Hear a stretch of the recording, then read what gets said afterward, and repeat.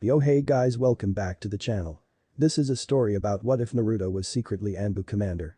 Part 1. If you guys enjoy this what if and want to see part 2, comment down below. And let me know before I start. Please do support for more awesome content. And leave a like and don't forget to subscribe to my channel. And also share this video with your friends. And check out the description. And check out my playlist. So let's start the video. Chapter 1. Prologue. Who are you? You're the nine-tailed fox. Shouted Mizuki from his position in the treetops, laughing maniacally as he pulled his second giant shuriken off of his back. No. Yelled Iruka weakly, having taken the first of Mizuki's shuriken to the back. Actually I'm not. Stated Naruto calmly, much to the shock of both, but especially, who was hoping to mentally cripple the blonde idiot to make his escape easier. Mizuki recovered quickly, hoping to convince the blonde that it was redoubled his efforts. Yes you are. The yondaime sealed the nine-tailed fox in me the day of the attack and yada yada yada. I already knew that idiot. I've known for like 6 years now. Hell, I've talked to the damn thing. I was doing it while I was waiting for you to get here. How am I not supposed to know about it?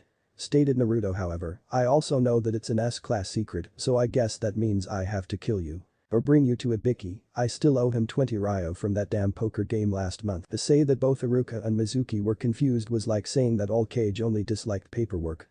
They were searching their brains for anything that they could think of that would explain the child in front of them. After all, this was Naruto, the idiot prankster who didn't have a care in the world. How could he know he was a container, even talk to the fox? Who is Naruto? Mizuki decided that he was bluffing and to call him on it. Yeah right demon, you're a failure. You couldn't touch me. Let alone kill me. Do you really think a failure could beat a chunin? You must be dumber than I thought. In the blink of an eye, Naruto was behind him, holding a kunai to the throat of the chunin. Mizuki, do you enjoy using your legs?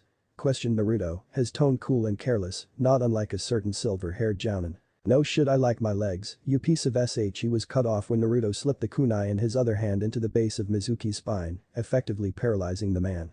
Naruto pushed him off the tree limb, letting him fall with no way of safely landing, and in a matter of seconds 3 things happened. Iruka saw Mizuki's legs collapsed beneath him. Naruto pushed him off the branch they were standing on, and when Mizuki was about 3 feet from hitting the ground, Naruto appeared and threw an incredibly hard uppercut to the exposed jaw of Mizuki, sending him back into the air, only for him to return to the ground hard when out of nowhere. An Anbu dropped Mizuki to the ground with a wicked axe kick to the base of his skull, sending the wayward chunin into sweet unconsciousness. Nice shot dog, though I really wanted to be the one to knock him out, stated Naruto in a positive tone. Now fox, no need to be sad.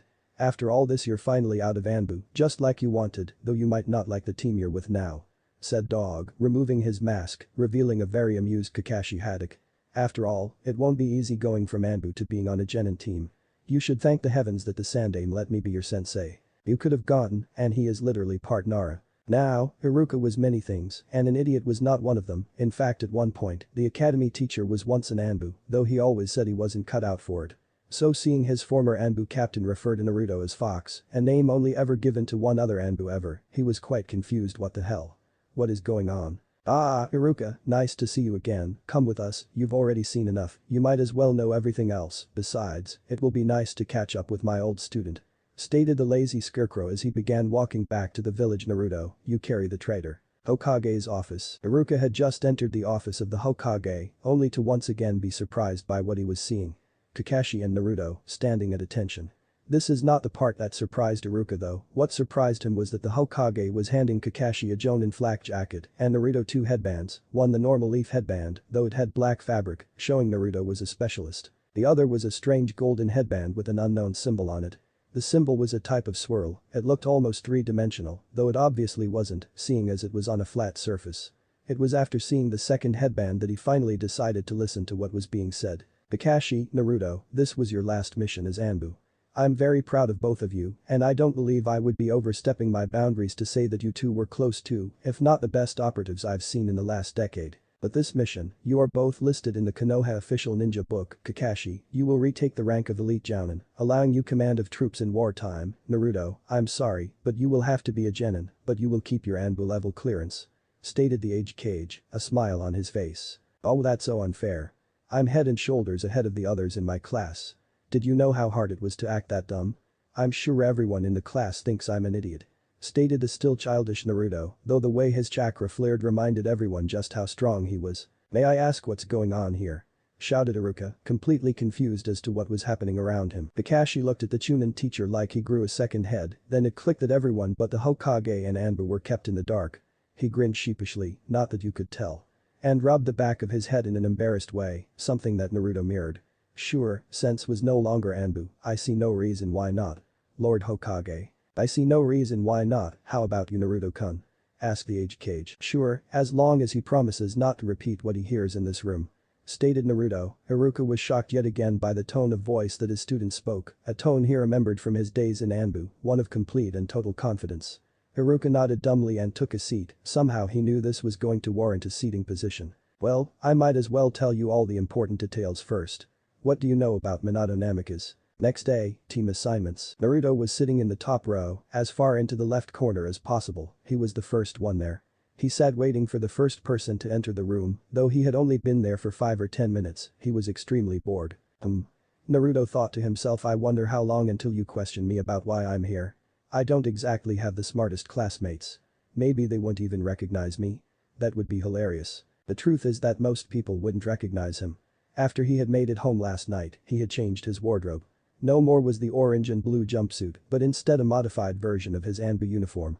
Dark blue cargo pants with an orange stripe, starting from the hip and ending in a point just under the side of his knee. The black muscle shirt almost completely covered by a dark gray Anbu vest.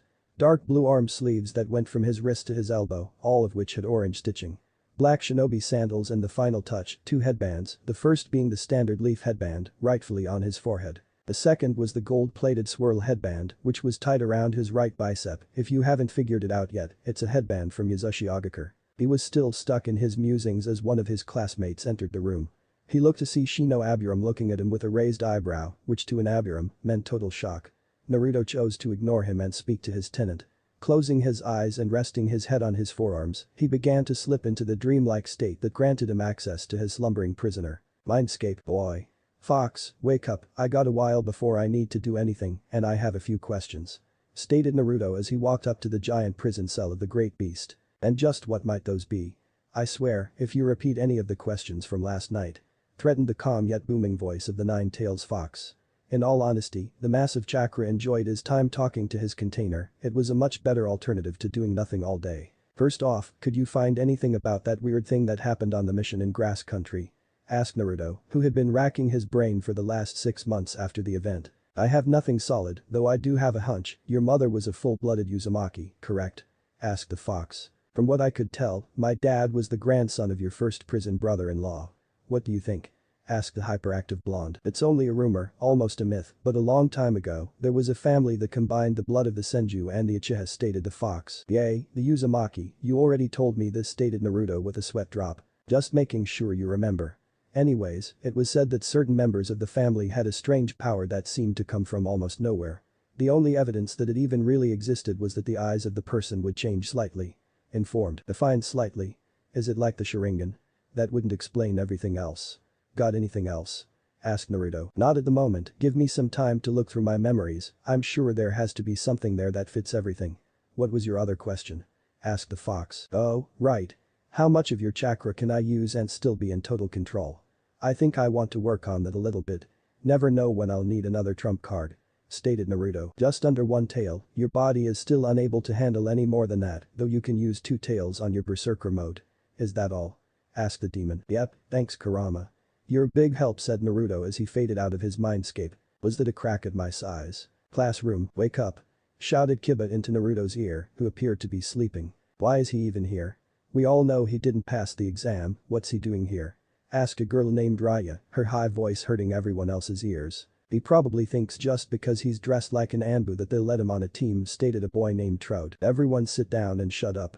Shouted Iruka as he entered the classroom. Okay, I have a major headache and I would like to get this over with. Just remember that I am proud of all of you for passing and being on your way to your ninja career. Hey Iruka-sensei. Naruto didn't graduate, why is he here? Shouted Kiba as he pointed to the blonde in the back left corner of the room, who appeared to have just woken up. Iruka looked towards the smirking Naruto. Something about the smirk on his face and that he didn't really care for Kiba picking on a fellow ninja made Iruka want to go along with his own little prank. That's odd. He has a headband. And he's on the list, even assigned to a team. But if Kiba said it, it must be true. I'm sorry Naruto, but you're just going to have to put up with idiots the rest of your life. Everyone was stunned. Haruka just made fun of a class member. And he said that Naruto had actually passed. Was it opposite day? Now that that's over. Team 1 is. Naruto zoned out at this point, not caring until his name was called Team 7, led by Kakashi Hatake, Sasuke Uchiha, Sakura Haruno and Naruto Uzumaki. Oh no. I'm on the team with the class idiot. At least I still have my Sasuke-kun. Screeched Sakura, her voice actually breaking a glass on Haruka's desk. At this point, Naruto had no need to stay in the class, seeing how he knew exactly where his old Anbu commander was, so he got up and left, though not before he spoke his mind. Oh no. I have the class bitch on my team. But at least I get an ex-Anbu captain as my sensei, that should even out the pain. And he left, walking right out the door, leaving a stunned classroom. -5 minutes later, Memorial Stone. Hey captain, how's the rock? Asked Naruto, his eyes tracking to his mother's and father's names. Now Naruto, no need to call me that anymore, now I'm Kakashi-sensei, stated Kakashi with an eye smile. Whatever you say senpai, but we should probably get to the academy. I'm sure the Banshee and Duckass are going apeshit right now. I didn't make the best first impression as a teammate, stated Naruto. I think now is a good time to start the test. -45 minutes later, classroom. Sakura was pissed, not only did the class idiot make her look bad, but her sensei was late and the idiot was nowhere to be found. Sasuke wasn't as pissed, he got to see one of his fangirls taken down a peg, that was nice, but his sensei was late, so the two evened out. All of a sudden the door opened, but to their displeasure it was just their idiot teammate. Oi, Kakashi wants you on the roof in 5 minutes then, Naruto poofed away, confusing the two genin. Naruto couldn't do the clone technique. -5 minutes later, on the roof. They aren't going to get here on time, they're too self-centered to take orders from me, stated Naruto tiredly. It was like he was a recruit all over again. Then this should work perfectly, don't worry, have I ever let you down before? Asked Kakashi, flipping a page in his book. Demon Country. Stated Naruto. Okay, you said you were going to let that go. Stated Kakashi. And I will, right after you teach me it, not a moment sooner, stated Naruto. Fine, we can start tomorrow before the test. Stated the copy nin. What test? And what are you teaching the dope that I'm not learning? It was Sasuke, he was just making his way out the door onto the roof, followed by the Banshee. The test you two already lost 3 points out of 10 on, stated Kakashi. What's it for? What did the three of us do to get 3 points off, asked Sakura. First off, just the two of you got points off, Naruto did as ordered, so he doesn't lose points, stated Kakashi. What was the order? Asked Sakura. Naruto told you to be on the roof in 5 minutes, you took 7, explained Kakashi. Why do I have to take orders from an idiot? I'm twice the ninja. He screeched at Sakura. And 2 more points off, you're both now at 5 out of 10 points, laughed Kakashi. What is this test for? Asked Sasuke, his tone pissed. The test is to see if any of the three of you get to be on my genin team, if you pass the test, you're in the team, if you fail, you go back to the academy. Stated Kakashi in a very bored manner. You can't do that. A genin team has to have 3 genin, and 1, screeched Sakura. First off, I don't have to do anything, second, I can choose to select an apprentice if I want, leaving 2 of you to go back to the academy. Now shut up, it's time for introductions. You first, Pinky, stated Kakashi. Why don't you go first, sensei? So we know what to say. Asked Sakura. Okay, my name is Kakashi Hatake, my hobbies. Not going to say, my likes. Don't care to share, my dislikes are traitors and thieves, my dream is to teach the next Hokage and get a date with a certain big-chested jounin. Alright, now your turn. My name is Sakura Haruno, and my hobbies are. Looks over at Emo Boy, my likes are. Looks back at Sasuke, my dislikes are Naruto Baka and Ino Pig, and my dream is to. Once again, Uchiha, you're up. My name is Sasuke Uchiha, I have no hobbies, I don't have many things I like, there are many things I don't like, and my dream is not a dream, it will happen, I'm going to kill a certain someone, then rebuild my clan. My name is Naruto Uzumaki, my hobbies are none of your business, my likes don't concern you, my dislikes are traitors, thieves and idiots, my dream is to become Hokage and restore my clan. Oh, you don't have a clan. You're an orphan, stated Sasuke smugly. Naruto grit his teeth and looked at Kakashi, who simply nodded. Naruto disappeared in a seal-less body flicker. If you two want to live, I suggest you don't piss him off, he's killed more people than you've met.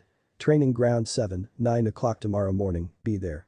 And with that, Kakashi disappeared in a swirl of leaves. What do you think he meant by that? Next day, training ground 7, noon. Naruto and Kakashi had been working on it for the last 2 hours, so it was easy to see where they lost track of time. Sakura and Sasuke, however, were not amused. You're late. Screeched the pink-haired girl. Sorry, I killed my alarm clock and had to give it a proper burial. stated Kakashi with an eye smile, though the loud cough from Naruto ruined the mood. Blair. She shouted again. Now that we're all here, it's time I explain the test. There are 2 bells, hold-up bells, that you must take from me by 3 o'clock, that gives you 3 hours. If you fail to get a bell, then you lose 5 points. There are also other penalties, but those are all common sense. Naruto, you don't have to participate in this exam, I already know you can complete it, stated Kakashi. Naruto nodded and started walking away. How come the dope gets a free ride when I, Uchiha, don't? Asked Sasuke smugly. Because I've known Naruto his whole life and know mostly what he is capable of, and if you both pass this test, then I'm sure Naruto will fill you in on a little bit more about himself. Right, Naruto? Asked the copy ninja. If they pass, I'd be glad to, stated Naruto with a knowing smirk. Then begin. Minus 2 hours later. Sasuke was getting pissed off, no matter how hard he tried he couldn't get a damn bell. He had tried every approach possible, but couldn't get to a bell. How was he supposed to do it alone? Then it hit him, the point of the exercise wasn't to get the bell by yourself, but to get it with teamwork. He moved quickly to his blonde teammate, reminding himself that he was only using Naruto as a pawn to pass the test. Hey dope, help me out to get the bell. Asked Sasuke. Naruto had been surprised it had been a request instead of a demand. Say please, stated Naruto with nothing but cold and ruthless confidence in his voice. Fine, please help me get the bell. Asked Sasuke, though it was painful for him to ask for help from a non-Uchiha. Sure, you got a plan. Minus 55 minutes later, Naruto threw a wicked spinning back kick, a move he most likely got from Guy, at the head of Kakashi, forcing him to take his eyes off Sasuke, but he wasn't an Anbu for nothing and could see through the trick that the pair was using. Naruto would distract and Sasuke would make a grab for the bells. I might have worked against maybe even a fresh Jounin, but not Kakashi. As they went for their last attempt, the alarm sounded, leaving the duo short of a bell. I must say, you did far better than expected, but no bell. So I'm going to go ahead and tie one of you to the post. However, I'm feeling a little off today, maybe it's because I haven't killed anyone this month. Oh well, I'm giving you one more chance after lunch, so get ready. Naruto tied Sakura to the post, she didn't try at all during the test, also she didn't get any food and gagged her too, my head still hurts from her yelling, I'll be back in an hour, and with that, he poofed away. Wow, he really is off today, never would have thought he would give you another shot. But it won't matter, he's too fast for the 2 of us, stated Naruto, lying through his teeth. What about Sakura? I'm sure she can at least be enough of a distraction for me to get the bells. Stated Sasuke. But she's running on empty, she would be useless unless you feed her, stated Naruto, that's the only way to get out of this situation. Fine. Open up Sakura, we need you at full go to pass, stated Sasuke as he took the gag off. All of a sudden, the sky turned dark and Kakashi appeared from nowhere. I told you not to feed her. You disobey in order to feed her. You. Pass. Now, 3 things happened when Kakashi said that. First, both Sasuke and Sakura yelled what? Second, Naruto handed Kakashi 50 ryo. And third, Kakashi explained. The point of this exercise is to work as a team. Which you did by giving Sakura food when I told you not to. In the ninja world, those that don't follow the rules are trash, but those that abandon teammates are worse than trash. I learned that lesson the hard way, and I still suffer from my mistakes I made, stated a depressed Kakashi. What happened to Kakashi-sensei?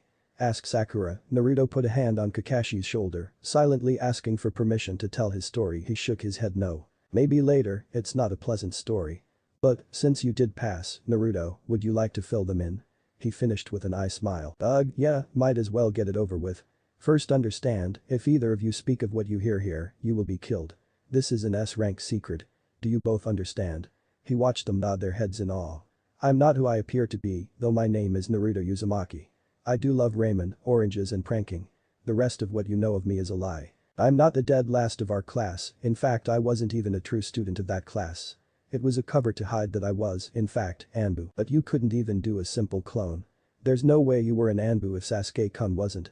Screeched Sakura. Shut up, though Sasuke may have been the best in the academy, I was the best in the class. The reason my grades sucked were a combination of not caring, always being tired, and choosing to make myself look bad. I was an Anbu recruit at 7 years old, during that time I wore the puppy mask, showing I was Kakashi's apprentice. I became a full-fledged member at 11, at which time I earned the fox mask and owned 3 Anbu records. Kakashi was one of my captains and has been training me along with several other members since I was 5. I have more chakra than all 3 of you combined, and I could pick apart our whole graduating class in a maximum of 3 minutes. Even if that was true, what records could you hold? Questioned Sasuke arrogantly. Kakashi, wanna fill them in? I get enough gruff at HQ over them. Asked Naruto. Gladly. First, fastest takeover of a bandit camp, 6 minutes 37 seconds, beating my sensei's record by a full minute. Second, highest confirmed kill count on a mission, 351, beating Itachi Uchiha's by 13. And the last, and my personal favorite, Naruto is the only person to ever steal Dango from Anko and make it out without a scratch. Stated Kakashi. 351. There's no way you did that. Yelled Sasuke, Itachi didn't even kill that many Uchiha. How could Naruto kill that many people on one mission? Ask anyone in Anbu, stated Kakashi. It was the same mission Naruto set the bandit camp record. He went in by himself, got the hostage out, and killed them all. Wow. Whispered Sakura, her whole world turned upside down. The class idiot was extremely powerful. All she could go on was hoping that Sasuke was better. Yep, oh well, let's go get lunch, my treat, started Kakashi as he walked away. It's 4 o'clock. Deadpan Naruto. Fine, early dinner, smart ass. Next day, mission assignment office. I don't care about protocol. I am not going to do countless D ranks. Shouted Naruto, getting a snicker from the Anbu in the corner of the room. Something funny, Tora. Haha, yep, you have to do D ranks, laughed the Anbu named Tora. Oh yay? You're named after that damn cat I most likely have to chase. At this, Kakashi busted out laughing. It had been common knowledge in Anbu that Naruto could one-up almost anyone, well except Kakashi and Anko. Oh shut up brat. Yelled Tora. The fox hunts the cat. Not the other way around, stated Naruto smugly. Just get your mission brat, sighed Tora. 2 weeks later, Naruto's mindscape. Naruto was getting pissed. Not only had he had to do 10 straight D ranks, but he couldn't even train the way he wanted to. He had to do team building exercises because his teammates refused to work with him. Sasuke still had the Uchiha stick up his ass, so he thought he could do everything himself, and Sakura hated that Naruto was better than her Sasuke-kun, so she refused to work with Naruto. On the first mission, Naruto had made fun of Sasuke, and Sakura had tried to hit him like she used to in the academy. Long story short, Naruto blocked the punch, and Sakura found a kunai at her throat before she even registered that Naruto moved. Now he was descending into the depths of his mind to speak to his tenant. Hey Kurama, what's new? Asked Naruto as he walked up to the cage. Hello Warden, I've just been laying around, looking into your question. I have to say, if what I found out is true, you might finally let me redecorate, stated the fox. What did you find out? Does it have to do with that eye thing you told me about? Asked Naruto. Yes, but it's bigger than we thought. It is like the Sharingan, but that's where it gets interesting.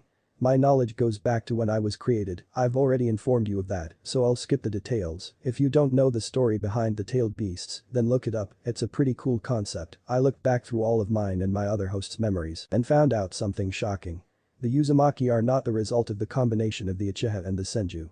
The Uchiha and Senju were split from the Uzumaki. The Sage of Six Paths was in Uzumaki. Does this mean this is the Rinnegan? Asked Naruto. No, there are 2 separate entities as far as I can tell. The sage had told his sons that the Rinnegan was the result of the sealing of the Juubi. What you have does not have a true name, but it has been called the Cursed Eye. Stated Kyuubi. Why is it called the Cursed Eye? A keke is a gift, not a curse. Stated Naruto. It's not the eye itself, but the people that get the eye. They stop all their other training and rely on it. Apparently, the eye has 5 different abilities, though I have only found 2 of them. Much like the Sharingan, you unlock each level as you master the last. From what I could tell, you unlocked the first level on the grass mission when you slaughtered that camp of bandits. Bravo, by the way, I really enjoy watching that memory. Just tell me the rest please, asked Naruto. The fox wouldn't let him forget the damn mission. Alright fine, like I said, you've most likely unlocked it already, you just have to trigger it, which I'm not sure how to do. It might work the same way the Sharingan works, though I'm not sure. The first stage of the eye is basically like the first stage of the Sharingan. It slows down your perception of time and allows you to predict your opponent's next move, though it is unclear if you can copy. The second stage is, from what I can tell, a boost to your nervous system, reaction time and anything having to do with it are increased. That's all I could manage to find, but it should help. Any questions, come back to me. Oh, and you should try to search the ruins of Yuzushio. If I remember correctly, there's a secret bunker there that might help. Now get out of here, I need my beauty sleep. Yay, see ya Kurama, said Naruto as he faded out of his mind. At night. Hey Kakashi, how does someone activate the Sharingan once they unlock it? End of chapter. Chapter 2. Trouble brewing. It had been 1 month. One hellacious month from the formation of the new generation of Team 7 to where we find ourselves now. In the last 4 weeks, quite a bit has happened, and only a fraction of it is good for our favorite blonde.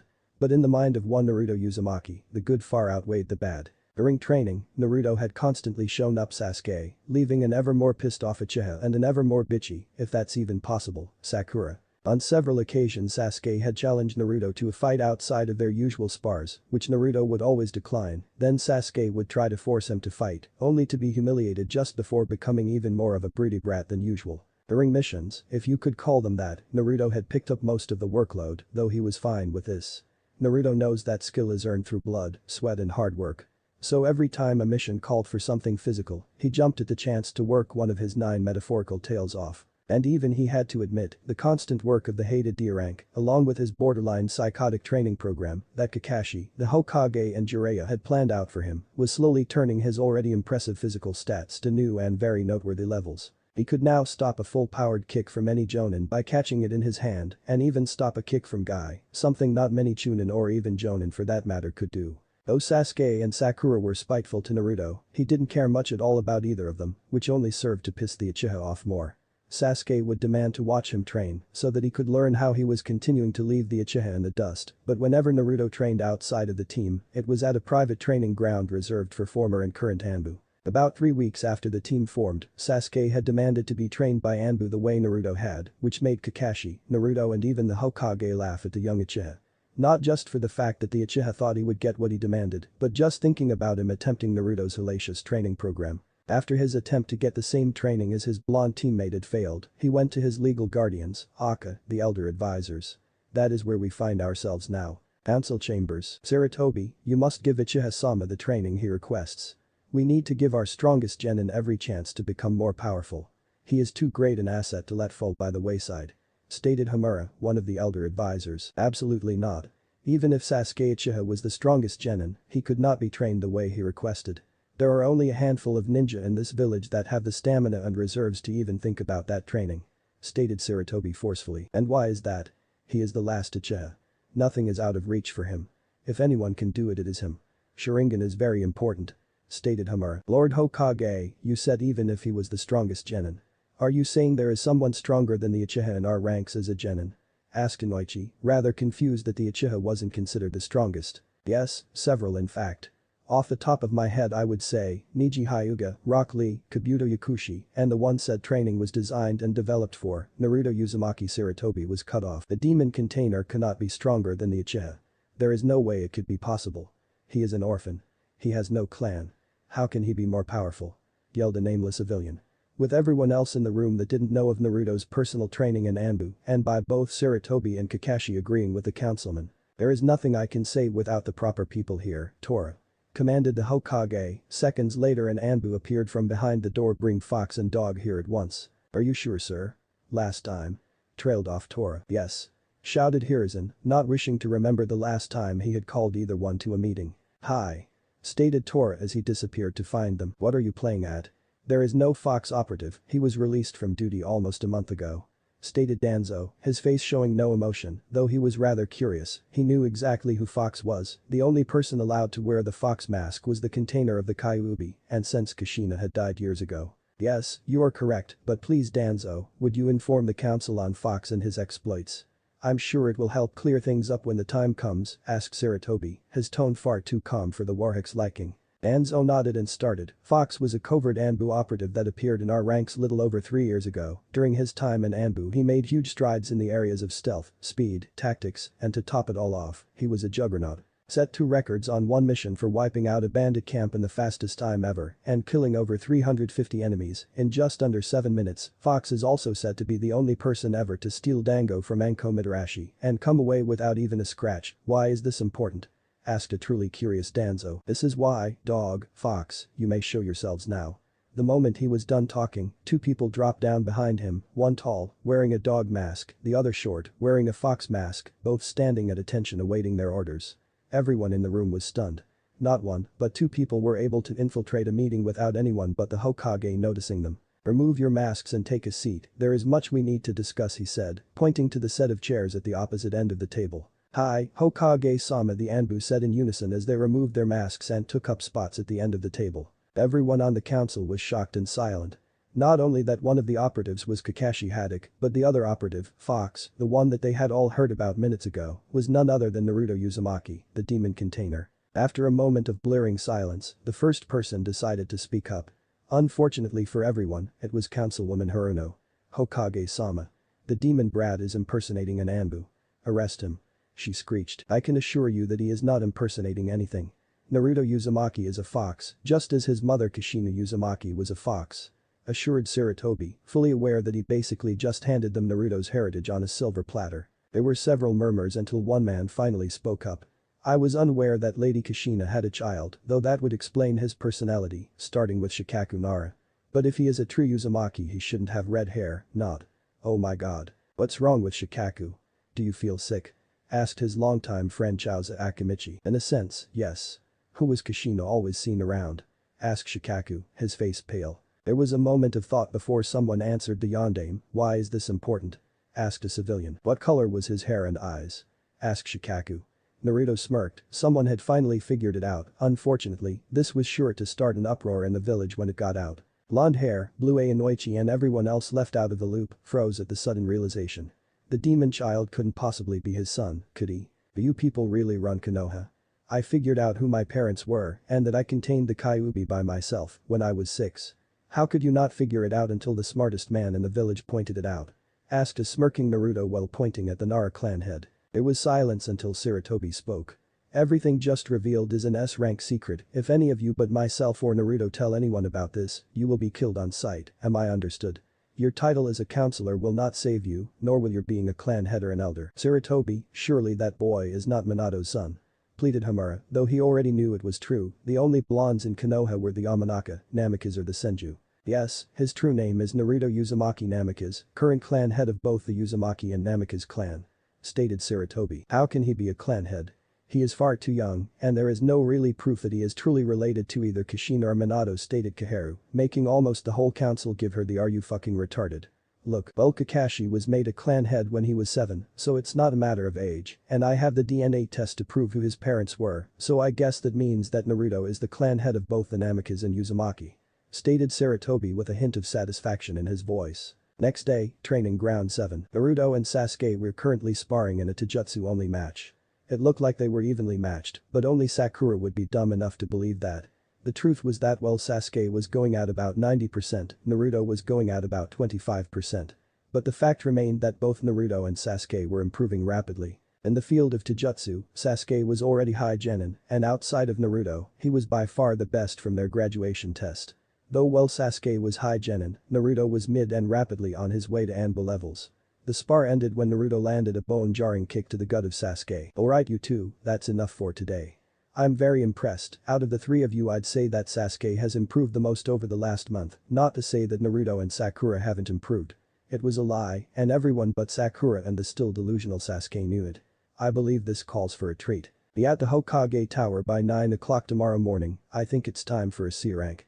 Stated the lazy nin. About time Naruto started stretching out. For once I agree with you Dobe, added Sasuke, though it lacked its usual venom, something easily picked up by both ex-Anbu. At any rate, to reward you for your hard work, I'm teaching Sasuke and Sakura each ace, stated Kakashi happily. Why only us, does the dope already know it? Asked Sasuke, generally curious. It always seemed like Kakashi was more willing to help Naruto instead of him. Nope, you've both been working very hard and I think you deserve it. Naruto has been slacking so he doesn't get it like Kakashi, as he made 2 shadow clones. Sasuke, you will be learning a reliable genjutsu. It's the skill set that you have the most trouble with, so we're going to try and fix that. Sakura, you're going to be learning the shadow shuriken. They both nodded and followed a clone to different locations. Now that I've gotten rid of them, why don't we see how far along this little secret of yours is? Asked Kakashi. Naruto had asked how to activate the Sharingan in hopes that it would work the same for his Taijutsu. Luckily, it turned out to work perfectly, and now Naruto could activate it anytime he wanted. Flashback, 2 weeks ago, Kakashi's house. It is not well known, but the Haddock family was really a clan of lightning users.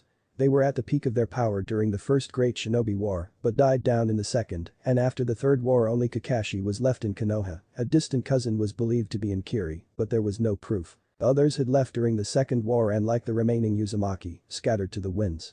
This left the rather modest compound to Kakashi. Currently, Naruto and Kakashi are sitting in the living room. Come again? Asked Kakashi, his book lay in his lap. How do you activate the Sharingan once it's unlocked? Remember the mission in Grass, how I reached levels with my fighting I still can't match. Kyuubi thinks I may have a near-extinct Taijutsu. Explained Naruto. Kakashi knew about the mission, hell he was the commanding officer. He also knew that Naruto spoke to Kyuubi, so neither surprised him greatly. But hearing that Naruto might have a Dijutsu was a little much, though when you've pretty much watched a kid grow up you stopped being surprised. From what I know you just send chakra to your eyes and think about them activating. That's how Itachi showed me how to do it, though it's much too much trouble to reactivate it once I power it down. Naruto tried it and amazingly it worked, the world around him seemed to slow down and everything seemed clear. Do my eyes look any different? Asked Naruto. Kakashi studied them for a minute and they responded with there's a white diamond shape in the iris, colored part of your eye. Like the Sharingan has Tomo. Channel some more chakra into your eyes. Naruto did as told and watched his sensei fall into a trance-like state. Kakashi? You okay? Asked the blonde as he stopped the extra flow of chakra to his eyes. It took a minute for Kakashi to respond. Go to the bathroom and look in the mirror. You'll see what I saw, he said cryptically and sat back down on the couch he was sitting on before and rested his head in his palms. Naruto was confused by this, but did as instructed. He got up and made his way toward the bathroom at what felt like a slow pace. He realized that while his eyes were activated, everything seemed much slower, even his own movements felt slower. But they also felt more precise, almost robotic. It felt like there was no wasted movement. When he finally made it to the bathroom and looked in the mirror, he was stunned. Though his eyes were the same color as usual, his pupil was slightly larger, and in the iris of each eye, there was one elongated diamond, both on the side facing away from his nose. The diamond had no color, or rather, it was the same off-white as the rest of his eye. He had to admit, they looked cool, he thought cooler than the Sharingan he had seen on Itachi and Kakashi. Then he remembered that Kakashi had told him to channel more chakra to his eyes, so he did, but what he found wasn't what he had expected. The diamonds started to rotate around his pupil, they started to look like swirling water, almost a whirlpool in the middle of his eye. He noticed the more chakra he used the faster the diamonds would spin, until he could feel himself losing focus, almost like he was being drawn into them. After a minute, he looked around and saw he was no longer in Kakashi's bathroom, but instead in the sewers that held the Kyuubi. He was shocked to find himself there, because he didn't try to come here. He started looking around for the fox but couldn't find anything, he was in a completely different section of his mind. He couldn't make heads or tails of what he was seeing so he returned to the real world. Naruto? You alright? Asked the worried Kakashi as he helped the blonde up off the floor. Yay, I'm fine, what happened to you when my eyes started spinning? Asked Naruto, maybe he was just so entranced by the eyes that he ended up sending himself to his mind. It was like looking down into a maelstrom of water, after a while it felt like I was being pulled into a void or something, did the same thing happen to you? Asked Kakashi, still recovering from whatever Naruto's eyes had done. I was sucked into my mind, it was weird though, it was a part I have never been in before. What's a maelstrom? Asked Naruto, then flashback, alright, first we spar without it, then with it, pure Taijutsu. Let's go. Stated Kakashi as both he and Naruto dropped into a stance, Kakashi using the Goken, which Guy had taught him. Naruto however, used a familiar stance to Kakashi, the stance of a Taijutsu that was never named, the Taijutsu that Minato Namikaze created. Go. In a burst of speed, Naruto took off, almost faster than Kakashi could track. Almost, Kakashi blocked a kick to his chest and paired a punch to the face, before taking a full-body shoulder slam to his sternum. Kakashi held his ground, if just barely, from the surprise shoulder strike, and retaliated with a vicious backhand that Naruto could react to in time, and took the full force of it into his cheek. Very good, I'd say you're about low to mid in Taijutsu. Now let's see what you can do with the eyes. Next day, training ground 7857. Once again, Sasuke and Sakura were standing by the posts of the training field, waiting for their teammate and sensei. It was a common occurrence, Kakashi was always late and Naruto was either with him or arrived 5 to 10 minutes before the copy-nin. Today was their first C-rank mission, and they really didn't want to be late, even if they thought that the other two would most likely be late anyways. So how long until Dobe and Sensei are here? Sasuke asked Sakura, much to the surprise of the pink-haired banshee. He wouldn't admit it, but she was the one person on the team he could stand. Even though he disliked the blonde nin, he was developing an amount of respect for him, even going as far as to see him as a rival. Right about now. Came two lazy voices behind them. They turned to see both Naruto and Kakashi sitting on a post, looking rather bored. Kakashi reading the newest Icha and Naruto reading an old green-covered novel. You're here on time? Questioned Sakura in shock, neither of them had been there on time all month, why did they start now? Yep, now let's go get that C rank started Kakashi as he hopped off the post and started to walk away, still reading the smut. He was followed closely by Naruto, who was still reading the old green novel. Minus 15 minutes later, mission assignment desk. Hey, Iruka-sensei, Jiji, how have you been? Asked Naruto as he approached the desk and put the book in his utility pouch. I'm fine Naruto, how about you? Asked Iruka, startled that Naruto would be reading anything that wasn't ninja related. Ready for another D rank? Asked the Anbu in the corner of the room. Shut it or. I'm done with D ranks.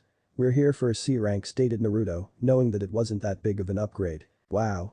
So instead of walking a dog you'll be an errand boy. That's amazing. Stated Boar, his words laced with sarcasm. Hey Boar, who won last time? Asked a smirking Naruto. Oh cram it. How the hell am I supposed to beat 1,000 clones? Stated a very angry Boar, still trying to recover some pride from the beating he took from the blonde during a spar 4 months ago. Kakashi can do it. Stated Naruto while pointing at his ex-captain. This time Boar fell silent, though it was obvious he was mouthing something behind his mask, most likely swear words. As much as I like watching Genin one-up my Anbu. Stated a chuckling Saratobi, I think it's time to give you your assignment, you can come in now, Tazuna. From the waiting area came a rather plump grey-haired man, nursing a bottle of sake. These brats and the scarecrow are going to protect me? I have a hard time believing that. Unless you're expecting more than a couple of bandits, we will be fine. Stated Naruto, shooting a glance at Kakashi, which he picked up without anyone else noticing. Alright, I guess, we leave in 1 hour. Stated the fat drunk as he walked out of the room, most likely to get his belongings from whatever hotel he was staying at. You heard him, gather enough supplies for a 2-week trip. Bring any weapons you think necessary. Stated Kakashi as he gave the silent command for Naruto to follow him. Minus 30 minutes later, had a compound. After they left the mission office, Naruto and Kakashi went to the shinobi supply store to get a new set of kunai and a couple of training supplies. Then they headed to Kakashi's compound to discuss the mission. So you think that there's more here than meets the eye? I'm proud to call you my student. Kakashi started with an eye smile. Yay, if he was just afraid of bandits there wouldn't be any worry, that's why I think he's lying to us. I checked with Bookworm. Wave has been in an economic freefall ever since all the shipping companies were bought up by some company 2 years ago. I'm willing to bet that whoever is behind the company doesn't want this bridge built. Deducted Naruto. Anyone with the kind of money it would take to run roughshod over a whole country could afford some heavy hitters to take out a target. Should we still take the mission? Pondered the lazy nin aloud. We have no proof that this mission isn't legitimate and it would make Konoha seem weak if we turn down this mission, stated Naruto. Then we're going to need a plan in case things head south. Minus 15 minutes later, at the gate. Everyone here? Good, let's move out, stated Kakashi. Not even waiting for a response. Sakura and Sasuke followed immediately, not noticing that the blonde was not part of the group. Though this didn't get by Tazuna. Where's the blonde kid? He not coming? Asked a bridge builder. No, he'll catch up, he said something about needing to fuel up, then headed off to his favorite ramen stand. He should catch up in about 2 hours. Stated Kakashi nonchalantly. Tazuna had his doubts until he saw the look on the other genin faces. It was the look of complete understanding with a healthy dose of happiness. An hour and a half later, the group of 4 had set a good pace so far and had covered a good chunk of the journey. Though the loud blonde still had not caught up, which even the pink-haired banshee had picked up by now, and being a WQI, woman of questionable intelligence, she had to blurt out the fact that she had finally caught up to the situation. Hey Kakashi-sensei. Where's Naruto? He should have been here by now. She asked loudly, much to the annoyance of the males in the group. He will be here when he is needed. He did this on the A rank in grass country, and you both know how that turned out, stated the bored Kakashi. What happened? Asked Tazuna. To hear that the blonde had been on an A rank was very reassuring, if only he was here with them. He was supposed to meet up with us after another mission, but got caught up with a missing nin. By the time he got to the camp we were staking out, one of our operatives had been captured. The man captured was one of the few people in Naruto's life that has always looked after him. He felt it was his fault because he didn't make it on time. He snuck in and got the operative out. Unfortunately, they had tortured him to give the information. When Naruto saw what had been done to him in order to gain information, he flipped and went back in to kill everyone in the camp, 325 bandits and 26 missing ninja. Well, that's all we could count, but from the maths we did it was more than that. He said with a hint of fear in his voice, his mind flashing to the horror that befell the bandits. What do you mean that all we could count and the maths we did was more than that? Asked Sasuke. We could only find about 300 full bodies, but it was reported that there were over 600 people in the camp. And we were positive that no one escaped, stated a now depressed Kakashi, shocking everyone. Full bodies? What's does that mean? Asked the shocked Sakura. That's how many bodies still had their heads, Kakashi said with a very uncharacteristic crack in his voice. I was during the Third Great War and watched Minato-sensei devastate Iwa's army, but I've never seen anything as gruesome as what Naruto does to anyone who hurts the people close to him, and it's not the only time he's done it. Now if you don't mind I'd like to stop talking about it, stated Kakashi. No one wanted to continue to talk about that subject, though one of them was deep in thought. How could Naruto do something like that? All because those people hurt someone close to him. But he seems so tame. Then again so did Itachi. Wait, what happened to Itachi? wondered Sasuke, remembering one of Itachi's friends going missing and a week later Itachi killing off the clan. Half an hour later, the group was still in a lull from what they had heard about their young blonde acquaintance. They had just walked past a puddle, but only Kakashi had noticed it. Just after they had made it past the puddle, two figures seemingly grew out of the small pool of water and shot towards the traveling group. Chapter 3. Naruto-sensei. The two dark-clad figures had just appeared behind the group out of an unnatural puddle. They sent a glance at each other, and that seemed to be the only thing needed to launch their assault. They took off, a chain connecting the gauntlets on their wrist. The chain proved useful. As they charged the group, they were able to wrap the legendary copy nin in the razor-sharp chain, and with a vicious pull of their arms, the chain ripped him into a plethora of Kakashi chunks. Both Sakura and Sasuke were frozen in fear, their sensei was just killed, and their teammate was nowhere to be found. Sasuke began to wonder if he had also been killed as he tried to catch up. Sasuke quickly rediscovered his ego and began to charge the duo recklessly. After all, he was in Uchiha, and for some reason, Sasuke thought that made him invincible. As he neared the offending ninja, they moved faster than he could react, and they both backhanded the last Uchiha away like a fly. Sakura was now panicking, her sensei was dead, her crush was just bitch-slapped, and although she wouldn't admit it, her only hope was a boy, no, a man named Naruto. The duo charged her, and although she was on the verge of pissing herself, she held her ground. As they drew closer, she closed her eyes and waited for the end. She waited for what seemed like hours, though it was by a second, until she heard a sound she was unfamiliar with. It sounded like a sword being sheathed, but along with the sound was the sound of gurgling. Curiosity got the better of her, and she opened her eyes to see what it was. What he saw shocked her. In front of her, the two men stood motionless, seemingly frozen in time, with a mixture of shock and fear on their faces. They both toppled over to reveal her teammate Naruto, and the look in his eyes sent her mind deeper into shock. It was the look she had heard her father speak about, the look of a man that just protected something he considered precious, though at the same time it was mixed with something that just didn't fit on Naruto's face, sorrow. "And Naruto?" she questioned, then looked at the men that had attacked, a kunai in the base of both of their skulls. "Are you both alright?" Even his tone seemed like it didn't belong to the blonde idiot that she was teamed with. "Fine," stated Sasuke with a hint of venom in his voice, just returning from the bitch-slapped-induced flight. "Good, then we can continue the mission," stated Naruto as he made three-hand signs. When he was done, Kakashi appeared out of nowhere, reading his book, but I think it's time that Tazuna tells us why he lied about the mission details. Minus 45 minutes later, Hokage's office. The Sandaime was currently battling the second greatest enemy to mankind, a creature far worse than any experiment created by the traitorous Snake Sannin. Paperwork. He was absent-mindedly wondering how much more paperwork he would have to do if he torched all of the paperwork. He was pulled from his musings as an Anbu appeared before him. "Lord Hokage, we've just received word from a team on a C rank, it seems the mission has been upgraded to at least an A rank. What are we to do?" asked the Baki mask Anbu. "What team?" he asked absent-mindedly. "Team 7, sir. Though they haven't asked for any help, just for us to retrieve 2 bodies," answered the Anbu. "Ah, makes sense, thank you for the information, you may go now," answered the Sandaime, not showing any worry at all. If it was any other genin team, he would send backup immediately. However, this was Kakashi's team, which meant Naruto was also there, and those two alone could handle almost any A rank. Minus 55 minutes later, border of the Land of Fire. "So we just need to wait for a boat. Well, I'm going to take a nap, wake me up when it gets here," stated Naruto as he dropped where he stood and covered his eyes with his Konoha headband. "How can you just sleep? There's a man out there trying to get us all killed and you're about to take a nap?" asked Sakura. It wasn't yelling at him, she was truly curious as to how Naruto could be so calm. After all, Tazuna had informed them about Geto and his criminal empire after the demon brothers attacked, who, by the way, Naruto killed. "Yep," was all he answered with as he started to drift off. "Sorry Naruto, your beauty sleep will need to wait, it seems the boat has arrived," stated aboard Kakashi, though he was smirking under his mask. "Crap," was all Naruto said as he got up and made his way over to the shore where the boat was about to land. Minus 35 minutes later, shore of the Land of Waves. "Naruto, Formation K" was the command delivered by Kakashi. Naruto nodded and shot off into the woods next to the path they would be traveling. "Why is Naruto going into the woods? Wouldn't he be better with us?" asked Tazuna. "No, Naruto specializes in stealth, information gathering and being a juggernaut to hit the enemy after the fight starts. That's why he wasn't with us until the demon brothers attacked, he was watching from a distance," explained Kakashi. "His stealth is also to the point that he could sneak up on my replacement and current Anbu commander, an Anbu named Tora." Minus 42 minutes later, 10 minutes from Tazuna's house. "Everybody down," yelled at Kakashi as he tackled Tazuna. Sakura and Sasuke soon followed in the act of hitting the deck.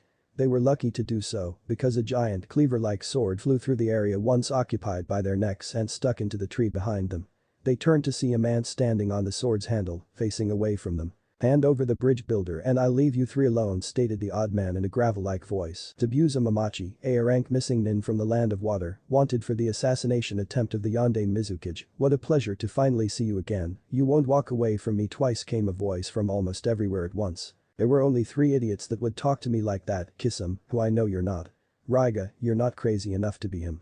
And finally that fox bastard who killed my second apprentice. So why don't you show yourself before I kill your comrades?" Listed off Zabuza. Why don't you show your little hidden Anbu?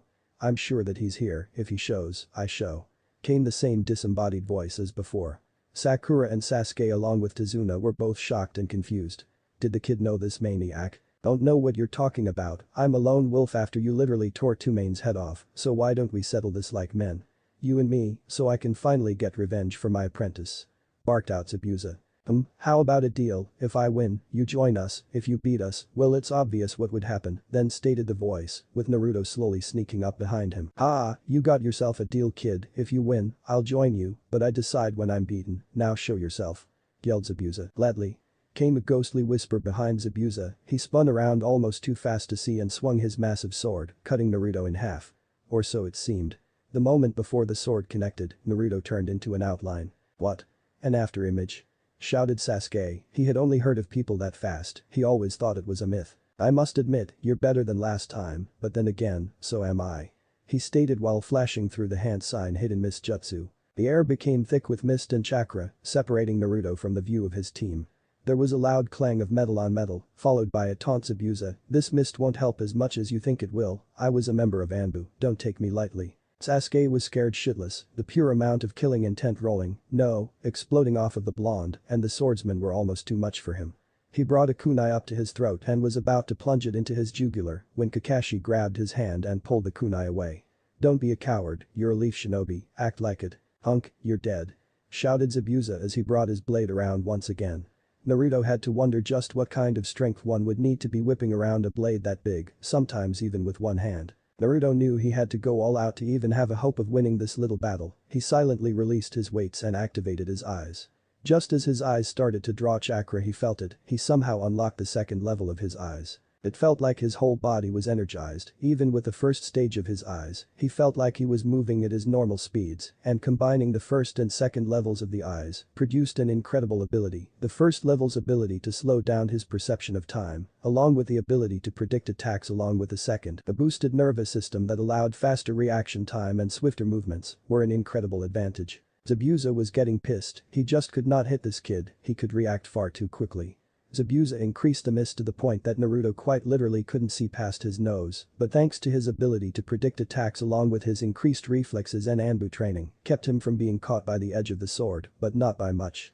"How can you keep dodging me, god damn it? It's a secret, but I'll tell you when you join us," stated Naruto as he dodged another swing, silently deciding he needed to end this, or he might lose his life. "You're never going to beat me kid, not even if there were 100 of you," stated Zabuza as he continued his onslaught of slashes. "Now there's an idea.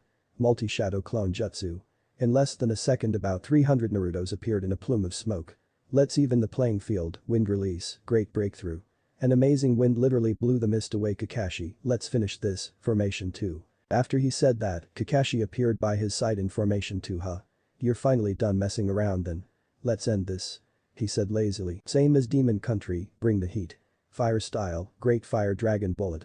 Wind release, Tornado Dragon. The two powers combined to make a raging inferno of a dragon. Water style, Water Wall Jutsu. The wall of water was just able to stop the fire side of the attack, unfortunately for Zabuza, his wall didn't stop the wind dragon, and Zabuza took almost the full force of the dragon to the face chest. He was thrown back into and through a tree. "It's over Zabuza, join us and your life will be spared," stated Naruto as he approached the man currently having a large tree in. "I guess I've been beaten, you win the bet, I'll go with." Zabuza was cut off by 2 needles that buried themselves into the neck of Zabuza. "Thank you all for keeping him occupied for me, I've been chasing him for the last 3 years," stated the hunter nin as he appeared from behind a tree. "Here, let me help with the decapitation," said Naruto with a knowing smile, then the hunter nin shot forward and grabbed the body of Zabuza and disappeared in poof of smoke. "Kakashi, how long have you had your headband up?" Thump. Kakashi collapsed over, Sharingan still uncovered. That's a good idea. Stated Naruto before his eyes rolled back and he too fell to the ground. Which way to your house, Tazuna? Asked Sakura. Next day, noon, after Naruto and Kakashi had passed out, they were carried to Tazuna's home by Sasuke and Sakura. Kakashi had just woken up, though Naruto was still in a deep sleep, though Kakashi just figured that he was either talking to the fox or having a Raymond dream. Naruto's mindscape. So what are you saying exactly? Asked Naruto. I think the reason you suffered from chakra exhaustion isn't because of the 3 high-powered you used, but because of the extensive use of your eyes. I don't think you've mastered this new level, and because of that they drew way more chakra than your first stage did, though it's only a theory. You really should ask the Hokage to allow you to go search the ruins of Yuzashigakure. I bet you could find some answers there, hell I bet that there's a good chunk of that village still standing. Stated the Kyuubi with a bit of a laugh, though Naruto didn't know why, he just filed it underweight for the right time. What do you mean mastered? All I needed to do was unlock it, right? That's how the Sharingan works. Questioned Naruto. You're right there kid, that is how that damned Sharingan works, but you don't have the Sharingan. Have you decided what you're going to name yet? Asked the Great Fox, truly curious as to what he would come up with. Don't know. I'm probably just going to wait until I'm able to go to Yuzashigakure. That way I can hopefully get some more information on this thing. Did you just call me kid? Asked Naruto with a raised eyebrow. No, now get out of here, your team is starting to freak you that you're not waking up. Oh and look in the mirror and with that, faded out of sight and Naruto woke up. Waking world. Naruto? You in there? Asked Sasuke. The only reason he was asking was because Naruto seemed to be switching between emotions like Choji goes through pork barbecue. He's fine, he does that when he dreams about Ramen like Kakashi. He knew that Naruto was conversing with the fox, he would have to ask later. It wasn't just about ramen. There was a sea of ramen. But it turned out to be a bunch of snakes.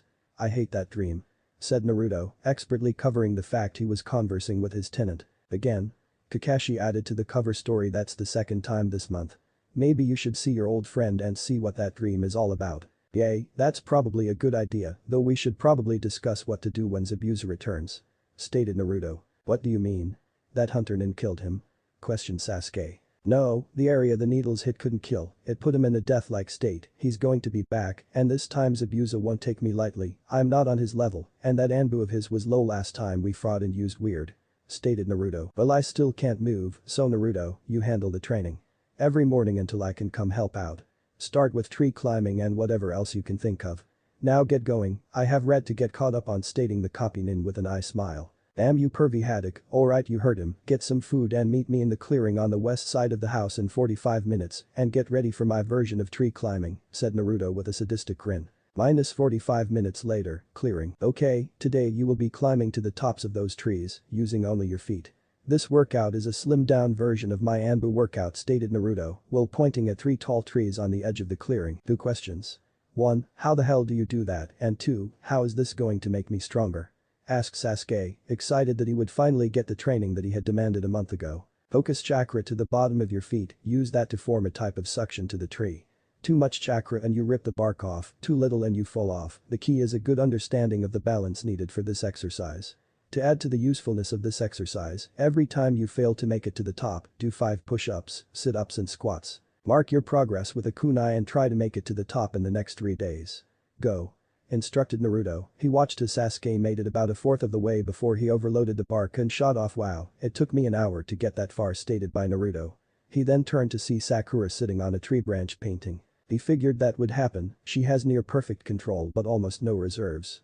Keep going Sakura, when you can't go higher come down and take a 10-minute break, then do your workout. Minus 2 hours later. Sakura. You alright? Asked Naruto.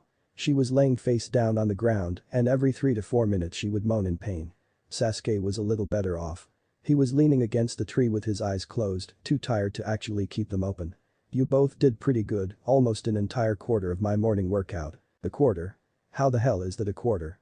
Shouted Sasuke, he had to be lying, no human being could possibly be able to do that 4 times. Yep, a quarter, and you didn't even make it to the hard stuff. Come on, I'll carry you both back and give you a medical pill so you can at least move. They both just nodded, they couldn't even move so there wasn't much choice. They both figured he would make a shadow clone each to carry them, they were wrong. Naruto scooped up Sasuke and slung him over his shoulder, while he picked up Sakura bridal style and without using hand signs, disappeared in a swirl of wind. Minus 15 seconds later, Tazuna's living room. Yo. stated Kakashi, who by this point was able to brace himself against the wall and scoot along, was sitting in a recliner and, much to the dismay of Tsunami, reading his book. How was the training? I had them do my warm-up, it was funny to watch, giggled Naruto. Sakura and Sasuke just grunted as Naruto set them down on the couch absent-mindedly, not realizing he put Sasuke on top of Sakura while they were facing each other. How far did they get?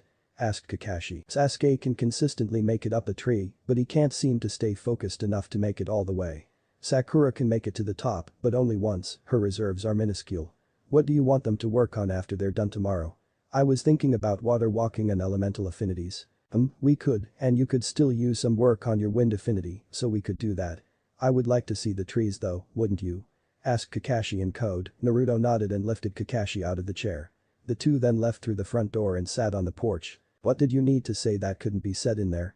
Asked Naruto. I would like to ask what you and the fox were talking about this morning, and I was wondering how you could react faster than Zabuza could move. Stated Kakashi plainly. They're two in the same. I was talking to Fluffball about the new level I've unlocked, he said. I haven't mastered it, so I lost more chakra than I should have. Stated Naruto. Let me see your eyes. I think I have a theory, stating that Kakashi turned into Naruto. Naruto activated his eye to show there were 2 diamonds on one eye, but only one on the other. I believe that to master a level of your eyes, you have to have the diamond for the other eye, maybe then it won't suck the power right out of your body. Try just using the first level. Naruto did just that and was stunned. The draining he had felt earlier was down to almost a trickle. It's way less than the second stage, but that might be just because of the difference in level. Wanna head back inside? I'm really hungry. When aren't you hungry? Zabuza's hideout. Ah. Son of a bitch. Do you always have to go for the neck? Asked Zabuza as he pulled the needle out of his jugular. I'm sorry, Zabuza-sama, I had to make it look like I had killed you so as not to raise suspicion, though they already know that the blonde boy is quite smart. Responded Haku. Zabuza sat quiet for a minute, several emotions running through his eyes. He sat up, even though his body was barely able to do so. He hung his head. This was something he really didn't want to do, but he had to think about the future. Haku, what do you think about the Leaf Village? -4 days later, bridge, 2 days till Zabuza is back to full. The last 3 days had been what some would call hell, those that would call it that were Sasuke and Sakura. The training regiment had only increased with each passing day. They were now at a level with tree climbing that they could practice on the beams of the bridge, so they all could be on the bridge the whole time. After showing proficient skill in tree walking, Naruto started on stage 2 of his special training regiment, sparring on a horizontal surface. Upside down. This helps with chakra control, reserves, and taijutsu, but also helps with speed and strength, since you're fighting gravity the whole time you're sparring. Needless to say, both Sakura and Sasuke were getting much stronger. Though Naruto wasn't slacking, Kakashi had found a way for Naruto to train his wind affinity, while also working on his water affinity, though it was very taxing, and Naruto could only do this training for about an hour a day. Naruto would make 5 clones and go out in the water. Naruto would stand in the middle of his clones and spin wind chakra around himself, while the clones would spin the water around him, making a whirlpool. The real Naruto would hover himself in the middle of the whirlpool, while keeping the sides from closing in on him. Overall, it was very effective training, but the chakra output of the 5 clones along with his own output was testing even his ridiculous reserves. Currently, Kakashi was having them all do physical training by helping out with the bridge building. This served 2 purposes, as the genin would get physically stronger and the bridge was becoming well ahead of schedule due to the genin and Naruto's clones, which would pressure Zabuza to fight earlier than his body was ready for. So far, both ideas seemed to work perfectly. Azuna's home dining room. I fold, I hate your poker face, Kakashi, stated Naruto as he set his cards down. It was true, when Kakashi had his mask on, which is always, he was unreadable. Well, maybe if you two wore a mask you could play poker like me? Suggested Kakashi with an eye smile. Why do you guys try so hard? It was a little voice, timid and weak, but you could tell that it once held joy. It was the voice of Tsunami's son, Inari. He's won almost half the money I have, and I want it back, stated Naruto as he dealt another set of cards. No, you idiot. Why do you train so hard? Gato is just going to kill you. You have no chance. No one can beat Gato. Shouted Inari. Kid, I've lived through way too much to just roll over and die now. I'm not going to give up until I achieve my goals, so there's no way I'm going to let some smelly midget do what my own village couldn't. Stated Naruto with an amount of sadness in his voice. You think you've lived through a lot. You live in a hidden village. You're a ninja. How could you have had a bad life? There's no way you even know what pain is. Shouted Inari. Kakashi's eyes widened. This wasn't going to end well, it never ended well. Hey kid. Come outside with me, in fact everyone come outside if you would. Stated Naruto with no tone in his voice. Kakashi knew what was coming, it was something no man should witness. Everyone got up and walked out behind the young blonde. Kakashi knew what was coming, and Naruto was smart to bring them all outside. Everyone was now standing in the clearing on the side of the home, waiting for whatever the blonde had in store. So kid, you don't think I know what suffering is? Let me show you some moments of my life through my eyes. Ninja Art, Memory Vision Jutsu. Chapter 4. Old Memories, New Style. Ninja Art, Memory Vision Jutsu. Naruto, I know what you're thinking, at least explain what they're about to see. Begged Kakashi, he was the one who taught Naruto this, so he knew what was coming. Fine. In a few moments, you will witness some memories, some through my eyes, others from a third-person view. Any pain I feel, you will feel as a sensation on the corresponding part of your body. In other words, when my arm breaks, your arm will go numb. Now that has been said, let us begin with Naruto as he closed his eyes and focused on a string of memories. Konoha, 8 years ago, Naruto age 4. Naruto was running through the streets, a literal mob chasing him. They were gaining on him, shouts of "Die demon!" and "Come back here, demon!" rang through the air. A volley of rocks and bottles came over his shoulders, though one rock had hit its mark. Said rock cracked Naruto in the back of the head, knocking him to the ground. The mob converged, kicking and punching the poor blonde, breaking his malnourished bones and injuring his internal organs. Just like the beating had started, it stopped as the crowd ran away. The last thing Naruto saw before he blacked out was an Anbu with gravity-defying silver hair. Konoha, 7 years ago, Naruto age 5. Naruto was once again running from a crowd, but it wasn't civilians this time, it was ninja. Naruto never stood a chance, he was caught and pulled into an alleyway. He was propped up against the wall and had a kunai hammered into each shoulder, elbow and hand along with his knees to crucify him to the wall. He was then beaten until he blacked out. Konoha, 6 years ago, Naruto age 6. Naruto was tied up and had a bag over his head. He was being thrown into every object that was within range. His body had deep cuts, and the bone of his upper right arm and lower left leg were jutting out of the skin at grotesque angles. Naruto couldn't see, but he could hear the man laughing. Then all of a sudden he heard what sounded like a bunch of birds chirping and a voice that could almost be felt, "Yell Chidori." Naruto waited for his death, but it never came. He was shocked when the rope that had been tying him up was cut off and the bag over his head was removed. He looked up to see who this person was, only to find the same silver-haired Anbu that had saved him almost countless times standing over him. He knew he was safe and allowed the darkness to take him, but not before heard the man speak, "Fuck the council and the elders. I'm going to take care of you, Naruto, even if I have to kill them all to do it." Brass Country, year and a half ago, Naruto age 11. Naruto was running full speed toward a bandit camp. He knew he had to get his friend out and he didn't care what it took to do it. He had just found his friend and was sprinting back to base camp so the medics could heal him. He had been tortured. There were burns, cuts and literal holes covering his entire head. On his face there were 2 deep slashes that looked to have even cut the bone. He made it back to base camp and delivered his friend to the medic. Naruto was now standing outside the bandit camp. He created about 50 shadow clones to surround the area to make sure no one escaped. Then, he charged in. All he saw was red, he knew he was filling him to the max with his power, but Naruto didn't care. He was literally tearing through anything that got within his reach, some not even seeing their own death. Anyone who tried to escape was slaughtered by his clones, anyone dumb enough to try to attack him was torn to shreds. After about 7 minutes of pure slaughter, they were all dead, and Naruto collapsed. End of. Everyone was silent. All but Kakashi and Naruto had puked at least once. "That was a fraction of my pain," stated Naruto in a cold, emotionless voice. "That is my life, what I have lived through and what I have done. Think before you speak, because there's always someone who's had it worse than you. I just pray to God the one that had it worse than me can handle the life they live. I'd hate to see what I would have turned out like without those that cared for me. I'll be back later, Kakashi." Code 48. And with that, he left in a swirl of wind. It was almost 10 minutes before anyone could speak again. Tazuna and Kakashi stood silent, Inari, Tsunami and Sakura were sobbing uncontrollably, and Sasuke was shaking like a left. Kakashi-sensei sputtered out Sakura between sobs. "Yes, Sakura?" asked Kakashi stoically, knowing she would ask if he was making that all up. He was right. "That was just right?" she asked, almost begged. There was no way that anyone could do that, right? "No, Sakura, everything you've just witnessed was real. That all happened and more, none of that was anywhere near the worst of it," stated Kakashi with a tear rolling out of his eye. What? What could be worse than that?" shouted Sasuke. He thought he had a terrible life with the death of his clan at the hand of his own brother. He would take his life any day over what he saw of Naruto's. And Kakashi just said it got worse. Kakashi hung his head and started shivering. On Naruto's 5th birthday. Kakashi was now crying, something that most thought impossible. It was the single most gut-wrenching thing he had ever seen. Me and another Anbu, Sasuke's brother Itachi, were to look over Naruto to make sure he stayed safe. There was a fight at the bar down the street between a few, we went and broke up the fight, but it was just a diversion to get to Naruto. What happened? Asked Sasuke shakily, anything that was actually planned out couldn't end well. 4 members of a clan broke into Naruto's apartment. They beat him to near death and Kakashi couldn't say it, just the thought of the event made him physically sick, not just at the men who did it, but the fact he couldn't stop it. They what? What did they do? Asked Sakura, bawling even harder than before. They raped him. Next day, Tazuna's kitchen. No one was talking, they were all still digesting what they had learned about their blonde teammate friend.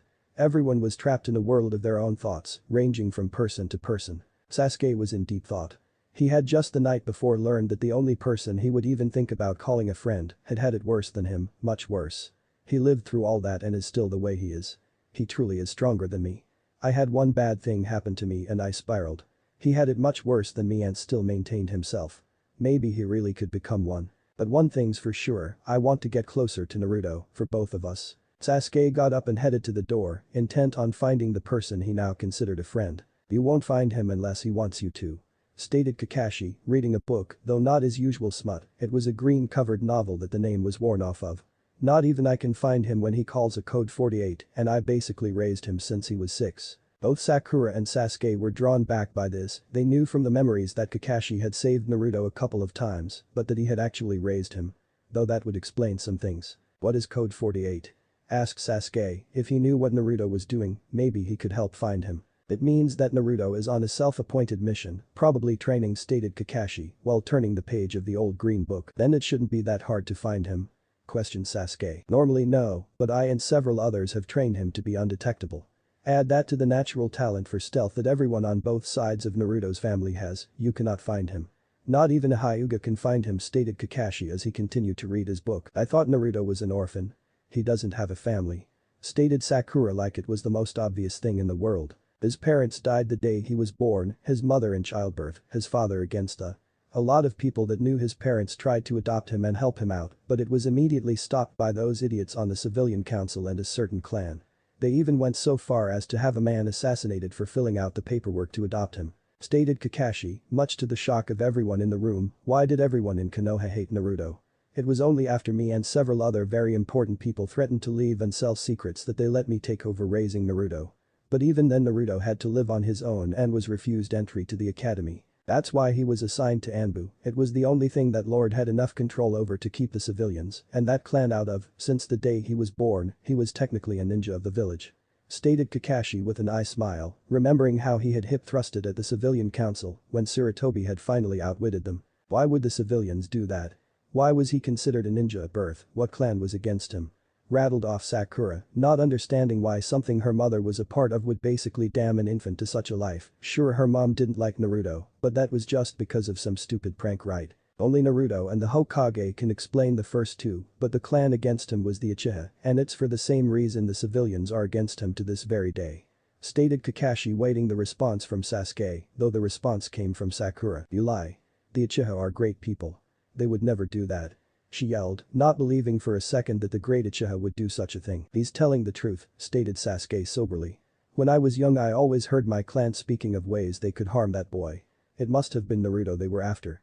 I remember there was a group of ninja that said they should put him in his place, and afterwards they went missing. Come to think of it, that was almost 8 years ago, and it was right around the time of the festival. Sasuke's eyes went wide and he sprinted out the door. All that was heard was the sound of vomiting and sobbing. Sakura sprung up to go help him, but Kakashi blocked her and told her that he needed this. 5 minutes later Sasuke emerged into the house, tears streaking his face. What happened, what's wrong? Questioned Sakura. I know the clan that was responsible for Naruto's rape. Forest clearing. Naruto had 500 clones all working on separate things, some his ridiculous chakra control exercise which was water walking while holding rocks and branches to himself with chakra, some working on, including his newest idea for his own. Most of his ideas he needed to train his body more, others were just too ridiculous to ever work without major drawbacks. The next group of clones were making an anti-Sharingan seal. Not that he didn't trust Kakashi, but he knew Sasuke would unlock him soon and he would be damned if someone would just steal his hard work. The rest of his clones were split between working on his wind element and training his Taijutsu. He had 10 shadow clones fighting, each one-on-one. Naruto had the idea a while back to make his own Taijutsu style. He knew 5 of them rather well, but just never hit full stride with any of them. He knew the strong fist from Guy, the interceptor from Itachi and Shisui Uchiha, two men that helped him train when he was in Anbu, his father's style, which relied on outrageous speed. He learned this from a scroll that was left to him, the Haddock style, which mostly involved great reflexes with speed, and a good chunk of the Uzumaki style, which was built around unpredictability. He liked certain aspects of every style, but wanted to combine them into an amazing style that couldn't be truly countered. The power of the strong fist, the read and react of the interceptor, along with his when he needed it, the pure speed of his father's style, the reflexes of the Haddock style, and the unpredictability of the Uzumaki style. If he could successfully combine all five, then he could become almost unbeatable in a taijutsu fight. But creating your own style is difficult as it is, add combining five vastly different styles to the mix, and it would take years.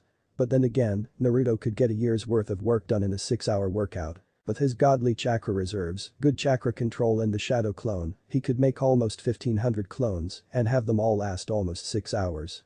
There was a huge downside though, when he dispelled that many clones after more than 4 hours of training, no matter how spaced out, he would pass out for at least an hour from information overload. Right now he was dispelling groups of 50 from his group of 500. First the chakra control group, then the elemental groups, then the groups and finally the group working on the Sharingan seal.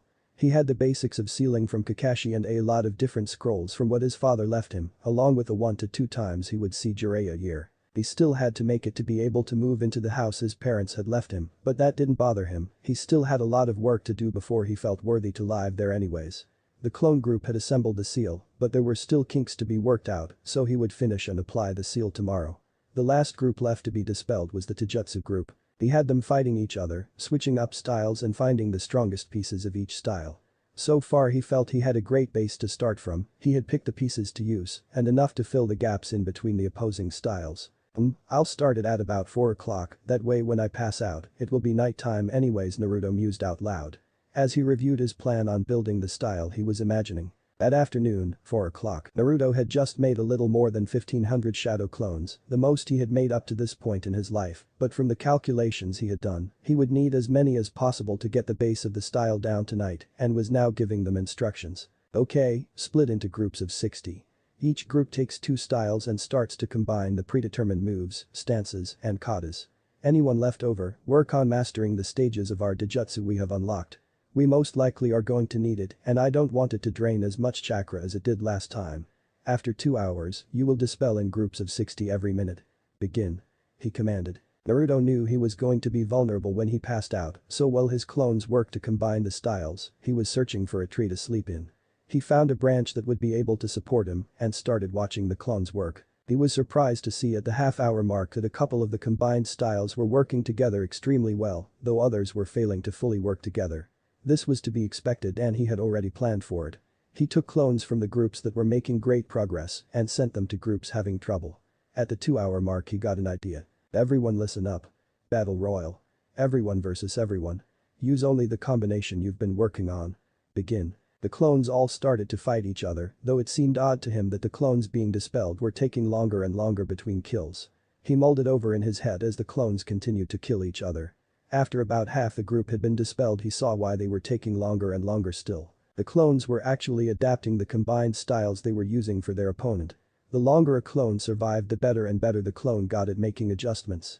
That meant that his finished product could do this too, he could literally tweak his new style to a new opponent and make it the best possible combination. In short, if he lasted long enough, he almost couldn't be beaten. His head was starting to throb, he knew that if he didn't start to try to sort out the mass influx of information that he would most likely pass out and have to stop his training, and he wouldn't have that, not yet. He started to meditate and work through the information. He found it rather easy, as he had done this before, but not to this scale. After about 10 minutes, the throbbing stopped and he had finished sorting the feedback and he had to say, he was extremely happy. The work his clones put in was ridiculous, they had almost perfectly worked out all the major kinks between the styles. Sure there were some slips every here or there, but every style had those. He took an hour break from his training and started the mental preparation for the next stage of the combination. After he had prepared, he created another batch of shadow clones. He was surprised that he actually matched the original number.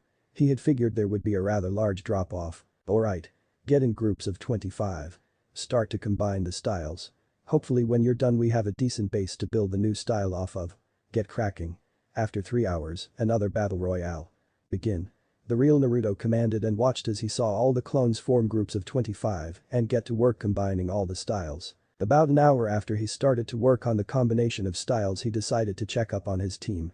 He really didn't need to show them all the memories he had, but he did have a reason for it.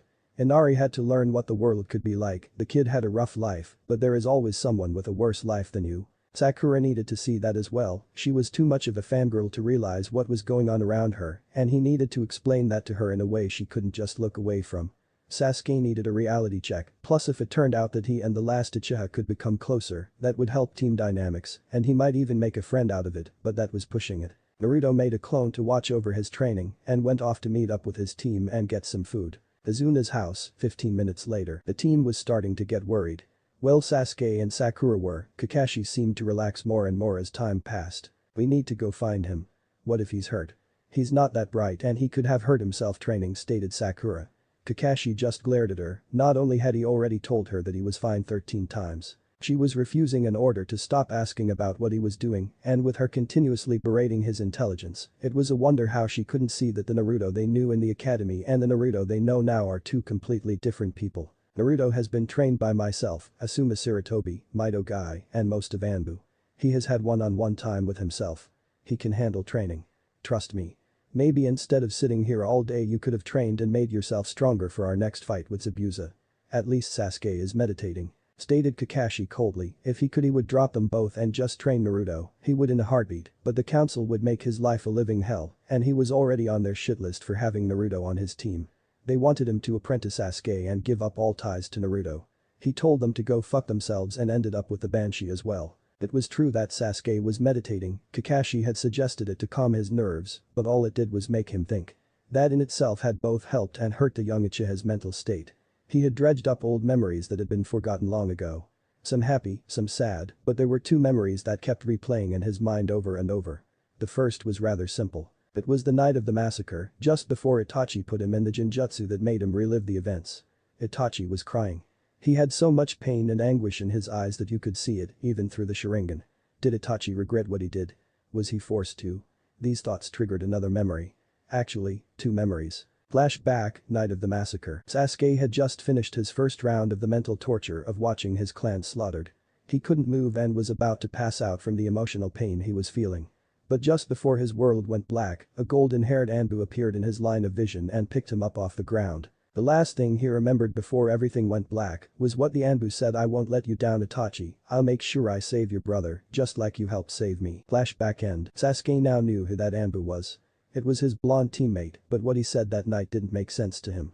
What did it mean? Flashback, Sasuke's 10th birthday. Sasuke had just made it home from the academy. It was another boring day, but then again, when you're better than everyone, that seems to happen quite a bit. He was about to enter his home when spotted a present sitting on the doorstep. He was surprised to see it there. Only people with authorization are even allowed to walk in the compound, let alone bring anything in. He picked up the box and took it inside. When he opened it, he found a pair of white and blue arm warmers and a new blue shirt with the fan on the back. In the box was a note that read, "Dear Sasuke, I know how hard it is to be alone. Just remember that if you're ever in trouble, I'll be there as soon as I can. Best of luck in the future, and you." Flashback end. Naruto was there for him all along. And all he ever did was insult the blonde. He needed to change that. He wasn't about to let his ego get in the way this time. He would find a friend in Naruto, and he would do whatever Naruto needed to be happy, just like Naruto had tried to do for him. Suddenly the door opened and in walked the blonde. "What's for dinner?" "I'm starved." Chapter 5. A new life awaits. "What's for dinner?" "I'm starved," stated Naruto as he walked in like he had just taken on God himself. "How was training?" "With the way you're moving I would say you were doing some sort of shadow training," asked Kakashi with a wink. "Or does that count as a blink?" Naruto knew what his brother figure was doing. He was giving Naruto a way out of his teammate finding out about his training methods because they would demand to use it and die in the process. "Yep, but I was working on my other skills as well, mostly my taijutsu," he stated. Kakashi's eyes widened. If Naruto was already working on that, it might be ready in time for the exams. Oh, the money he was going to rake in at the exams. "Do you need any help?" "I'm no guy, but I think I can help," Kakashi asked. He truly would like to see this style. If it's anything like he had drawn up when he was still in Anbu, he could probably even beat Guy in a one-on-one. "That would be great, but I'm nowhere near done with it. Only got the basics done, but that should be enough for now," stated Naruto as he started to dig into the pasta that was made for dinner. Understood. You know tomorrow is when Zabuza is supposed to be back to full. And with the bridge being almost finished. It will most likely be tomorrow. We should think of a plan. Stated Kakashi, sounding every bit the Anbu commander he was just a few months ago. In your honest opinions, how strong are Sasuke and Sakura? Asked Naruto. He needed their real level to formulate a plan. He knew that Kakashi could at the very least hold Zabuza off, but the Hunter Nin was a mystery, most likely too. So Naruto would most likely have to take on the Hunter Nin. I'd say that Sakura is. Low to mid-genin, stated Kakashi. Naruto just nodded, but thought the scarecrow overestimated her. And Sasuke? High genin to low, maybe even mid, it's hard to tell really. Said the, still flipping through his book. It was at this time that Sasuke decided to make his presence known. Hey, Dob. Naruto. Can we talk? Naruto was drawn back by the radical shift in Sasuke's attitude. He stopped himself from calling him Dob and asked for him something instead of demanding it. Sure, what do you want to talk about? Not here, I'd like to be alone. His tone was a mystery, even to Sasuke. It was a mixture of pain, regret and happiness. Yay. I got to a spot where Naruto walked over to the door and motioned Sasuke to follow. Sasuke just nodded and followed him out the door. Sakura was torn up inside. She knew that if anyone could help Sasuke it was Naruto. After all, Naruto was the only one they knew of that had it worse than Sasuke. But this also meant that Sasuke and Naruto would grow closer. Which meant that he would pay even less attention to her. Roof of the house. Naruto and Sasuke had jumped up to the roof and sat with their backs on the chimney. Naruto flashed through hand signs at a rate that would make Zabuza blush. Then the whole roof and a dome of blue light flashed around them. It's a silent seal, no one can hear us up here. I can guess what you want to talk about. Asked Naruto with a very serious face and tone. I don't really. He didn't know what was going on. He knew all the questions, but didn't know how to ask them. Let me guess, you want me to tell you about Itachi, clear up my past and tell you how I survived and thrived. Sasuke nodded and Naruto just sighed. Tell me everything you know about me and your brother Itachi. And not that we were both Anbu captains. Or that he slaughtered your clan. Sasuke looked at the blonde that was next to him, a confused look on his face, but he did as instructed. Itachi was a genius, he unlocked the Sharingan at the age of 8. He was a genin at the end of the Third Great War. His best friend was Shisui Uchiha. And that's all I really got. He was always so distant and whenever I would ask for help he would poke me in the forehead. And what do you know of me? Other than we've been teammates for the last few months. Asked Naruto. You were raised from the age of 6 by Kakashi-sensei. The council hates you. Everyone but a select few hate you. You're ridiculously strong for your age. You've suffered almost your whole life. You hid your skills during the academy and I think you still are. That's about all I got, he said, an amount of sadness in his voice. Good. But tell me, why was I treated like that? If Itachi really wanted to test himself, why didn't he kill Anbu? Who was Itachi? Who am I? Asked Naruto. You were an Anbu with Itachi. Did you ever work together? Asked Sasuke. Yes. We were both on Kakashi's squad. After a couple of years Itachi was put in charge of his own team. After he killed your clan, I took over his team. But there's more. He didn't take life unnecessarily. The Third Great War was traumatic for Itachi in that way. Itachi liked peace, that's why he joined Anbu, to protect from within. That's really all I know. But there is one more thing. The last thing he asked of me. Stated Naruto. He smiled remembering back to that night, the night of the massacre. Flashback, 1 minute after the massacre, Naruto's apartment. Naruto woke out of a sound sleep. There was a silhouette man standing in the doorway to his room, the smell of blood entering his nostrils. Instinct took over and Naruto lunged at the man in his doorway, plunging a kunai into the man's chest. There was a loud exhale. Then, the man burst into crows. Come on out Itachi, what do you need at this time of night? Asked Naruto in a half-bored half-pissed voice. It was Naruto's promotion test the next day. He would finally become an Anbu trainee, instead of just training with Kakashi, Guy, Shisui and Itachi. Naruto, I have just massacred my whole clan minus Sasuke and Shisui. I beg you to keep Sasuke safe and sane. He only has you now, and he will need you to help him through his hard times. I left him because I know he can be pure, unlike the rest of my pitiful clan. Stated Itachi with no tone in his voice, though it was clear he was crying. Why would you do that? Where is Shisui? What do you mean that Sasuke was the only pure one? Rattled off Naruto, truly confused by this whole situation. My clan was weak, they had to be purged. Shisui is dead, I drowned him 3 days ago. Sasuke is too innocent to take that path unless he is pushed to it. I need you to show him the right path and keep him from what he was born into. Stated the stoic Uchiha. Stop speaking in riddles. Look, just tell me what to do and I'll do it, you've saved my life more than once, it's the least I can do, claimed Naruto. Well, for starters, he's very powerful right now, he could use some help. Until next time. Then, he was gone. He left in his usual flock of crows. Flashback end. Sasuke was shocked. Itachi had looked after him. He had gone out of his way to make sure he basically had a guardian angel. Why? Why would he do that? Sasuke, if I know anything about Itachi, it was that he hated pointless bloodshed. I know for a fact he didn't snap and go crazy, and he loved Konoha. The only thing we talked about more than his love of the village was how much he loved you. I don't know what truly happened that night, but he looked out for you.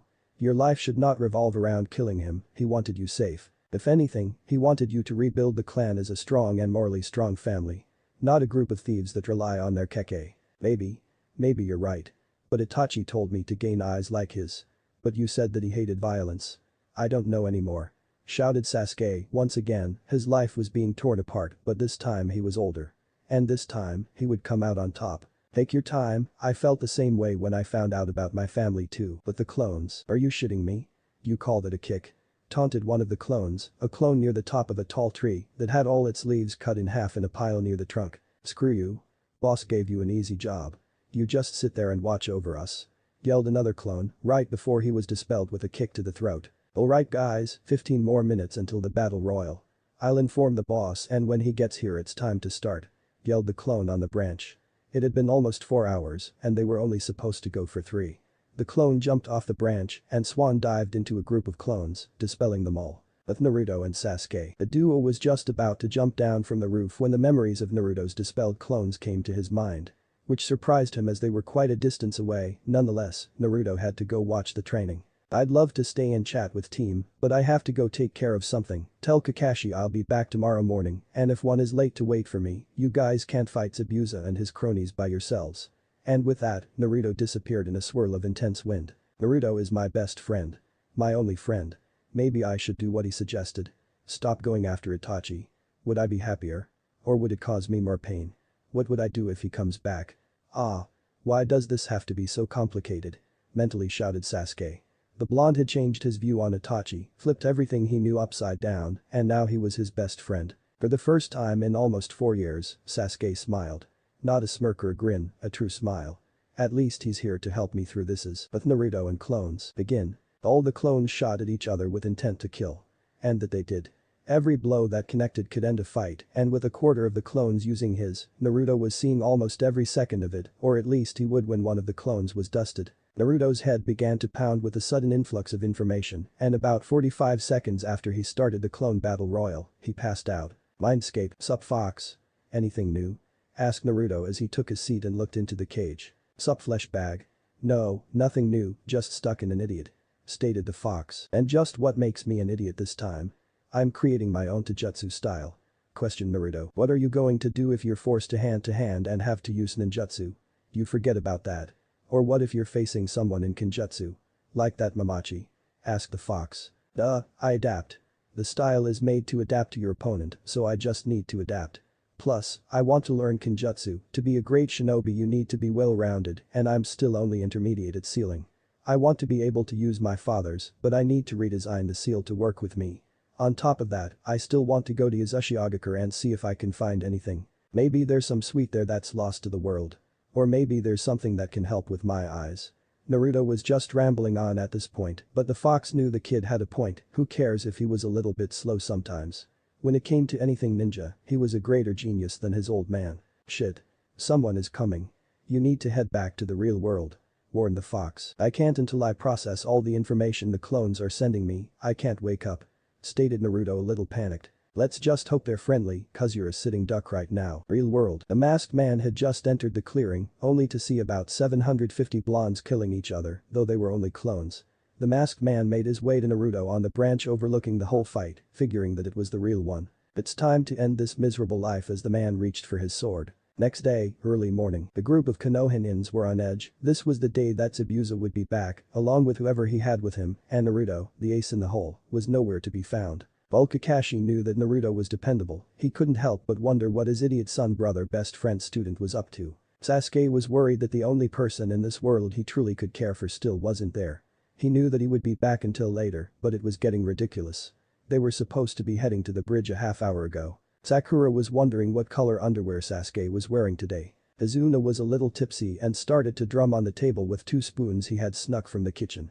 He was surprisingly good. All was quiet until the door flung open and Kakashi was hit in the back of the head with a head. It was a freaking decapitated head. "Hey Kakashi. You're it," came the cheerful voice of Naruto who was leaning against a post that held up the overhanging roof. Everyone was shocked. Who just throws a head at someone? Wait. Where did he even get the head? The three shinobi walked out to the yard only to see 15 dead bodies. All with their throat cut or a hole in the base of their skull where a kunai had been placed. "Now Kakashi, I believe you owe me 50 ryo," stated Naruto with a smug smile on his face, much to the added confusion of the other 5 people there. "Nope, the bet was 15 and bare hands, you used a kunai," stated Kakashi smugly, adding even more confusion to the group. "What's going on here?" asked Izuna, a little worried that there were now 15 dead bodies in his front yard. "They were sent by Gato to kidnap Inari and do so. Something.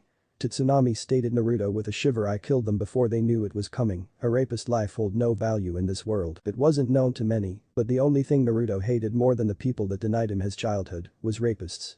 Naruto, Kakashi and Jiraiya, even though they were huge supporters of the fairer sex, would kill anyone that had ever committed the horrible act.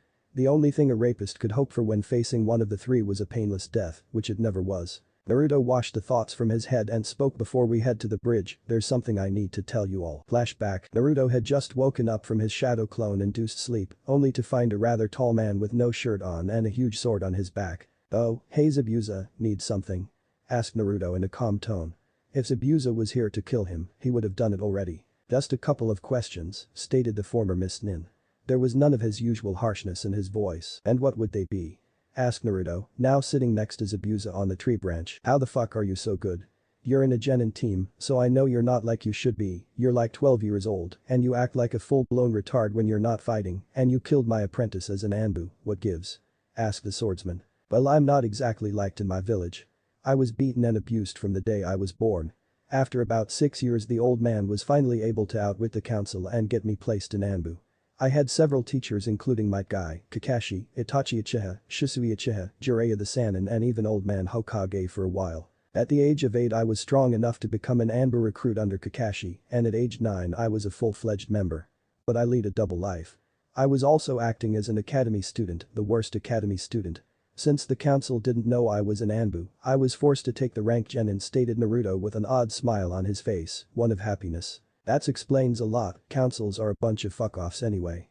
But that doesn't explain the acting like a retard part," stated an understanding Zabuza. He hated councils almost as much as he hated Yugura. "It's in my blood," laughed Naruto. "Though I can't tell you who my father is, I can tell you my mother was Kushina Uzumaki." "Hey Kushina Uzumaki.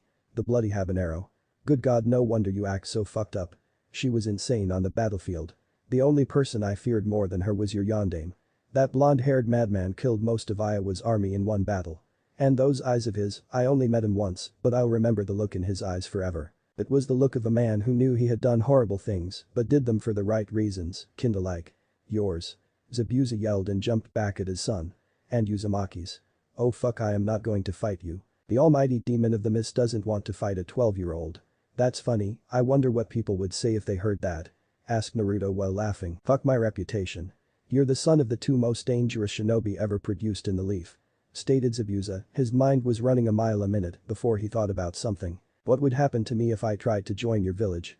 You said you were trained by the Sandame, right? Could you get me and Haku into your village?" asked Zabuza. If he played his cards right he could end this life of constant running and provide a better life for Haku at the same time. "I guess. Konoha loves powerful ninja and keke, so I don't see why not," stated Naruto after about a minute of thinking. "Hey kid, if Kushina was your mother, how come you're not a swordsman?" "She was on par with me and the other 6 swordsmen," asked Zabuza, curious as to why the kid wasn't following in his parents' footsteps. "I would, but I don't get my parents' will until I'm a.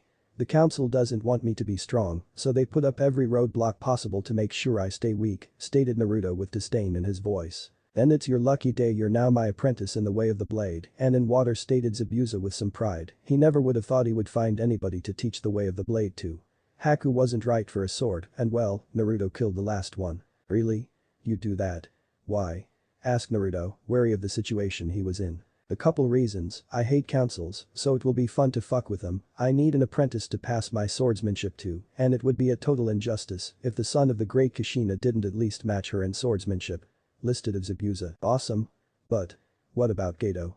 I can just let him keep his hold on this village, asked Naruto, pondering the question. Zabuza got a sinister smile of his face, visible even through the bandages. You leave the midget to me, just meet me at the bridge tomorrow, then we can get me and Haku instated to Konoha, and she can have the life she truly deserves. Zabuza trailed off. Haku's a girl? Asked an astonished Naruto, though when he thought about it, it made sense, she had a rather lean build and effeminate voice. Yep, oh and one more thing, stated Zabuza as he pulled out his sword, you touch her, you die. End of flashback. Everyone was quiet, no, not quite. Silent. Well, they were until a certain banshee decided to speak up. So that means we don't have to fight him, right? She asked. Everyone else, including Inari, face palmed. Let's just get going, he told me to meet him at the bridge. Just to be safe, it will be me in front, Kakashi in back, Tazuna in the middle and Sasuke and Sakura on either side. Kakashi nodded, not knowing the full situation as Naruto didn't say what got Zabuza to join them. Why can't Sasuke be in front? He's a better ninja than you? Yelled the banshee. Everyone looked at her with a "you're a fucking retard" face. Let's just go. Minus 15 minutes later, at the bridge, there was a dense mist hanging in the air as Team 7 walked onto the bridge. All was quiet until Kakashi was hit in the head. Ahead. Tag, you're it. Laughed Zabuza. It wasn't a demonic laugh, just a normal laugh, well, as normal as Zabuza will ever get. Oh come on. Twice. What bullshit is this? Yelled Kakashi, much to the amusement of Naruto, who was rolling around on the bridge laughing his ass off. So does that make us even, may we go with you? Asked the demon of the mist, well not really ask, more of a demand. You kill Gato? Asked Naruto as he struggled back up. Whose head do you think that was? Laughed the soon-to-be demon of Leaf. Cool, what about his bandits? Asked Naruto. Ah shit, I knew I forgot something. We're right here kid. Shouted a voice from behind them. You killed our meal ticket. Now we're going to kill you and get everything we can out of this town, including all the women. Oh, that was the wrong thing to say. Stated Kakashi. What do you mean Kakashi-sensei? Asked Sakura. Just watch the bandits and don't blink, stated Kakashi. You who defile this earth with your disgusting souls, you will all die by my hand. Those as lowly as you don't deserve to live. Shouted Naruto before he disappeared from sight. No, just pure speed. The bandits started laughing until there was only silence. Then, almost all at once, their throats slit open and blood sprayed everywhere. In an instant they were all dead. What the hell just happened? Yelled Sasuke, Tazuna and Sakura at the same time. None knowing what just happened. Naruto vanished and not even a second later every one of the 45 or so bandits were dead. Naruto mercifully stated Kakashi nonchalantly, like this was a daily occurrence, which about 2 months ago, it was. After he said that, the 5 people remaining on the bridge heard a loud cheering and a chant repeating louder and louder. Hero, hero, hero, chanted the crowd that had gathered just before Naruto killed all the bandits single-handedly. Well, at least the bodies are still intact. Well, not that one. Stated Kakashi as he looked at the body of the man that had been talking. His head was literally torn from his shoulders. That night, bridge, goodbye. Visit us sometime. Yelled a random villager. You're our hero. Shouted multiple girls as they all rushed the group. Sakura stepped in front of Sasuke to intercept the wave of girls, but was shocked when they all latched on to Naruto. Help please. Yelled Naruto as he was engulfed in a sea of women from the wave, ranging from age 10 to age 30. Lucky. Stated both Kakashi and Zabuza at the same time, much to everyone else's amusement. You'd never catch me acting like that. Stated Haku defiantly, though she did notice the glance that Sasuke sent her. She had taken off her chest binding and was wearing a little tighter battle kimono, showing off her rather well-endowed assets. I don't get what the big deal is. Is it just Naruto? Stated Sakura. In her twisted mind it was Sasuke who did everything and he was the hero. She knew that wasn't true, but the mind of Sakura Haruno was a weird place to be. Naruto had finally gotten away from the crowd of women and was hiding behind Zabuza, who found it funny the effect women have on men. Can we go now? It's about 4 hours back to the village if we run. Sounds like a plan. I need to get the newest release of my precious state, Kakashi, as he held the book to his chest. There truly was no one normal in this group. Goodbye everyone. I'll come back someday soon. Yelled Naruto as he took off down the bridge, followed soon by the rest of the group. He will be a legend one day, stated Tazuna. We still need to name the bridge. Yelled a random guy in the back. I've got it. The almighty Tazuna Bridge. Yelled the half-drunken bridge builder. How about the great Naruto Bridge? Asked Inari, with a great cheer in response. Chapter 6. The Great One. Well. This is. Different, started Saratobi as he watched one of his elite ninja, Kakashi Haddock, and a rather infamous rogue ninja, Zabuza Mamachi, both reading the newest copy of his student's newest book and giggling. Naruto and a girl he did not know, there his forehead in their hands, slowly shaking their heads. Sasuke and Sakura both sweat dropped at the scene of their sensei and their prisoner. Naruto, please explain why there's a Kakashi clone with no shirt and a giant sword on his back in my office. Asked the aged Cage. Well. The one that's giggling with no shirt is the former Miss-turned-rogue ninja Zabuza Mamachi. The girl next to me is Haku Mamachi, Zabuza's adoptive daughter. Though I don't know where Zabuza's shirt went. He had one when we got back to the village.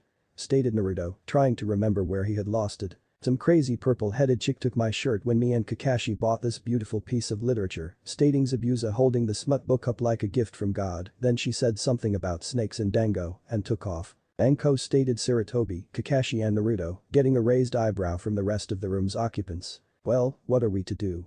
Zabuza is a rogue, so you could always join the Leaf, but you'd have to spend about a week with Ibiki. Stated Sarutobi before turning to the young woman next to Naruto. You have no history with any village, so we could just implement you into our ranks. Naruto says you have a keke. So you might be forced into a marriage. I place Haku under the protection of the Uzumaki clan. That is unless team wants to protect her under the Uchiha clan. Asked Naruto as he turned to his friend rival and made a motion to accept. It was clear that Sasuke had an interest in the ice user, and Naruto thought that the Uchiha might even like her, which would be great if the Uchiha could get his mind off of his own problems once in a while. I accept, as heir to the Uchiha clan, I place Haku Mamachi under my clan's protection. Sasuke, with a light blush on his face and a blade at his throat, waits. Blade. You even think of touching her, I'll cut your balls off with this sword, and I'm very accurate. Threatens Zabuza as the room filled with killing intent. Well, with that settled. Sarutobi pulled 2 forms and handed them to Mamachi. Fill those out, swear loyalty and you're all set. Haku, you will take a placement test in 2 days. Zabuza, as I said before, you will be questioned, stated Sarutobi. Zabuza nodded, fully understanding that it was his second chance. Okay, Naruto, take Zabuza to Ibiki. Sasuke, set up Haku with a place to stay. Everyone meets at training ground 7 at 10 o'clock tomorrow. Haku, you may come as well, we're going to start some real training. Kakashi with a sadistic eye smile and storm clouds hovering in the air. If that is all, you are dismissed, said the Hokage as he glared at his paperwork. Everyone but Kakashi, Zabuza and Naruto left.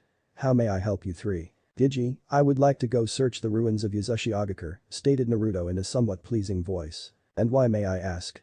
Asked Sarutobi, though he knew it wasn't for some pointless reason. I want to learn as much as possible about my clan.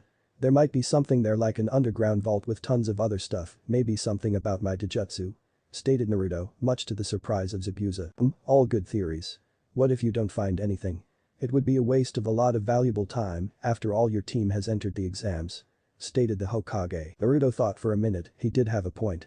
That's it. Why don't I have Zabuza accompany me?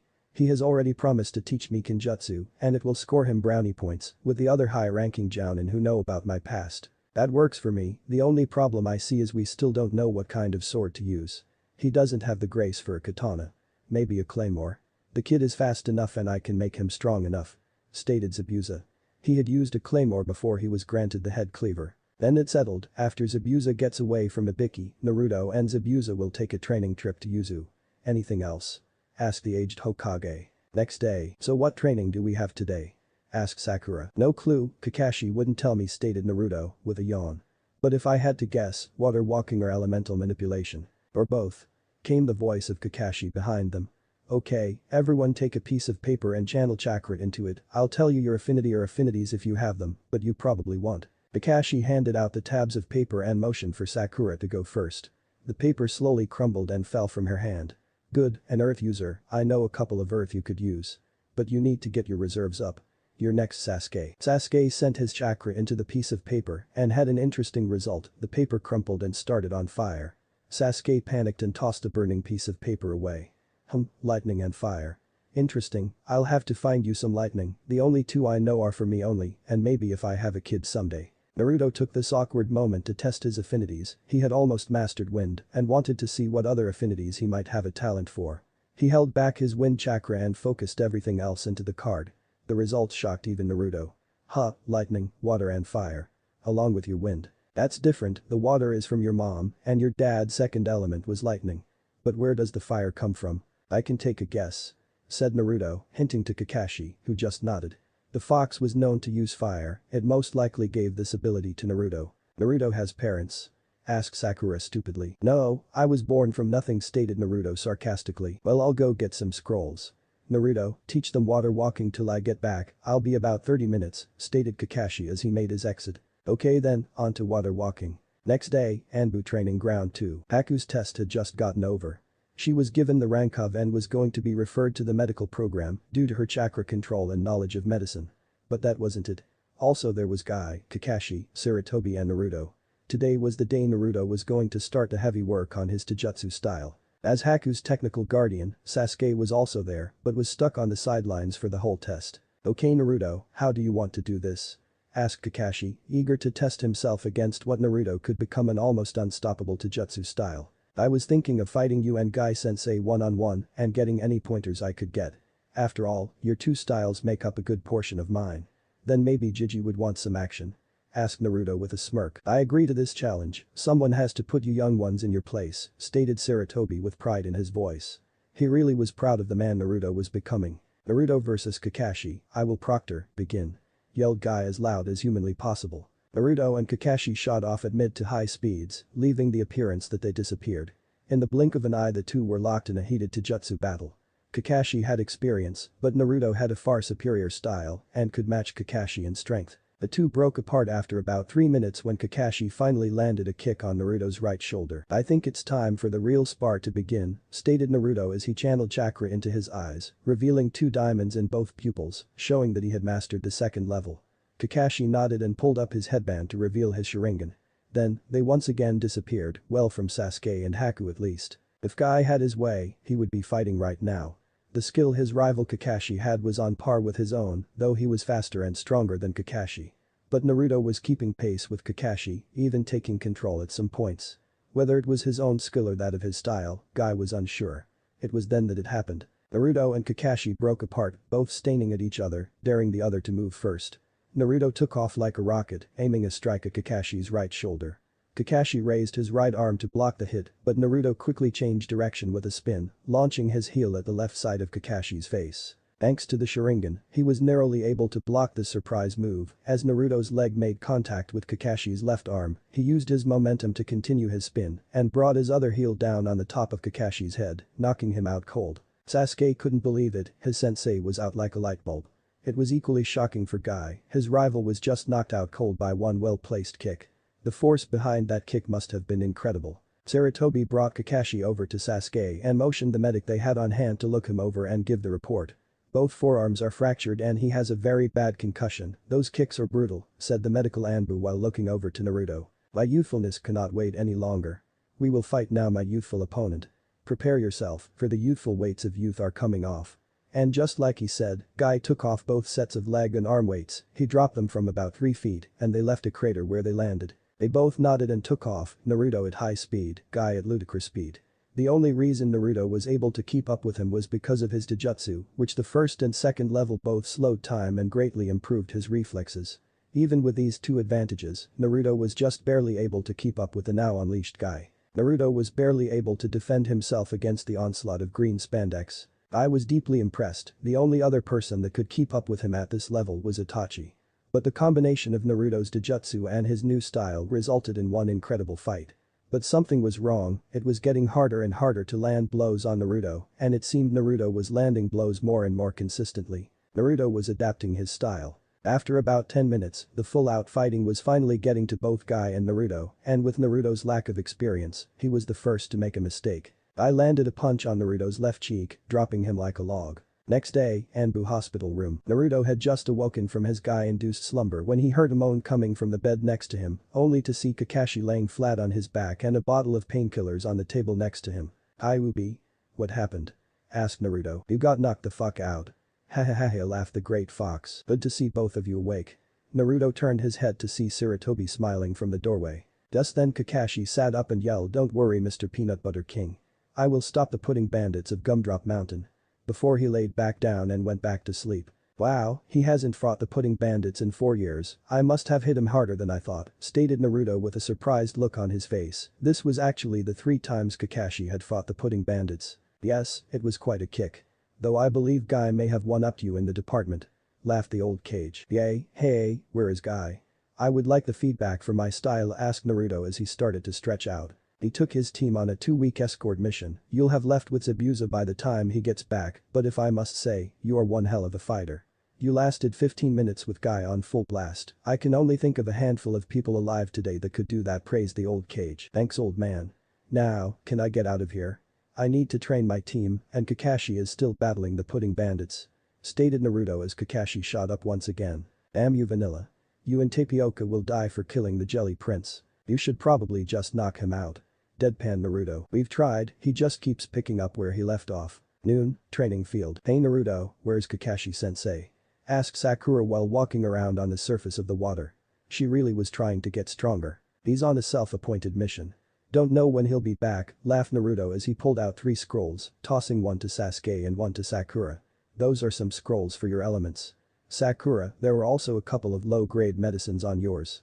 Until Kakashi gets back we're going to work on these while tree climbing or water walking. Every time you get down, run 5 laps around the training area, do 100 push-ups, sit-ups, squats and pull-ups. This training will help your taijutsu, ninjutsu, speed and endurance. They both nodded, Sakura because she really didn't want to be dead weight anymore, Sasuke because it seemed like a good workout. The rest of the week went like this. Sakura's chakra reserves were now that of a high genin, and she had learned 3 earth and 2 medical. Sasuke's reserves were up to mid-chunin and had learned 4 fire jutsu and 2 lightning jutsu. Naruto hadn't gained much chakra as he already had cage level reserves, though he had learned 1 wind, 2 lightning, 2 fire and 2 water. His manipulation training had been prosperous as every night he would go to the Anbu training ground and have 250 clones each work on the first stage of manipulation. Along with the elemental manipulation, Naruto was also working on building his body up and increasing his speed. He was now at about low without the use of chakra, and with chakra he was topping out at high. It was the day before he was set to leave with Zabuza, and he was resting in case Zabuza decided to start training early. He was in the Anbu library looking over anything he could find out about Yuzuriya Agakure. One thing kept popping up in everything older than 50 years. A man that seemingly had no name. He was only referred to as the Great One, had some sort of great treasure with the village, but it could never be found. He searched for anything else about the man, but could only find he was born very long ago and died after he split one into 9. Next day, interrogation offices. Naruto had just arrived at the interrogation department of the Anbu complex, only to find Zabuza already waiting for him. But something was wrong with the force. He was covered with cuts, bruises and hickeys. Okay, I know for a fact that Ibiki didn't do that. Stated Naruto, Ibiki used mental attacks, he broke the mind. But Anko on the other hand. You got stuck with Anko, didn't you? Oh, I stuck Anko alright, said Zabuza with a perverted giggle. Explains the cuts and bruises, stated Naruto with a smirk. Wha? Asked a confused Zabuza. She used to date Kakashi, but she broke up with him because he was too nice, laughed Naruto. Come on, we need to report to Jiji, stated Naruto as he grabbed Zabuza's arm and body flickered to the Hokage Tower. Hokage Tower. Hey Jiji, ready to go, stated Naruto with a smile on his face as he and Zabuza appeared in the middle of the office. Ah, Naruto, Zabuza. You look like you've been mauled by a rabbit, Anko. Stated Sarutobi. Zabuza just chuckled nervously while Naruto busted out laughing. After a few minutes of Naruto laughing, the meeting got back on track. Okay, in order for this to be considered a mission, Naruto, you have to go as an Anbu. It will be labeled an A-rank information gathering mission, with Zabuza going as an Anbu trainee. I'm good with that. Stated Zabuza. Naruto just nodded. Then you leave at dusk, you have 2 weeks to complete this mission, it will take about 2 days to get there, stated Sarutobi. Well come on, we need to find a sword for you to use. Then they both left, Zabuza in a swirl of water, Naruto in a swirl of wind. Minato, your son will leave you in the dust one day. Maybe one day soon. The store Tenten works at. Zabuza and Naruto had each stopped at the Anbu Outfitters and had gotten new clothes. Naruto was wearing his old Anbu uniform and his fox mask. His whirlpool headband kept safe in a storage scroll. Zabuza was now wearing black Anbu pants, black sandals, a black muscle shirt and Anbu forearm guards, along with his sword on his back and a new white ninja mask. They had just walked into what one would call a shinobi paradise. Every wall and every rack was filled to the brim with high-quality weapons. Okay Gaki, let's find you a sword, remember, the sword for you will literally feel like it's a part of you. Stated Zabuza with a gleam in his eye, something that slightly frightened Naruto and the girl working the register. -2 hours later. Are you kidding me? None of these swords feel right. Asked Zabuza. They had been through every sword in the store and still came up with nothing. Well why don't you let me try out your sword? Asked Naruto. Hell no. This sword will stay with me till I die. Find your own sword. Yelled Zabuza, getting the attention of both the girl behind the counter and a man that walked out of the back with forging gloves and a heat shield. Tsu, need a sword.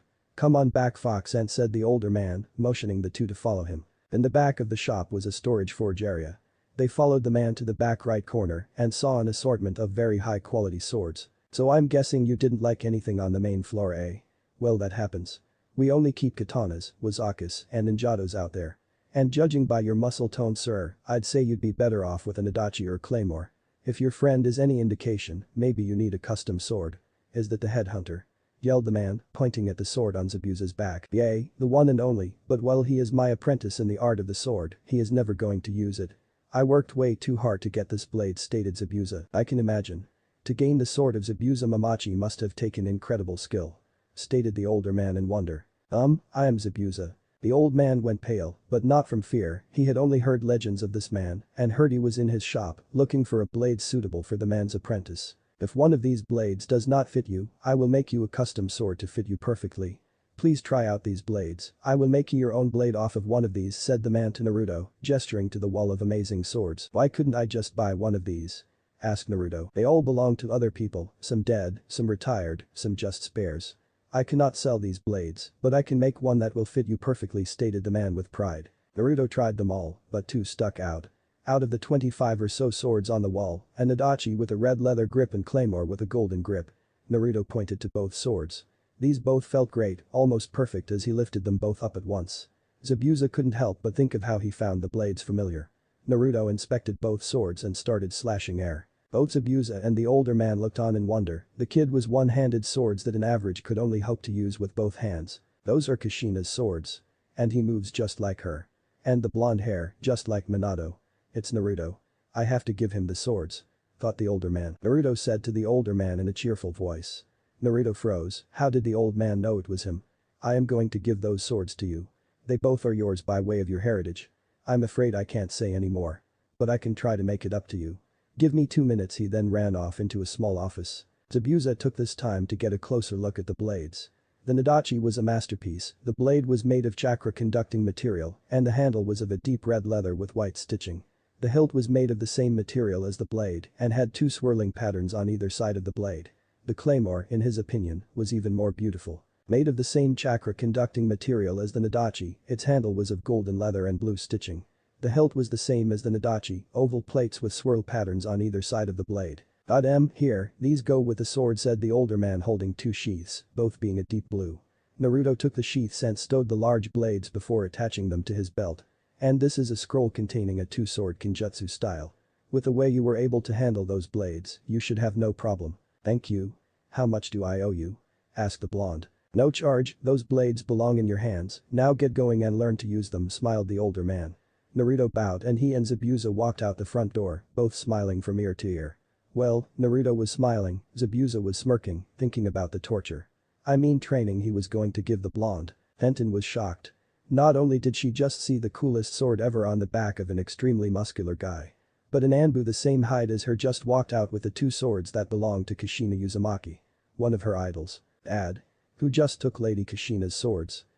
Asked Tenten. The only person that held her new Lady Kushina in higher regards was her father, and to him those blades were priceless. That man, my dear, is their rightful owner. 2 days later. Come the fuck on. Are you tired already? Yelled Zabuza as he took another swipe at Naruto as he blocked it with his claymore while swinging his Nadachi at Zabuza's head. Screw you. I'm carrying 2 swords and you've trained your whole life to fight with that thing. Protested Naruto as sidestepped a chop and swiveled on his feet. He used swivel to get into Zabuza's guard and perform a jumping full body spinning slash with an Adachi while pinning the large cleaver down with his claymore. The result was Zabuza losing his head, literally. Zabuza's head and body then reverted back to water. Nice job, you're a frighteningly fast learner. What the hell was spinning? It was pretty cool to see the real Zabuza as he got up from his spot against a tree. I don't know. I just went with the flow and that's what happened. Stated Naruto after a quick breather. He had just faced 10 of Zabuza's water clones rapid fire and was a little winded. You really are becoming a true swordsman, Gaki. But there's always more to learn. But for right now, let's get to the ruins. All we gotta do is cross the whirlpools and we'll be on the island, said Zabuza as he got up and walked over to the beach. Zabuza truly was proud to call Naruto his student, though he wouldn't say it out loud. Naruto had learned most of the 2-blade styles that the weapon store owner had given him. Thanks to his unnatural strength and his surprising speed, he was quickly becoming a force to be reckoned with, and when he combined it with his shadow clones, he became an army of slaughter. Next day, sunrise. Naruto and Zabuza were looking over the ruins of Yuzushiogakure from the once main gate. It was a beautiful and haunting sight. The sun was slowly bathing the ruins in a glow of deep orange that made it look like the whole village was ablaze. They were staring over the village for what seemed like hours, though it had been only minutes. All was quiet, and that's when Naruto saw it. Next to a fountain near the middle of the village. A man with spiky hair and piercing eyes. The man nodded to Naruto and sank into the water, never leaving a ripple. Chapter 7. He doesn't mess around. They were staring over the village for what seemed like hours, though it had been only minutes. All was quiet, and that's when Naruto saw it. Next to a fountain near the middle of the village. A man with spiky hair and piercing eyes. The man nodded to Naruto and sank into the water, never leaving a ripple. Naruto took off towards the fountain. He didn't know who that was, but if he lived here, he probably knew his way around the ruins. Naruto jumped into the fountain, only to be shocked when he saw a giant bubble holding the water back over a cavern. Inside the bubble was the same man as before, standing just far enough into the cavern to show only his eyes and outline. He stared at Naruto with a tilted head and an appraising eye, seemingly judging the blonde-haired boy. After what felt like hours, the figure turned and walked down the cavern. The only thing lighting the tunnel was the eerie glow coming from the mystery man's eyes. Naruto followed the man through the tunnel, finding that even when he tried, he couldn't speak. He physically couldn't talk. Not even grunt. Not only that, he couldn't stop moving, his body was on autopilot. Zabuza was starting to get freaked out, and coming from the man that killed an entire graduating class when he wasn't even enrolled in the academy, that was saying something. The young blonde was just fine until they crossed the threshold of the ruins. Then he completely zoned out, sprinted into the center of the town, dove into a water fountain, swam to the bottom, stared at the bottom for a couple minutes, swam through the bottom of the fountain basin, and now they were walking through a pitch-black tunnel. The only way Zabuza could track Naruto was to use his silent killing and go off of sound. After about 10 minutes of walking, the two-leaf nin came into what looked like an old, strangely lit tomb. There was no light source and no shadows, everything was bathed in the same amount of light. 4 graves sat in the middle of the room. Each had some sort of plaque-like tombstone. At the foot of every casket was some sort of scroll. On the back wall there was another plaque, though this one looked to be some odd forgotten language. Naruto felt drawn to the coffin on the far right. The name on the tombstone. Arashi Uzumaki, son of the Great One, father of Asanta, age of death, 107. Naruto moved to the next tombstone. Asanta Uzumaki, daughter of Arashi, mother of Tamaki Uzumaki, age of death, 92. The next seemed even more familiar than the last two. Tamaki Uzumaki, son of Asanta Uzumaki, father of Jin Uzumaki, age of death, 103. The next one shocked Naruto to his very core. Jin Uzumaki, son of Tamaki Uzumaki, father of Kushina Uzumaki, age of death, 47. Hey Kushina. Mom? Asked Naruto out loud. Is this the same Kushina as his mother? Was he related to the Great One? If so, why did his grandpa die so young compared to everyone else? Naruto knew that full-blooded Uzumaki could reach 100 and still be in fighting shape. Look at the dates. Naruto spun around only to see Zabuza standing there with eyes full of questions. The year Jin died was the year the village was destroyed. That would explain why he died so young, but it's kinda weird that my mom and even myself could have been next in line. Stated Naruto with a visible shiver. Hey kid, what are these scrolls? I don't feel right touching these, essentially because you're most likely the direct descendant of these people. Stated Zabuza, pointing at the scroll at the base of Arashi's grave. Naruto walked over and examined the scroll. It seemed to be either a storage scroll. Naruto made a clone and had it pick it up the scroll. Nothing happened. The clone opened the scroll, only to find the same language as on the tablet in the back of the room. Naruto looked over the scroll again and managed a couple of words, only the eyes can read. Naruto shrugged and activated his eyes. He found that the scroll became clear and easy to read. Only the leader of the village can handle this scroll. If there is no leader of the village, only my offspring can handle it. This scroll is to be passed down to the next of kin. In this scroll is my signature, the Uzumaki Blast Shield, a huge amount of chakra forced out of the palm in a single, well-timed burst that can deflect almost any attack or be used to throw smaller opponents away. You can read that? Asked Zabuza. This was getting too weird to him. He knew the Uzumaki could do some amazing things with seals, but to find out they had their own language. Yay, but I can only do it with my stated Naruto as he pocketed the scroll and picked up the next one. Only the leader of the village can handle this scroll. If there is no leader of the village, only my offspring can handle it. This scroll is to be passed down to the next of kin. This is my prize technique, the Uzumaki Elemental Dragon, a dragon made out of any element. Much stronger than the normal elemental dragons, uses much more chakra, but much faster and more powerful, uses the same principles as a clone technique to give the dragon a simple but effective mind. Hand signs are cross, boar, dog, dragon and then the elemental hand signs. The next scroll was along the same lines, though was much more to Naruto's taste. Only the leader of the village can handle this scroll. If there is no leader of the village, only my offspring can handle it.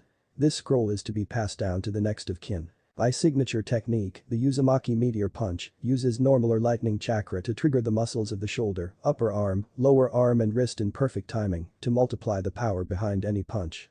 Used in conjunction with coating the first in earth, wind, fire, lightning or water chakra for colossal damage and to protect the hand from injury. Once proficient enough, the user can blast chakra out of the fist to double or even triple the power behind the punch. Wow, right up your alley, stated Zabuza while looking around. He didn't know why, but there was something familiar about this place, like someone familiar was there with him, or that they were in the presence of a very caring and kind person. Only the leader of the village can handle this scroll. If there is no leader of the village, only my offspring can handle it. This scroll is to be passed down to the next of kin. This is my signature Taijutsu move, the Uzumaki style, Power Bomb.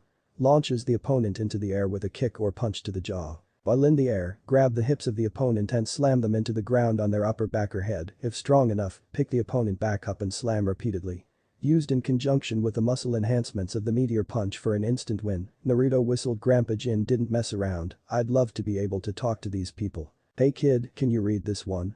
Asks Zabuza while motioning to the plaque on the back wall. It's the same gibberish as that scroll. Yes I can, say Naruto with a smile on his face. The Maelstrom Eye, is that what it's called? That's a badass name. Yelled Naruto in excitement. Each level unlocked is a curse, each level mastered is a blessing. The levels unlocked depend on the need of the wielder. There are 4 main abilities and one that is different for every wielder.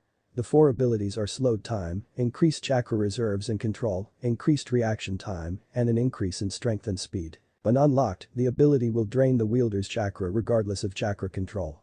To master a level, one must train for 100 days. Only the chosen of the chosen can unlock to the final level. So does any of that make sense to you? Cause it sure as fuck didn't to me. Yelled Zabuza. Yay, it explains my eyes, and all of it made sense. I don't understand, why did he lead us here? How did he know I was looking for this? Naruto asked. What are you talking about, kid? There isn't anyone here. We've been alone this whole time. What I want to know is how you found this place. Asked Zabuza. What do you mean? You didn't see that tall guy with spiky hair and the glowing eyes? Asked Naruto. No, I just followed you. I figured you had researched this or something. Stated a confused Zabuza. Yes I did research, but I didn't know about this place. I just followed. Zabuza saw it now. The kid would freeze up and his pupils would dilate, he was being controlled. Naruto started moving on autopilot again, this time, toward the tomb. Naruto had already pocketed all the scrolls and was now at the strange bubble that held the water back from the cavern. Naruto looked at the bubble before nodding and leaving the cavern. Naruto then swam over and then got out of the fountain. Zabuza was just following the blonde at this point. He had tried multiple times to talk to him, but it was like he was in a trance, completely oblivious to the world around him. Naruto walked to the opposite end of the village from where they entered. There he walked into a large, nearly collapsed building. They walked up to the top floor of the building on surprisingly strong stairs and into a room that reminded Naruto of the Hokage's office. Okay, did you see him that time? Because he looked right at. Naruto was looking at Zabuza until something behind the swordsman caught his attention. Behind Zabuza, there were 4 picture frames, each had a different spiky-haired man with eyes that seemed to glow. The names under the pictures also shocked him.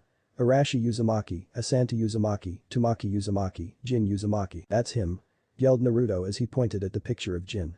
That's the guy I saw. It was my grandpa. This is so weird. You're telling me? I never saw anyone but you. The only thing I can think of is that he was somehow controlling you to lead you here and to the tomb. Stated Zabuza rubbing his chin. Naruto walked over to the pictures to get a closer look, but when he got there he realized something. They were all looking in the same direction, at the corner of the room, where a large scroll lay in a broken glass case. Naruto walked over and picked up the large scroll, brought it over to the desk and opened it. The scroll had several seals in it, along with a description of what each one did. There was a resistance seal, used for physical training. A counter seal, used to undo any and all seals. A bodily containment seal, which somehow allowed someone to use their own skin, basically as a storage scroll. A chakra storage seal, basically the same as a containment seal, only it would store any extra chakra produced by the body and was able to re-release it into the body if one's chakra level dipped below a certain point. There were several other seals on the large scroll, but Naruto decided to at least wait until he was back in Konoha to look at them again. He wanted to use some of these seals, but knew how bad he sucked and didn't want to risk anything without Kakashi, Sarutobi or Jiraiya with him. Zabuza, I think it's time we leave. I got what I came for and I even got to meet my grandpa. Kind of. I want to use the next 3 weeks to prepare for the exams. Maybe if I do good enough I can get promoted to stated a happy Naruto. Not going to argue with you there kid. This place gives me the creeps. Let's get the fuck out of here and get back to your training. You may be able to beat my clone in a sword fight, but they are at max, a tenth of my total strength. We need to get you a lot better. Plus you still need to learn the 3 water I want to teach you. 1 week later, the two had made it back 3 days ago, and after meeting with the Hokage, it was non-stop training, to the point that even Naruto was running low on energy. Nice work today Gaki. You learned the water encasement wall and you're getting better with your swords. Get some rest. Because tomorrow I want to see if my water dragon bullet can stand up to that dragon technique that you got from your ancestors, stated Zabuza with a yawn. I think I'm going to go talk with my team, even though we don't like each other, it would help to learn what they learned so far. Stated Naruto as both ninja went their own way. Dango stand. Naruto had found Sakura at one of her favorite spots, the Dango stand. Or as everyone he knew called it, the gossip stand. Sitting in the back of the stand was none other than Sakura and Ino. Even though they had a rivalry for Sasuke, they really were still friends. So how's Sasuke doing? I heard around town that he's the strongest genin in the village. Asked Ino after taking a small sip of tea. He's getting really strong. But he's not the strongest genin in the village. Stated Sakura. Hey Sakura, I see you're busy, so I'll talk to you another time. Do you know where Sasuke is? I need to ask him a couple of questions. Stated Naruto as he walked over to the girls' table. Oh hey you're back. If I had to say. He's probably at the training grounds with Kakashi-sensei, they've been training almost non-stop since you left. Sakura with a thoughtful look on her face. Meanwhile, Ino was wondering who this super hunk was and how Sakura knew him. He was incredibly handsome, his blonde shoulder-length hair was to die for, he was carrying 2 very heavy-looking swords, he had the tattoo that her father had told her only Anbu captains have, and his godlike body was almost ripping itself out of the muscle shirt he was wearing. Hey, can I get 2 large orders of dango over here please? Called Naruto over to the cook, who gave him a thumbs up. Naruto dropped the money on the table and turned to leave. Thanks Sakura. And eat up you too, you're both skin and bones. Not that you care, but I like women with a little muscle on me. Then he winked at Ino and left in a swirl of wind. Okay spill it forehead, how do you know that hot ass Anbu captain? Demanded Ino, the blush on her face still there from the little flirt from the hot stranger. How did you know he was in Anbu? And did you really not recognize him? Asked Sakura. My dad told me that there are 3 tattoos in Anbu, the one everyone gets, the one that captains get, which he had. And the one commanders get. And no, I didn't recognize him, should I have? Is he Yamanaka? Asked Ino, still blushing that there could possibly be someone that hot in her clan. Oh this is priceless. You have a thing for Naruto. Oh wait till I tell Sasuke about this. Laughed Sakura. What are you talking about? I don't like Naruto. I asked who that guy was. Demanded Ino. That was Naruto. 3 weeks later, one day to Chunin exams. Naruto was finally having a day of rest. He had been working non-stop for the last 3 weeks, learning from the 4 scrolls left from his ancestors, which thanks to shadow clones, he had a working knowledge of all 4. He has been working on his water and lightning affinities with Zabuza and Kakashi, working on his sword style, and building up his strength and speed. He had decided that he wasn't going to worry about his Jujutsu for now, seeing as he was basically a Jonin in everything but rank, and the strongest opponent he would face would most likely be mid-Chunin. Right now he was walking to his favorite ramen stand, but something was wrong, he was being followed. Konohamaru. Rocks aren't rectangles. All of a sudden, there was a rather large explosion and a plume of smoke. So, you saw through my disguise huh, nothing I didn't expect from my rival. Yelled Konohamaru. Hey Naruto. Did you see what that explosion was? I saw it from 2 blocks away. Yelled Sakura as she walked up to the blonde. Yay, it was Konohamaru and his friends, said Naruto as he pointed at the children. Hey boss. Is she your girlfriend? Asked Konohamaru while holding up his pinky finger. Hell no. She's just my teammate, stated Naruto. That's good, she's ugly and flat-chested. Yelled the young Sarutobi. Run, huh?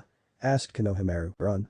Yelled Naruto while pointing at his raging teammate. The 2 groups took off running, Sakura to pound the kid into the dirt, the kid to save his life. Naruto just followed at a leisurely pace, which to him was keeping up with the group. He was just about to catch up when Konohamaru rounded a corner and a loud thud was heard. You little brat. That hurt. I'm going to beat the shit out of you for that. Yelled a makeup-wearing kid with his version of the Catwoman suit. Pankuro. Put the kid down. We don't have time for this. Yelled an attractive blonde with the same village symbol as the Catman. Shut up Tamari. This kid insulted me and I won't lose my reputation and just let him walk away. Yelled back the Catman, then his eyes widened, at his throat were 2 very large and sharp-looking swords. You lose your head before you can even think of harming him. "Now put the boy down softly or I'll kill you where you stand," said the unimaginably cold voice holding the swords. Kankuro did the smart thing and let the boy down. "Good, now while you're at it. Hey kid. There's a Jinchuriki behind you. I can smell him, I think it's that idiotic one-tail," stated Kyuubi. "Get your teammate over here," stated Naruto with authority. Tamari?" asked Kankuro, using every ounce of willpower he had not to piss himself. "No, not the smoking hot girl, the demon container behind me, the short one in the tree," stated Naruto with his blade still at the boy's throat. Both of the sand ninja were sweating, only the strongest ninja could sense Gaara, and how did the kid know he was a... There was a swirl of sand in front of Naruto, revealing a short retard with bags under his eyes. Naruto let go of his captive and stared into his fellow Jinchuriki eyes. "I hold 9, what about you?" asked Naruto with a very inviting smile. "Mother says she is one of the retards." After a short pause. "I'll show you mine if you show me yours," asked Naruto as he reached for his waistband. Gaara nodded and reached for his own waistband. Everyone else had the same thought going through their head, are they going to whip it out in the middle of the street? Both Sakura and Tamari had a deep blush thinking about the blonde's package.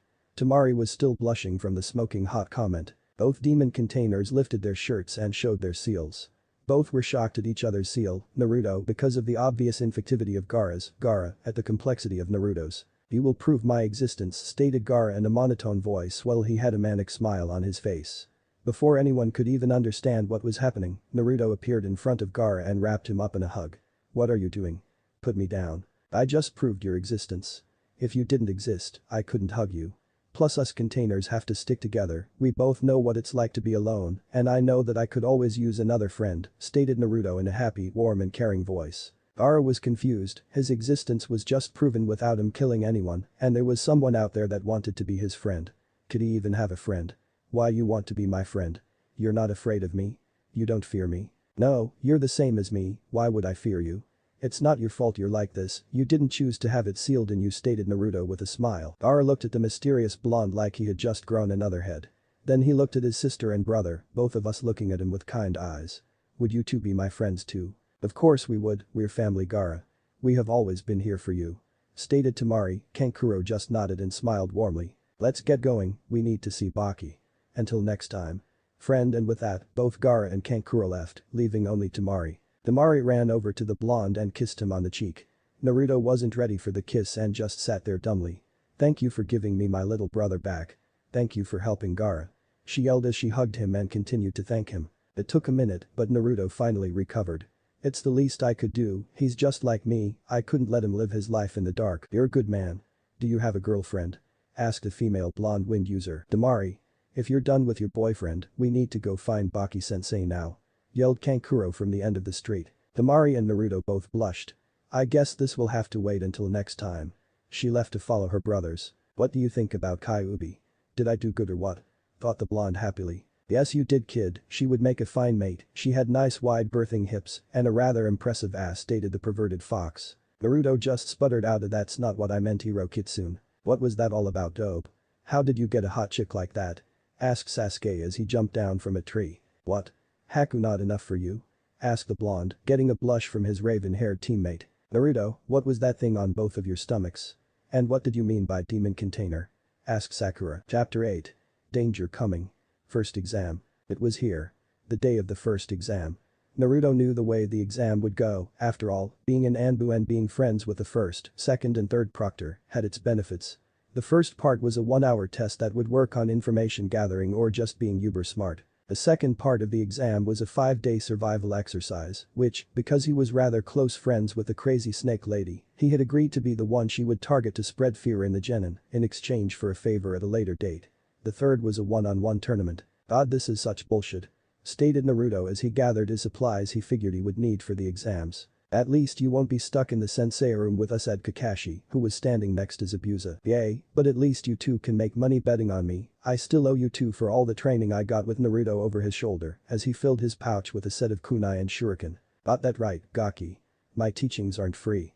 And you better make me proud to call you my student or I'll have Haku freeze your balls," commented Zabuza, making a crushing motion with his hands. "You got it, I was planning on it anyway.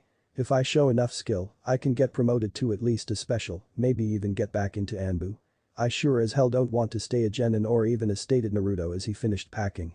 Naruto was bringing both swords, double what he needed in kunai and shuriken, his sealing equipment, and his camping supplies, though those were in a storage scroll. Don't bet on it, the council will want you out in daylight to show the village's strength. I guess they finally got it through their heads that they can't stunt your growth anymore. Plus with a little plan you have for when you make it to the third round, I'm sure that the village will want answers, laughed Kakashi. He was waiting for this day, the day his son brother student best friend would reveal his lineage. It's going to be interesting alright, but one step at a time. I'm going to reveal I'm Anbu first, that should turn a few heads, and it should soften the blow that the villagers hated two of their greatest heroes' sons, stated Naruto as he pulled the last piece of his old Anbu uniform on, which being about 4 months old, made it a little snug. He wore the standard uniform with his whirlpool headband on his right arm and the leaf headband on his forehead. Well, let's get going, got an hour and a half before they closed the entrances. -5 minutes later, Academy. The fast pace of the day had started early. From the occasional that were in charge of the first exam to the teams that had arrived early to ensure their entry. At the main entrance sat two familiar people, one with hair the color of pink and the other with hair the color of black that strangely resembled a chicken's backside. Both waiting for their blonde teammate to arrive. Where the hell is Naruto? If he's late I'm going to pound him into the ground, stated Sakura as she cracked her knuckles. Maybe if he was in a coma.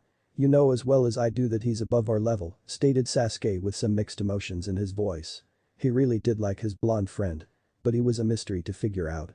No one knew how strong he really was, not even Kakashi knew. Talking about me again. Should have known you both worship me, said Naruto, after silently appearing behind them in a burst of pure speed. Shut up, dope. And Uchiha worships no one. Though I will begrudgingly admit that I respect you, though not very much, stated everyone's second favorite Uchiha. Naruto knew exactly how much the respect of an Uchiha was worth. It had taken almost 6 months to gain the respect of the three Uchiha and Anbu, and they were probably the most down-to-earth of the clan. Are you two ready? Because I know we can rock this thing. Now let's get going, I want to scout the competition, commanded by Naruto as he charges into the academy. He really is an idiot, isn't he? Asked Sakura as they both sweat dropped. Yep, but at least he tries to tone it down.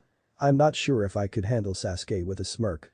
Then he fell in line behind his idiot friend. -2nd floor. Wait, dope. What's going on over there? Asked Sasuke, motioning at the large crowd at the end of the hall. No clue, but we got time, wanna check it out? The blonde asked. His teammates both nodded. Come on. Get out of the way. We need to get inside. Yelled a random Iowa Genin. We're doing you a favor. Kids die in these exams. Now get lost or I'll kick your ass. Yelled the Genin. Let's just go, it's obvious this is the wrong floor, they're just weeding out the weaklings, whispered Naruto to his teammates, who both nodded and began to walk off. Only problem was, another group of Konohanins had overheard their discussion and decided to follow them, though one of their more youthful members decided to try to spread the youth. Are you Sasuke Uchiha? Asked a mini guy that Naruto instantly tried to escape from. Yes, this is Sasuke Uchiha. How may I help you? Asked Sasuke in a very monotone voice, obviously trying to make a joke of the green bodysuit wearing freak, though only Naruto, Sasuke and the other boy from the green-clad Genin's team picked up on it. Yosh. I challenge you to a spar. I will show that hard work can topple any genius. Naruto only had one chance to avoid this conflict, and if this kid was anything like Guy, it would only end one way. Yelling and fighting inside is very youthful. Scolded Naruto in a very guy-like tone. The results were instantaneous.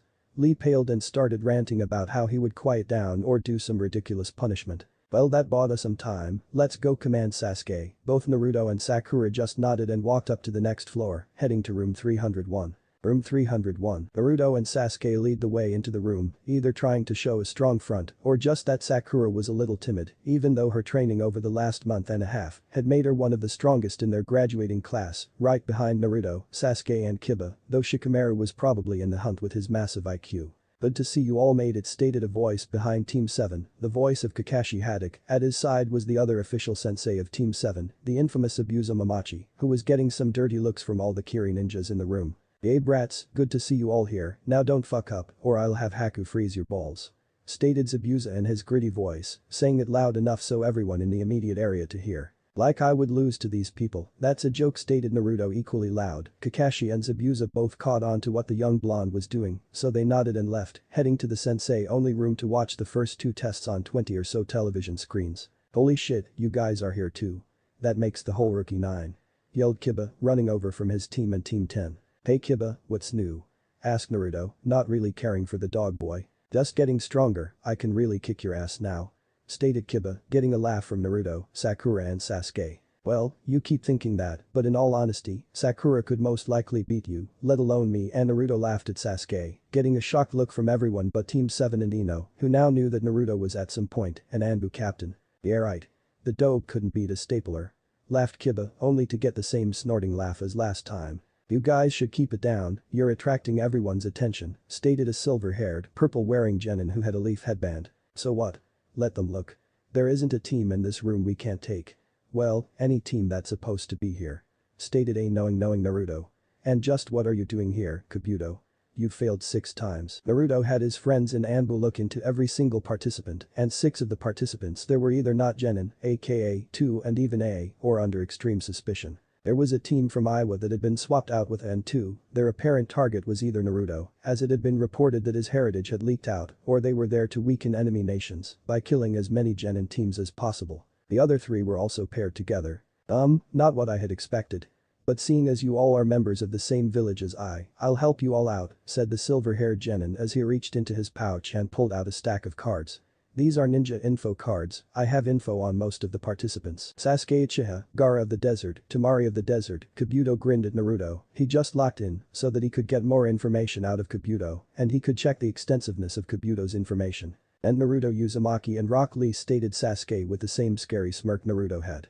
Sasuke Uchiha, last of 2 known Uchiha, specializes in Taijutsu and Fire Ninjutsu, has shown skill in all areas except Kinjutsu, Hyuinjutsu and hairstyle. Started Kabuto, getting a laugh out of Naruto. 12 D ranks, 2 C ranks, 0 B ranks, 1 A rank and no S ranks. Everyone listening in was on guard, a genin doing a rank was nothing to laugh at, and being an Uchiha didn't let anyone relax at all. Gaara of the desert, no known skills, but it says that he's never even been scratched, 8 D ranks, 16 C ranks, and 2 B ranks. Everyone was stunned, that mission record and not even a scratch. He was never injured. Yelled Ino, almost all of the rookie 9 were surprised, well except Naruto, being a Jinchuriki and having his incredible healing rate, it was predictable that the one-tail would have some sort of ability. Temari of the desert, long-distance wind user, older sister of Gaara and daughter of the 4th Kazekage. Same missions as Gaara. What? You don't have her measurements. Oh well, I'll get them later. Stated Naruto in a nonchalant tone, making everyone face vault and 2 attractive blondes in the room blush. Yonin sensei. The sensei has been watching everything going on in the room after Naruto made the comment about Temari's measurements. 4 things happened. First, Baki, the sensei of the Suna team, laughed, either because someone had the balls to ask that or the fact that no one had asked that before, and Temari had a huge blush. Second, almost every female in the room began looking for the boy sensei to beat them for making him a pervert, which was answered by the third thing to happen, Kakashi and Zabuza high-fiving. The fourth thing to happen was Baki explaining to the angered females that both Temari and Kankuro had said she had her eyes on that boy and that they had already met and flirted, getting another high five from Zabuza and Kakashi and calming down the females. Back in contestant room, Kabuto Yakushi, medical and Taijutsu, 67 D ranks, 23 C ranks. 6 times you failed this exam. With that track record I'm surprised that you haven't passed yet, stated Sakura, with most of the people listening to the interaction agreeing. And now for Rock Lee, no skill in nin or through the roof in Taijutsu, 19 D ranks, 4 C ranks. Figured as much, he's trained by guys, stated Naruto with a shrug. And finally Naruto Uzumaki, very talented in wind style, has additional affinities, though they did not list Kabuto as Naruto listened carefully, he was told that there was an information leak and it seemed like Kabuto could be a possible suspect. Extremely talented in Taijutsu and Ninjutsu, trained under Zabuza Mamachi in Kinjutsu. Missions are 12 D ranks, 2 C ranks, 1 B rank, 2 A ranks and 1 second raw. Kabuto was cut off as he suddenly found himself pinned up against a wall by a hand clamped around his throat. The speed at which his assailant had moved was impossible to track, even the Iwa Jounin had only seen it because he was focused intently on the blonde when it happened. The room was tense for a couple of seconds, almost none of the genin had ever seen anyone move that fast, it literally didn't even register in most of the room's eyes until the silver-haired genin was implanted in the wall, and a blonde holding the silver-haired genin so hard around the throat that blood was seeping out of his fingers. Alright maggots. Listen up. My name is Ibiki Marino. Came the booming voice of Ibiki Marino, the lead interrogator of Anbu and the proctor of the first exam. He had just poofed into the room when Naruto had made his move. Naruto. What are you doing? He's a traitor. He just revealed 2 seconds rank secretes and he smells like snake. Shouted Naruto as he drove the poor silvered-haired boy even further into the wall and made everyone in the room gawk at the raw power on display from the young blonde. Yonin sensei, what the hell? What's going on, how did that brat move that fast? What secrets and what did he mean he smells like snake? Yelled the Iowa team sensei, though everyone but 4 people in the room had the same questions. Well, for one, we made him that fast, stated Kakashi as he motioned to himself and Zabuza. We won't have a weak student and you haven't seen anything, he wasn't even using chakra, stated by Zabuza, getting a shocked look from everyone else in the room, even Guy. You lie. No genin is that fast. Yelled some from Kumo, he had seen his Raikage move and to his eyes, there wasn't much difference. Surprising from the dead last of his graduation year, huh? You should see his teammates, they were Rookie of the Year and Kinoichi of the Year, stated Kakashi in a neutral tone, both he and Zabuza had already taken out their novels and began reading. Everyone in the room was speechless, and all the other senseis wanted to tell their teams to stay the hell away from that team. Back in contestants' room, Ibiki was immediately next to the two-leaf ninja as he took over the stranglehold of Kabuto. The bear-like man threw him by his throat to an Anbu who had appeared in the room just after Naruto turned his fellow ninja basically into a wrecking ball. Put him in a cell and post 2 guards on him, ride him in as an interrogation and execution for revealing 2 S-rank secrets, and putting a hole in my wall. Okay, now everyone was shocked. Not only did a genin move at inhuman speed and strength to pin a member of his own village to the wall, but the same genin basically just ordered the examiner to throw someone in prison, and the examiner followed his orders without question. But the most shocking part to everyone was the combination of the killing intent coming from the blonde and the way he spoke. It reminded most of them of their village leaders, or at the very least it reminded them of their sensei. Well, now that that's done with, get in your seats. Shouted Ibiki, bringing everyone out of their daze. All the hopefuls quickly made their way to the seats, finding that every spot had a name. Once everyone was in their spots, Ibiki started the explanations. Alright maggots, listen up. The first stage is a written test, you start with 10 points, every one you get wrong will cost you 1 point, every time you get caught cheating you will lose 2. The 10th question will be given orally, you have 1 hour to complete this assignment, and the test starts now. Everyone flipped their paper over and began to write. Or a couple began to write, but most just looked at it blankly. The genin who didn't know the answers quickly began to get their answers elsewhere, aka cheating. But for 2 people in the room, they noticed something else. Sakura and Sasuke had been having a weird feeling of deja vu that they had seen Ibiki listen to Naruto before. Then, it hit me like Tsunade punching Jiraiya after catching him peeking. Ibiki was the man from the mission in Grass Country. Ibiki was the one that was tortured and had his head ravaged by the enemy. During this time, Naruto was filling in the answers. The distance covered by a kunai in 3 seconds when thrown at 45 feet per second at a 65-degree angle. Piece of cake for an Anbu. But wait. Sakura and Sasuke were not an Anbu, he checked on his teammates, and thankfully, they were both doing fine. Sakura was smart enough to just answer without cheating, but Sasuke was writing without looking at the paper, then he saw Sasuke's eyes, somehow, in the time he was training his water element in Kenjutsu with Zabuza, Sasuke must have unlocked it, but how? Kit. Get in here, I have something to tell you, stated Kyuubi in his mind. It had been a while since they had really talked, so Naruto decided to follow his instructions. Mindscape, what can I help you with? Asked Naruto with a cocky grin on his face. I'll yell at you for that later. There's 2 things I think you should know. Stated Kyuubi in a half-eager, half-fearful voice. What's got you all riled up? Asked a concerned Naruto. Any time the fox got like this, something very good or very bad happened. First, your body can now hold up to 3 full tails worth before the side effects start. This happened during your training with Zabuza. From this point on, you're going to have to train much harder to hold more than 3 states of the Great Fox. Naruto smiled and nodded. He didn't like using the fox's chakra, but it was a great trump card. Second, something very big is going to happen. I feel the dark and negative emotions I felt the night of my attack on the fox. Madara is here. But why? Asked Naruto. The fox had told him the story behind the attack several times. Yes, or at least someone as dark and twisted as he is, that snake bastard comes to mind. Or maybe even. No, it wouldn't be him, stated the Kyuubi, gaining Naruto's attention. Who couldn't it be? He asked. Don't worry about it. If you ever have the honor of meeting him, I'll tell you, stated Kurama cryptically. Now head out, the test is still going, and you could use some time to study your competition. Minus 35 minutes later, room. Smart kids this year, there have been a couple things I've never seen before, that stated some random things. Just wait, the proctor is at Biki and they still have the last question. This isn't over by a long shot. Stated Asuma Saratobi. What's it matter? Who's Ibiki? Asked Kurenai. Oh yay, you're new. Well, Ibiki is the head of the torture and interrogation department, and the 10th question. Well, stated Kakashi. Test room. Alright maggots. Time for the 10th question. Bellowed Ibiki. Only 45 of the 126 teams were left, and the biggest mystery of the room was the random spikes of chakra, followed by wacky and weird things happening, like people falling off chairs, random yelps from Kunoichi in the room, several examiners having marker randomly appear on their face, and the icing in the cake. Ibiki's chair collapsed underneath him. Everyone in both the genin and room perked up, waiting for the bear-like man to tell them the final question. The last question is to pass or fail, but before I explain, you can leave now or stay for the question. What will it be? He asked a group of hopefuls. Why would we do that? What would be the point of that? Yelled Tamari. Because if you leave now, you can take the exam next year, but if you stay and get it wrong, you can never participate in the exams again. Ibiki said with a smirk only Naruto and Anko could replicate. What? Was the call of most genin in the room, save the sand team, the N2 from Iwa, Naruto and Sasuke. You can't do that. That silver-haired kid took the test 6 times. Yelled a genin from Kumo. 1. He was a traitor. So if you want to be like him, be my guest. 2. My test, my rules. Now shut the hell up and make up your mind. You have 2 minutes. Yonin room, can he really do that? Asked several senseis. No, but Ibiki is a master of mind games, hell I play poker with the guy and I almost never win.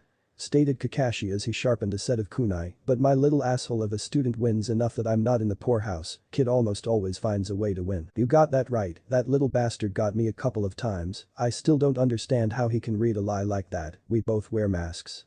Stated Zabuza who was leaning next to Kakashi sharpening his sword. So the Uchiha can read people like a book huh? Could I have sworn that it was a Hyuga thing? Asked Kurenai with a smirk. Kakashi, Zabuza, Guy and Asuma all looked at each other, then busted out laughing. That's a good one, well the Uchiha brat might be good, hell I'll bet he's mid in skill, he's not the one that can read people, and he's years away from even thinking he's the best on the team laughed Zabuza, getting a chuckle from the other 3 members of the We Trained Naruto group, though out of the 7 that trained him, only Kakashi and Zabuza ever said it in public. What are you talking about? The Uchiha was the top of his class and has the Sharingan, who is so strong that you would claim that? Asked Kurenai, not ever thinking about it. Easy, the kid who just made Kabuto a near-permanent part of the wall. Test room. The 5 minutes were up and there were only 25 teams left.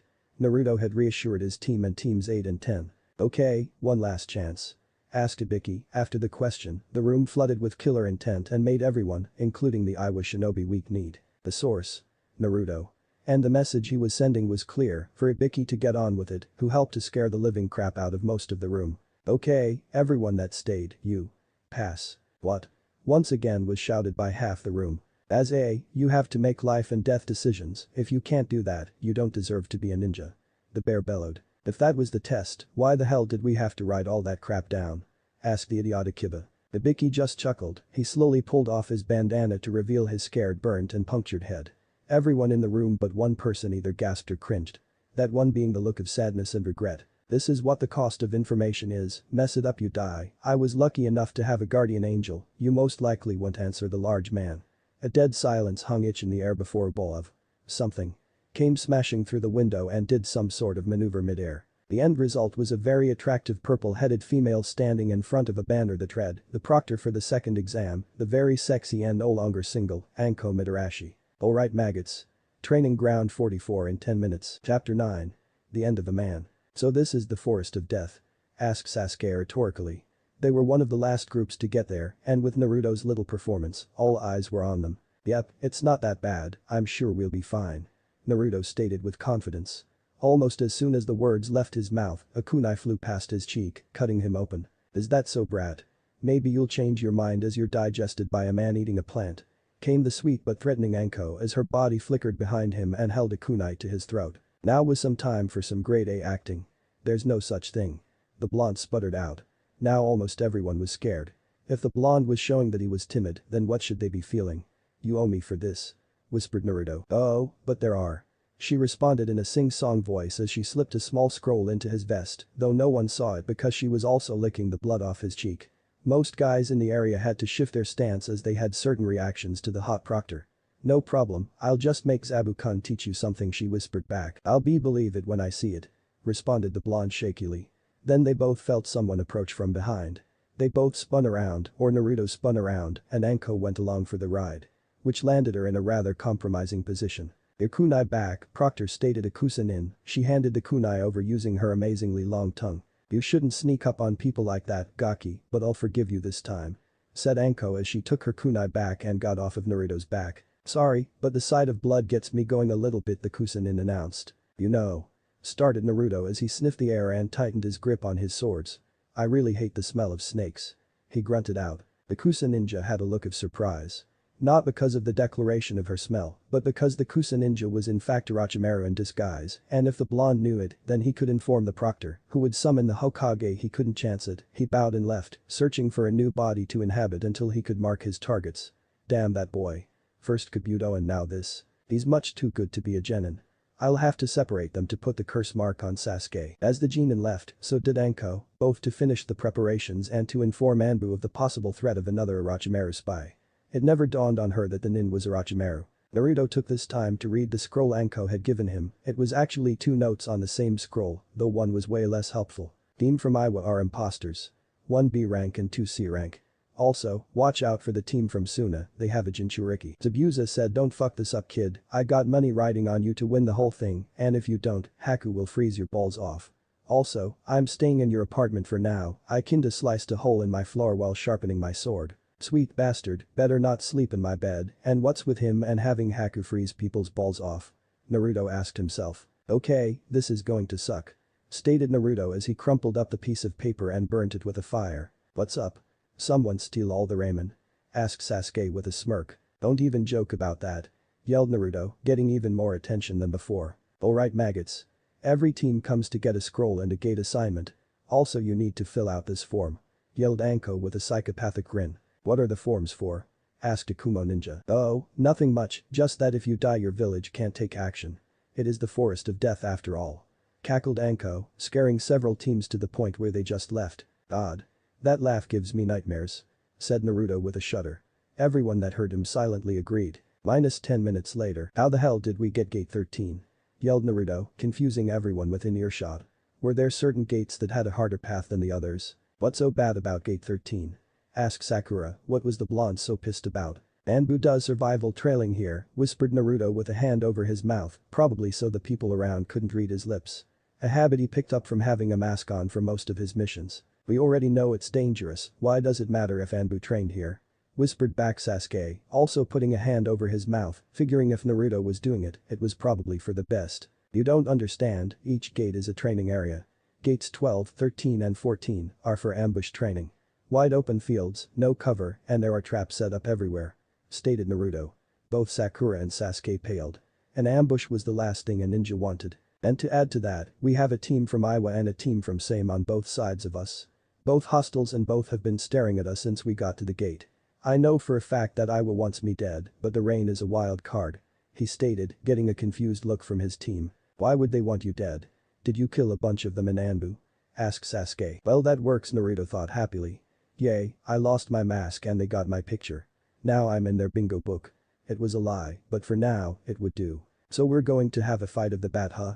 I'm fine with that. Stated Sasuke cockily. Even though he wasn't the power-obsessed mental patient he once was, his ego was still large enough that you could shield yourself with it. Well, I just hope they're who they say they are. In the last Genin exam held in Konoha, Kumo replaced a Genin team with 3 newly promoted. I had to sneak into the forest with Kakashi and Tenzo. Welcome to the second portion of the exams. Your goal is to get to the tower in the middle of the forest, and it starts now. Came Anko's voice from somewhere in the middle of the forest. In a matter of seconds, every team was bounding into the forest, well every team but Team 7, who Naruto had held back. What are you doing? You said to yourself that this was the ambush zone. Why would we wait and let them set one up? Asked Sasuke. Naruto made 3 shadow clones and had 2 of them hinge into Sakura and Sasuke and sent them into the jungle. I'm seeing what we're up against, those clones are around mid-level. If they can take out at least one of them, I'll feel much better about going in. Plus the clones will map out a safe route into the forest. What do you mean those clones are about mid? I thought shadow clones are exact copies. Asked Sasuke, he was always told the clones were exact copies, where shadow clones are different. No, shadow clones are only as powerful as the amount of chakra I put in. I only put in enough for mid. For any clone to be the level of the creator, they need a massive amount of chakra. You need cage level reserves to make more than one at that level. I have cage level reserves because of my lineage and certain other factors, and I can only make 4 or 5 clones on that level, and after that I'm running on fumes. Stated Naruto. Wow, I never thought you had so much chakra. Said Sakura, for someone their age to have that much chakra was unbelievable. Yep, more than even the third Hokage, though he has better control than I do, so it evens out. Just then Naruto tensed and blinked rapidly. The clones just got attacked, they killed 2 rain ninja before they were all taken out by the Iwa team. I'm going ahead, follow after 10 minutes. Naruto turned to the forest and disappeared, no swirl of leaves, no blur, no puff of smoke, just pure speed, a feat only the fastest can do. Hey Sasuke, how strong do you think he is? Asked Sakura. If that show of speed was any indication, he was at least. I don't know, I really don't know, but I would never want to fight him one-on-one. Stated Sasuke as he grit his teeth. How did the blonde get so strong? He understood that Naruto was in Anbu, but he just kept getting stronger, at this rate he really will become Hokage. But Iwa team, those were shadow clones. How strong is this kid? Asked a younger of the 2 Iwa. We'll be fine, calm down. He graduated this year. He can't be that strong. Just sit tight and wait for the bastard son to get here. Stated his father, brother and cousin were all killed in the battle where Minato Namikaze killed over 1,000 ninja in just under 10 minutes. You shouldn't talk about my father like that, I might get the wrong impression and end up killing you, that would be another thing we have commonly stated Naruto in an ice-cold tone. His eyes reflected his icy voice. Oh, so the son of a bitch shows up. He really does look like that bastard. I wonder if those whisker marks are from his whoremother. Stated the older man with hate in his voice. He too had lost loved ones in that battle, and Minato Namikaze was the person that killed all of them. Naruto just hung his head and began leaking such a huge amount of killer intent that it was felt by everyone in the forest and all the proctors in the tower. But Sand team, Jigara, what's wrong? Asked Temari. Sure, that hot blonde guy had helped her little brother, the Redeed was even starting conversations now that weren't about killing everyone, but he had yet to get over his other psychopathic tendencies. Temari, that's not me, the Redeed stated shakily, scaring the crap out of his brother and sister. What? Asked Kankuro, almost shitting himself. Even though my mother is scared, she is telling me to stay away from it. Both siblings were now horrified. Even the one-tailed demon raccoon wanted to get away from it. Mother says to curl up in a ball and hope it doesn't attack us. Team 10, Shikamaru, Ino and Choji were shaking in their sandals, this amount of killing intent wasn't natural. It was like some sort of demon, a very pissed off demon. What is that? Yelled Ino, it was so total in nature that it felt like it was going to kill them all. Orochimaru, what the hell? I haven't felt this much killing intent since the time I said that Kushina looked fat. Come to think of it, that may have been the scariest thing I've ever seen. Even Tsunade doesn't punch that hard. Back with Naruto, care to repeat that? He asked with absolute bloodlust in his voice. Even was wondering what the hell was going on, the blonde wasn't even using demonic chakra, was his hatred for these people this strong? You heard him, scum, you're the son of a pile of shit and his slut. Yelled them, sounding 1,000 times more confident than he was. That did it, Naruto was now solidly over the edge. A bowl of spinning chakra formed in both hands, and the Iwa knew what it was immediately. Never. Insult. My parents.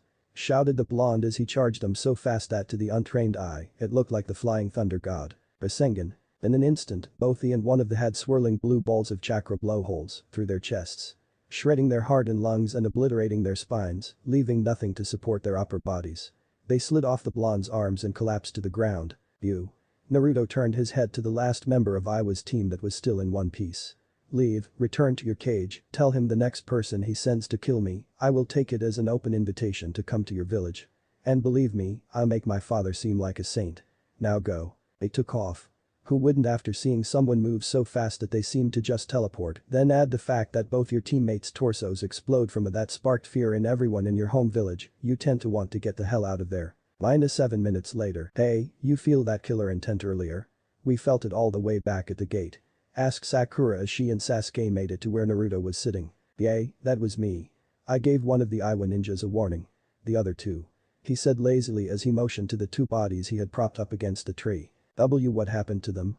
Asked Sakura in fear, there were giant holes where their hearts used to be. They disrespected my parents was all Naruto said as he turned to walk away. Both of his teammates were confused and horrified, Naruto didn't have parents, or did he? Where are they both in Anbu? -15 minutes later, Naruto was still walking through the unnatural clearing of Gate 13. His teammates on either side of him. Get behind me, now. Yelled Naruto as he dropped to his knees and punched the ground, a 10 by 10 wall of earth rocketed up, blocking a powerful wind that would have sent them all flying. Everyone okay? Naruto asked, not wanting to take his eyes off where the blast had come from. Where's Sasuke?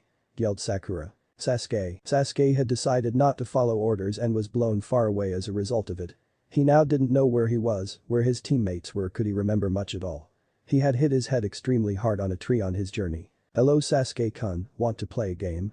Asked a voice so sweet it could rot your teeth. Who's there? Show yourself. Yelled the last Uchiha as he stood and activated the Sharingan. Very well, if you're so eager to be tested, then why don't we just start already? Came the same overly sweet voice.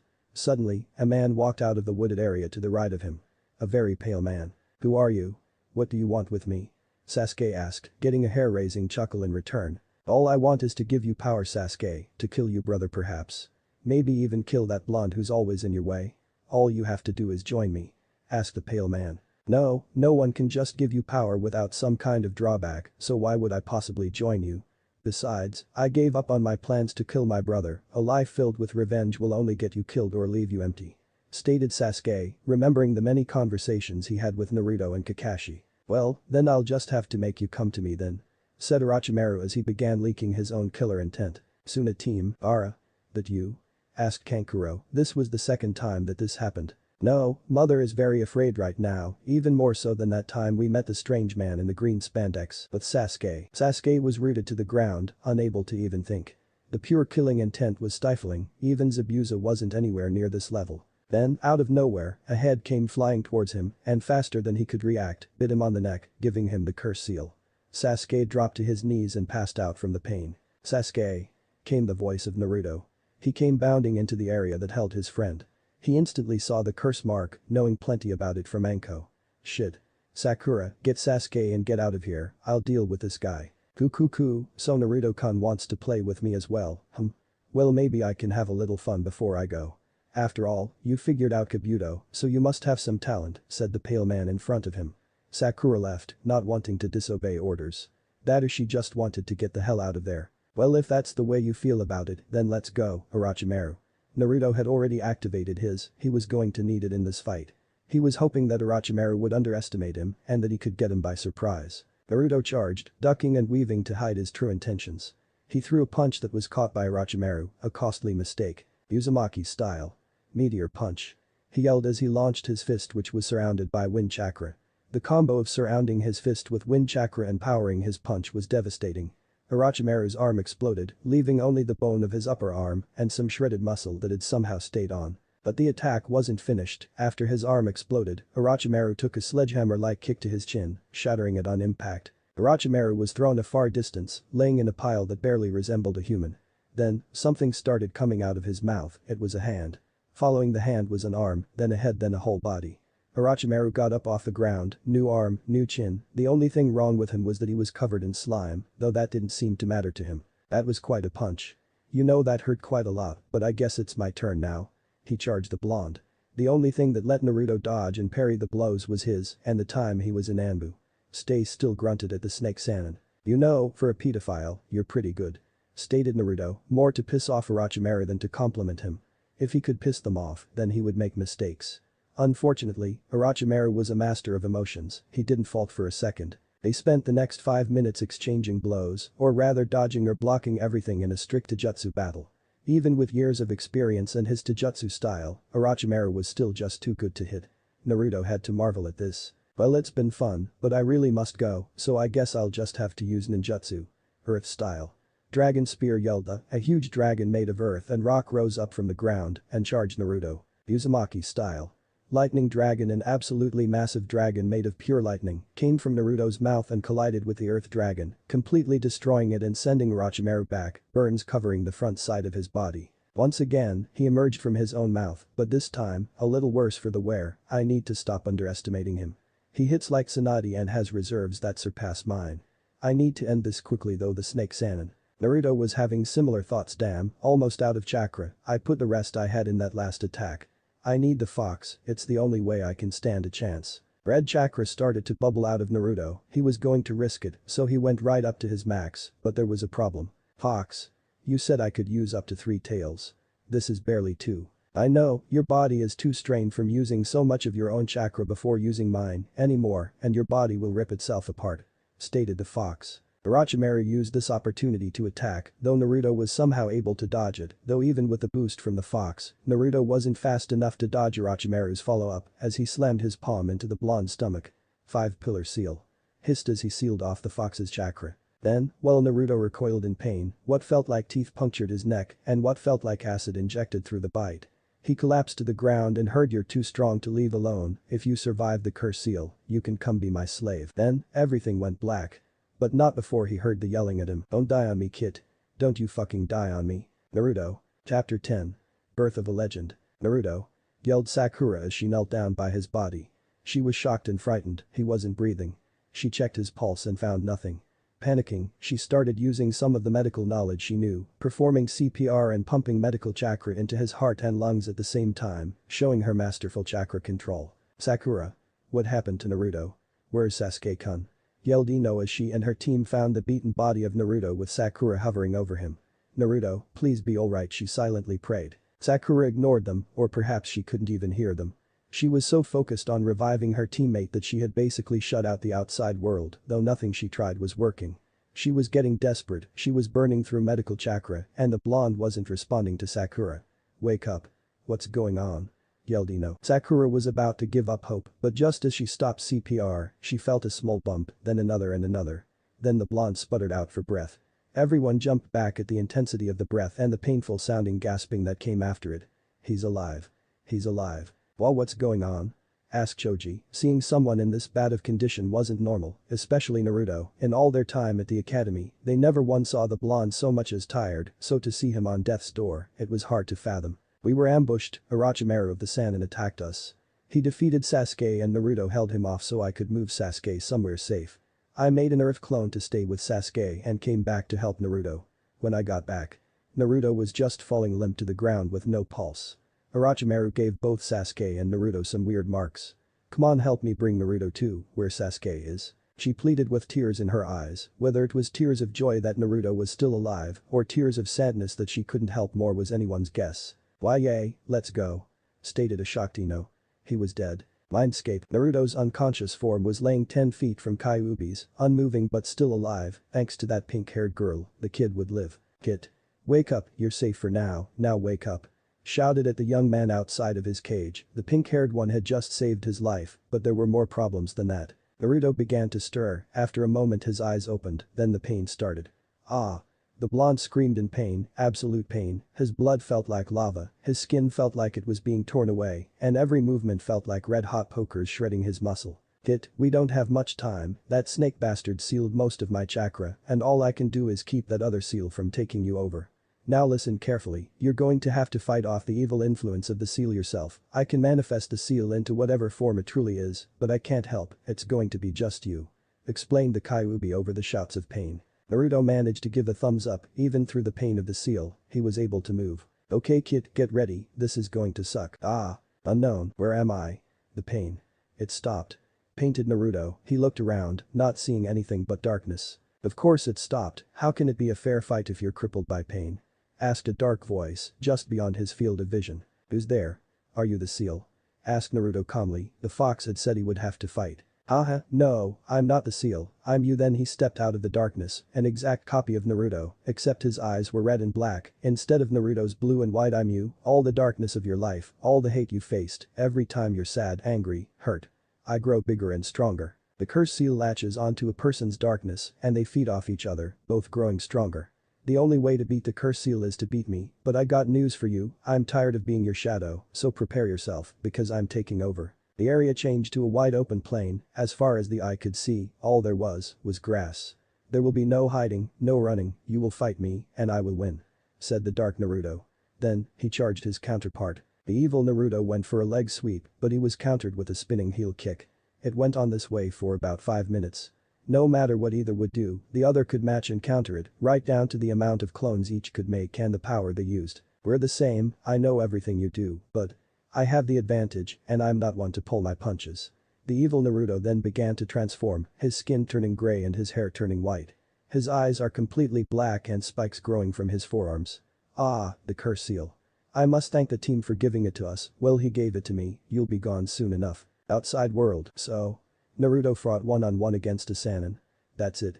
Incredibly stated Ino. She was currently hovering over Naruto, while Sakura was with Sasuke and Choji and Shikamaru were taking shifts guarding the entrance. "Yeah, Naruto is by far the strongest of us," Kakashi-sensei said that if he ever had to seriously fight Naruto, he didn't know who would win, stated Sakura as she changed the rag on Sasuke's head. He had a fever and was now twitching. To think of it. Shikamaru said, catching everyone's attention. Asuma-sensei said if we came across you guys we should run away. I thought it was because of Sasuke. So did I, until I saw the Anbu captain tattoo, stated Ino, getting a weird look from her teammates. What do you mean Anbu captain tattoo? Who has one? Asked Choji. What did his teammate mean? Tattoo. Naruto does. My dad told me that every Anbu has the swirl, but only captains get this. She picked up Naruto's arm and turned it to Choji. On his right shoulder was a tattoo, a three-pointed ninja star with the kanji captain in it. How did Naruto get it? My dad said it was illegal for anyone other than Anbu to get those tattoos. Asked Shikamaru, though he had his suspicions, he had ever since the academy that there was more to Naruto than meets the eye. Naruto was in Anbu, he was on Kakashi-sensei's team, and when sensei was made the commander, he made Naruto the team captain. Stated Sakura, leaving a dumbfounded Team 10. But he was the dope of the class. And Kakashi is your sensei now, how does that work? Asked Ino, in her mind the timing didn't add up, unless. He was in Anbu from the age of 9, and a captain from the age of 11. He was in Anbu during the academy, he was undercover. During our training Kakashi said that if Naruto stayed in Anbu, he could have been the commander in 2 to 3 years. Mind battle, you can't win. Yelled the dark Naruto as he threw a punch aimed for good Naruto's face. We're the same, only I have this. This gift. I'm going to take control, and you will no longer exist, then I'll do everything you should have done, and I won't let you take over. Even if it means letting the beast out of its cage. I will not fail. Yelled Naruto as he started pumping as much of the Nine Tails chakra as the seal would let him. Even if I have to die to do it, I will not let you take over. But the fox, what's going on? The kid is overpowering the 5-pillar seal. Stated, shocked that a container, even one as strong as his was, could actually overpower a seal like the 5-pillar seal. Then, the seal exploded, the 5 pillars evaporated, and the seal holding the fox started to deteriorate. Shit. He's using too much chakra. He's already at 5 tails, anymore. Shit. He's at 6, I have to find a way to stop him. Fuck. He's already 7. Don't worry Furball, I'll take care of it. You. Outside world, Naruto was resting calmly, well he was basically comatose, so of course he looked peaceful, until red chakra exploded from him, covering a 5-foot area around him with whipping red spikes. What the hell? What's happening?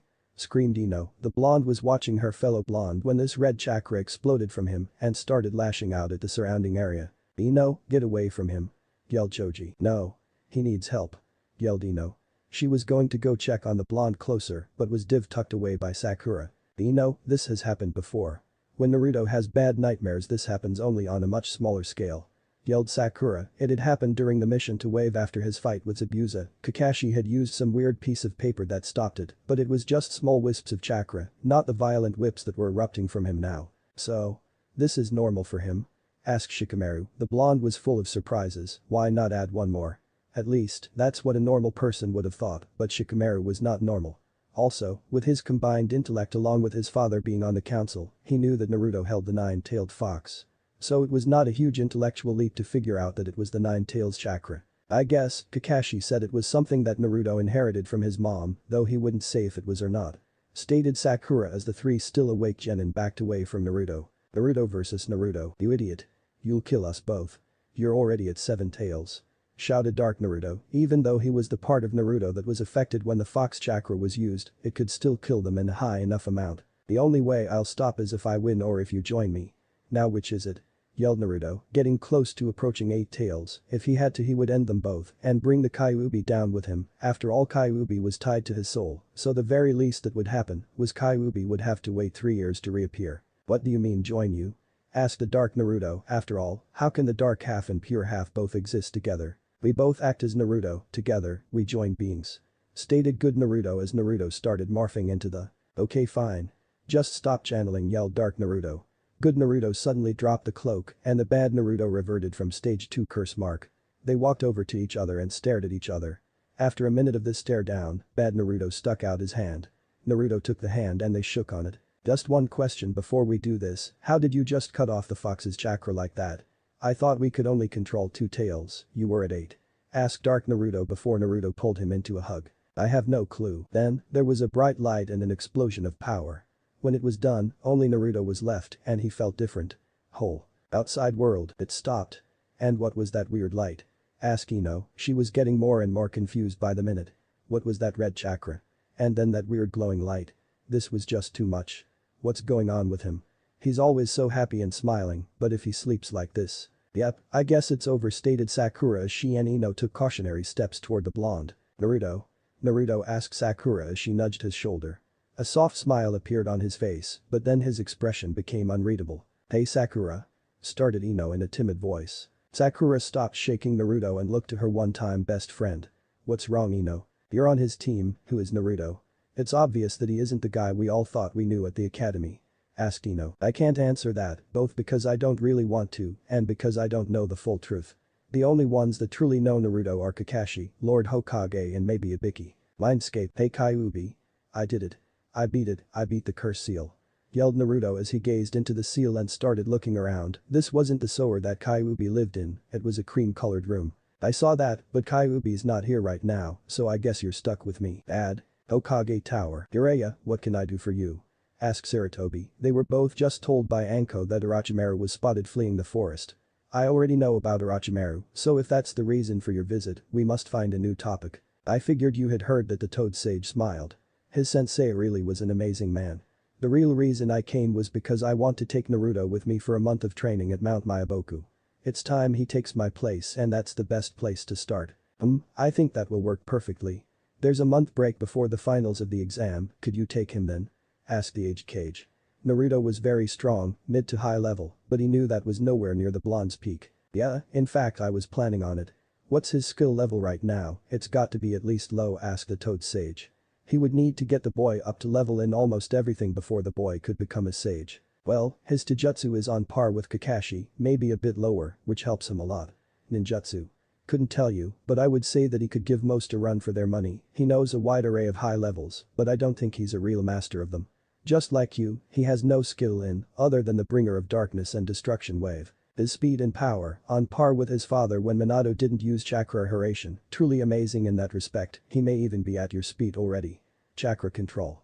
Kakashi said it's high, though I've seen Naruto make a Rasengan in each hand during our training. His Kenjutsu, Zabuza said he was far from a master, but he was very solid on the basics, and with his analytical mind and unpredictability, he's tough to handle. He can make a Rasengan with both hands now. Maybe he should take your job instead of mine. Laughed Jiraiya. At this rate he would have 2 students to become Hokage. What's the destruction wave that doesn't sound like a? Truly ingenious, it attacks all of the senses into believing that he blows everything away with a blast of pure chakra. Ask him to show you when you train him. It's remarkable, laughed Sarutobi. The blonde was truly amazing, even his worst area could top a specialist. He really will make a great Hokage, just like his father, after all, both Minato and Kushina were cage-level ninja. I wouldn't be surprised if Naruto is Hokage by the end of this month of training, laughed Jiraiya. He truly believed that his godson would be Hokage someday. How close can you get him? From Kakashi's reports he can make 1,000 plus clones at once. Could you make him ready at that time? Asked Sarutobi with a serious expression. Depending, I can easily make him level in ninjutsu and chakra, though I don't know about taijutsu and strength, he seems to be close in speed. Maybe he's ready. Stated Jiraiya, with a gleam in his eyes. There was a tense silence for a moment, Sarutobi adopted a serious look. Jiraiya, my time as Hokage has come to an end. It's time I step down, you never would take the job, Orochimaru is. Well I'd rather not go there. You know who the only option is. After the exams, it's your job to bring that person to be the 5th. Mindscape, whispered Naruto. Yay, I had to fix the seal, you must have forced your way to 8 tails, though because it was in your mindscape, your body shouldn't be too banged up. Smiled Minato Namikaze, the 4th Hokage and said to be one of the strongest men to ever live. How are you here? Pervy Sage said you died to seal in me. Asked Naruto, his hero, his father, standing mere feet away from him. When I sealed in you, I made sure to seal a part of myself in you as well, I didn't think I would need this soon though. Laughed Minato. His son was sure to be full of surprises, just like his wife. So how long do you have? Asked Naruto. About 5 minutes, that's all the longer the chakra holding me here will last. Admitted Minato sadly, if he could have it his way, he would have sealed himself in the seal as well, but he didn't have the time to design it that way, plus he was taking a gamble just being there, after all, no one escaped the Shinigami. Holding you here? You're using chakra? Could you use my chakra? I have more than enough. What about using Kyuubi's chakra? Asked Naruto. If his dad could stay with him forever, then he wouldn't ever be alone again. Minato's eyes widened slightly, why was there so much pain in his son's eyes? Yay, but I would need to modify the seal, and you would probably lose any control over you. Plus the changes I made would only last a week or two tops, you would have to make the changes permanent on the real seal, plus it would mess up your chakra control pretty bad. Do it. Yelled Naruto as he imagined the seal on the wall to their right. The seal appeared, only it was way larger, and Naruto had actually been able to separate the layers. Minato's jaw dropped. I could give a rat's ass about Kyuubi's power. I can use shadow clones to train my chakra control back and I'm alright at Hyunjutsu. I could have a clone do it while you talk me through it. Minato smiled, his son was just like his wife, full of passion, and would try anything once. His smile disappeared and a look of determination and concentration took to his face. He made 3 clones and got to work. Naruto, channel as much chakra into the seal as possible, that should give me the time I need to make the changes, until I'm done don't stop the flow until I say. Got it. -2 hours and 35 minutes later. It took a while, but that should last a couple of weeks. It's going to take a while, but we should be able to make it permanent. Smiled Minato tiredly, he took a step toward Naruto and fell to his hands and knees. Dad, what's wrong? Asked Naruto frantically as he rushed to his father's side. I just need a break. I have been dead for. How old are you? Asked Minato while scratching the back of his head sheepishly. I'm a 13-year-old dad. Deadpan Naruto, maybe he was more tired than he thought. You're only 13. What the hell? I wasn't as strong as you until I was 18. Yelled Minato, he really was his and Kushina's son, to be that strong at his age, he made Kakashi look like a Beto. Really? Cool. Now all I have to do is be Godam and I'll be just like you, only better. Cheered Naruto, maybe his dream to overtake his father would become real, and now his dad could be there for it. Yay, really? Godam? Didn't someone become Hokage after I died? Asked Minato, his grandfather and granduncle were dead, and Sarutobi had said he'd rather give up Jiraiya's books than to face the dreaded paperwork. Well Jiji took back the title, that's why I want to be Godam so bad, so I can take over for Jiji and technically succeed you. Stated Naruto enthusiastically. I have no doubt you will, but to be Hokage you need to be much stronger than you are now, so I'll be teaching you my prize, said a cheerful Minato, his legacy would truly live on.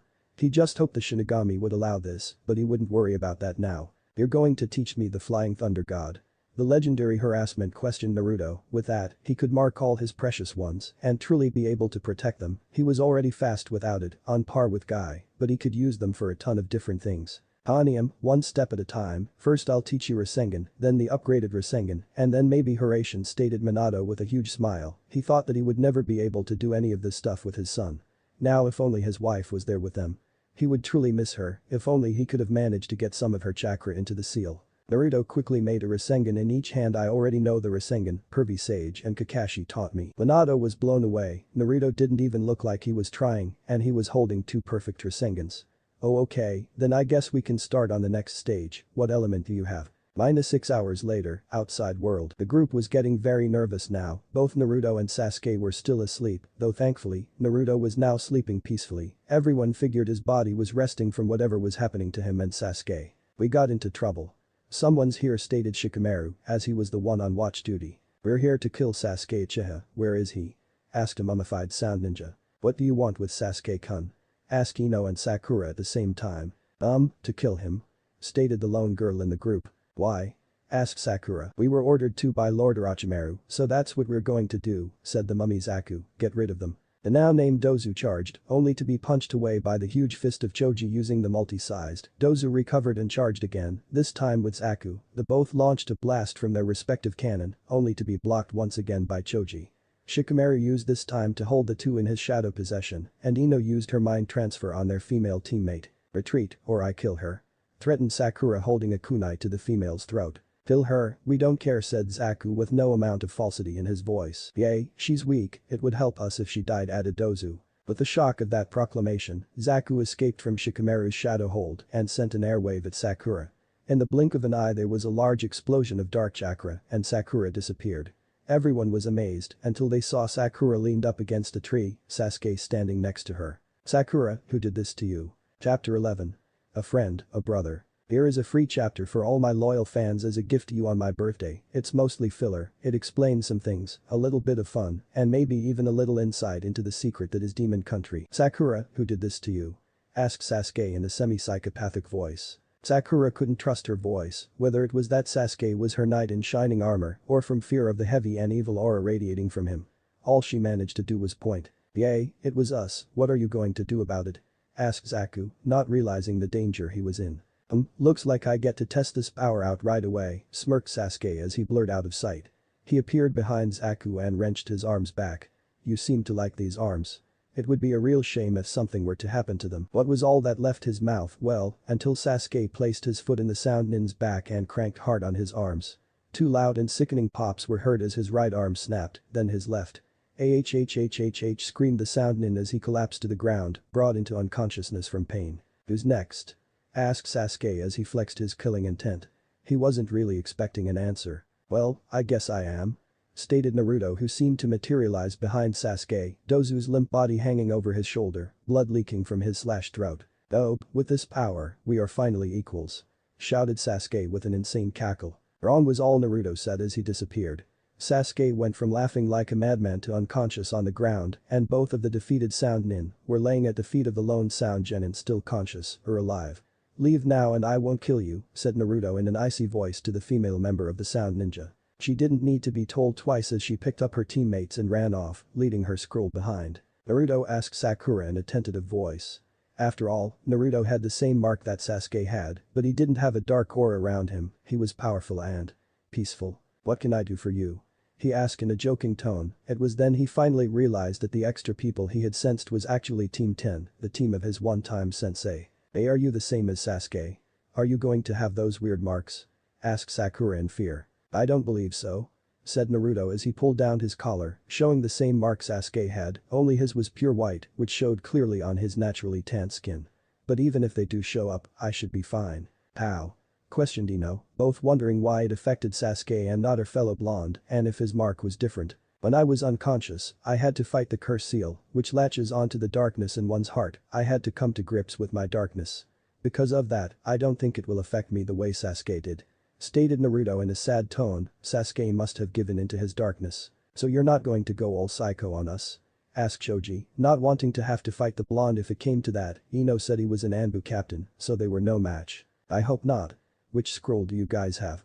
Asked Naruto. Heaven, what about you? Asked Shikamaru. Naruto threw them an earth scroll. I got an earth scroll and a heaven scroll from 2 teams the first day, and just got that earth. Let's head to the tower, move as a group. Sakura, Ino, you're on either side. Choji, you're the strongest, you're in the middle and carrying Sasuke. Shikamaru in front, I'll bring up the rear commanded by Naruto. All the other genin were surprised to find themselves already doing what the blonde said without thinking about it. The tone of voice and his commanding presence were like their sensei, no, like their Hokage. It was amazing that someone that graduated with them could be so far beyond them. -2 hours later, the group of 6 shinobi walked into the tower only to find a nearly empty entranceway with a banner hanging over the only doorway. If you wish to be stronger mentally, you must strive for heaven. To grow stronger physically, one must travel the earth. Only the great can achieve both, stated Sakura as she read off the banner. What does that mean? Time to open the scrolls, stated Naruto simply as he did just that, opening one earth scroll and the heaven scroll. He was surprised to see a summon array. What surprised him more was the plume of smoke and his godfather standing over the scrolls. From east to west. From north to south. The ladies all swooned for the gallant Jiraiya. He didn't get to finish his song and dance as Naruto punched him into the wall, leaving a Jiraiya short dent. Shut up, pervy sage. Scolded Naruto as the rest of the genin, minus the still knocked out Sasuke, freaked out that Naruto just assaulted one of the legendary Sannin. Naruto? You idiot. That's Jiraiya the Sannin. Why would you do that? Screeched Sakura, showing her amazing vocal range. Biegaki? Have some respect for once, yelled Jiraiya as he got out of his crater in the wall and walked over to Naruto. I'll respect you when you stop writing those books. Yelled Naruto back, confusing everyone even more. You have no respect for fine literature. Retorted Jiraiya. That is not literature. You're just a pervert. Yelled Naruto. I'm not a pervert. I'm a super pervert. Yelled Jiraiya. Their faces got closer and closer as they argued. Then out of nowhere, they hugged. I've missed you, you perverted hermit, said Naruto, releasing his godfather. Miss you too, Gaki. Now what's this I hear about you facing off against Orochimaru? Asked Jiraiya in a suddenly serious voice. I fought him off after he marked Sasuke, then at the end of the fight he got me, but your other blonde student helped me fix it, so I suggest we get to work on Sasuke's mark right away, stated Naruto, very carefully. He knew that information was very need to know. So far he only planned on telling Jiraiya, Kakashi and maybe Sarutobi. Jiraiya's eyes widened. He had only taught one other blonde, and Naruto knew that could only mean. Let's go now, we have 3.5 days until the preliminaries, which should be more than enough time to fix up the Uchiha and discuss our next training trip. Both nodded and disappeared in a swirl of leaves, Naruto taking the unconscious body of Sasuke with him. The other 4 genin were in shock. What just happened? Asked Sakura, not understanding anything of what was going on. Jiraiya and Naruto are taking Sasuke to seal off that curse mark or maybe remove it. Stated Kakashi, who at some point must have slipped in. Next to Kakashi was Asuma, Team 10 Sensei. Alright you 4, we'll lead you to your rooms, the next stage starts in 3 days, use that time to rest and prepare yourselves. Stated the chain-smoking genin. Sealing chamber, Hokage tower basement. Sasuke lay unconscious, face down on what looked like an autopsy table, his shirt off, and his arms spread to each side, on either side of him, Naruto and Jiraiya. So? Evil containment seal. Jiraiya asked. Naruto had experience with the seal, so it was best to ask him. No, the deal itself isn't evil, it draws on a person's inner darkness, I was thinking one of these. Stated Naruto as he unsealed a scroll the size of a summoning contract. I found this on my trip to Uzashigakure with Zabuza. I found more scrolls, but I'll show you those on our training trip. I believe this was their forbidden scroll. Naruto walked over to another table and unrolled half the scroll, in this section were 12 different seals and 2 involving seals. As Naruto and Jiraiya looked through them, 2 coughed their eyes. This cancellation seal looks like it would work, stated Jiraiya. If they could just remove it outright there would be no need to just seal it off. Yay, but that seal has more to it, I could feel him injecting something when I got it. If we remove the seal, there's a good chance whatever he injected wouldn't go with it. Stated Naruto as he pointed out another seal. Here, influence suppression, used to cancel out a dangerous, unstable or unknown seal. That looks good to me, what do you think? Naruto asked Jiraiya. After a minute of looking over the symbols and rereading the description, he spoke, looks good to me Gaki, let's get started. Next day, Naruto and Sasuke had just made it back to the tower. After the sealing of Sasuke's curse mark he was too tired to make it all the way back, so up until the front of the tower, Naruto had carried him most of the way. As they made it in, they saw Sakura and Ino sitting in a makeshift lounge with an unknown Konoha Kunoichi, well, unknown to Sasuke, Naruto knew her, simply because he had seen her every time he had gone into the weapons shop. Sasuke, we're in room 17, I left a scroll in there for you, a little gift for the pain that sealing caused. Stated Naruto as he motioned to the doors on the far side of the room. Sasuke nodded and started to walk off, but after only 3 or 4 steps he turned back around. Hey dope. Thanks for everything. Naruto just nodded, he knew what the Uchiha was talking about, it wasn't the scroll, and it wasn't for sealing the curse mark. It was for finally clearing his head about Itachi. Sasuke continued to their assigned room, and Naruto headed over to the girls. Hey Tenten, Ino, Sakura. What you up to?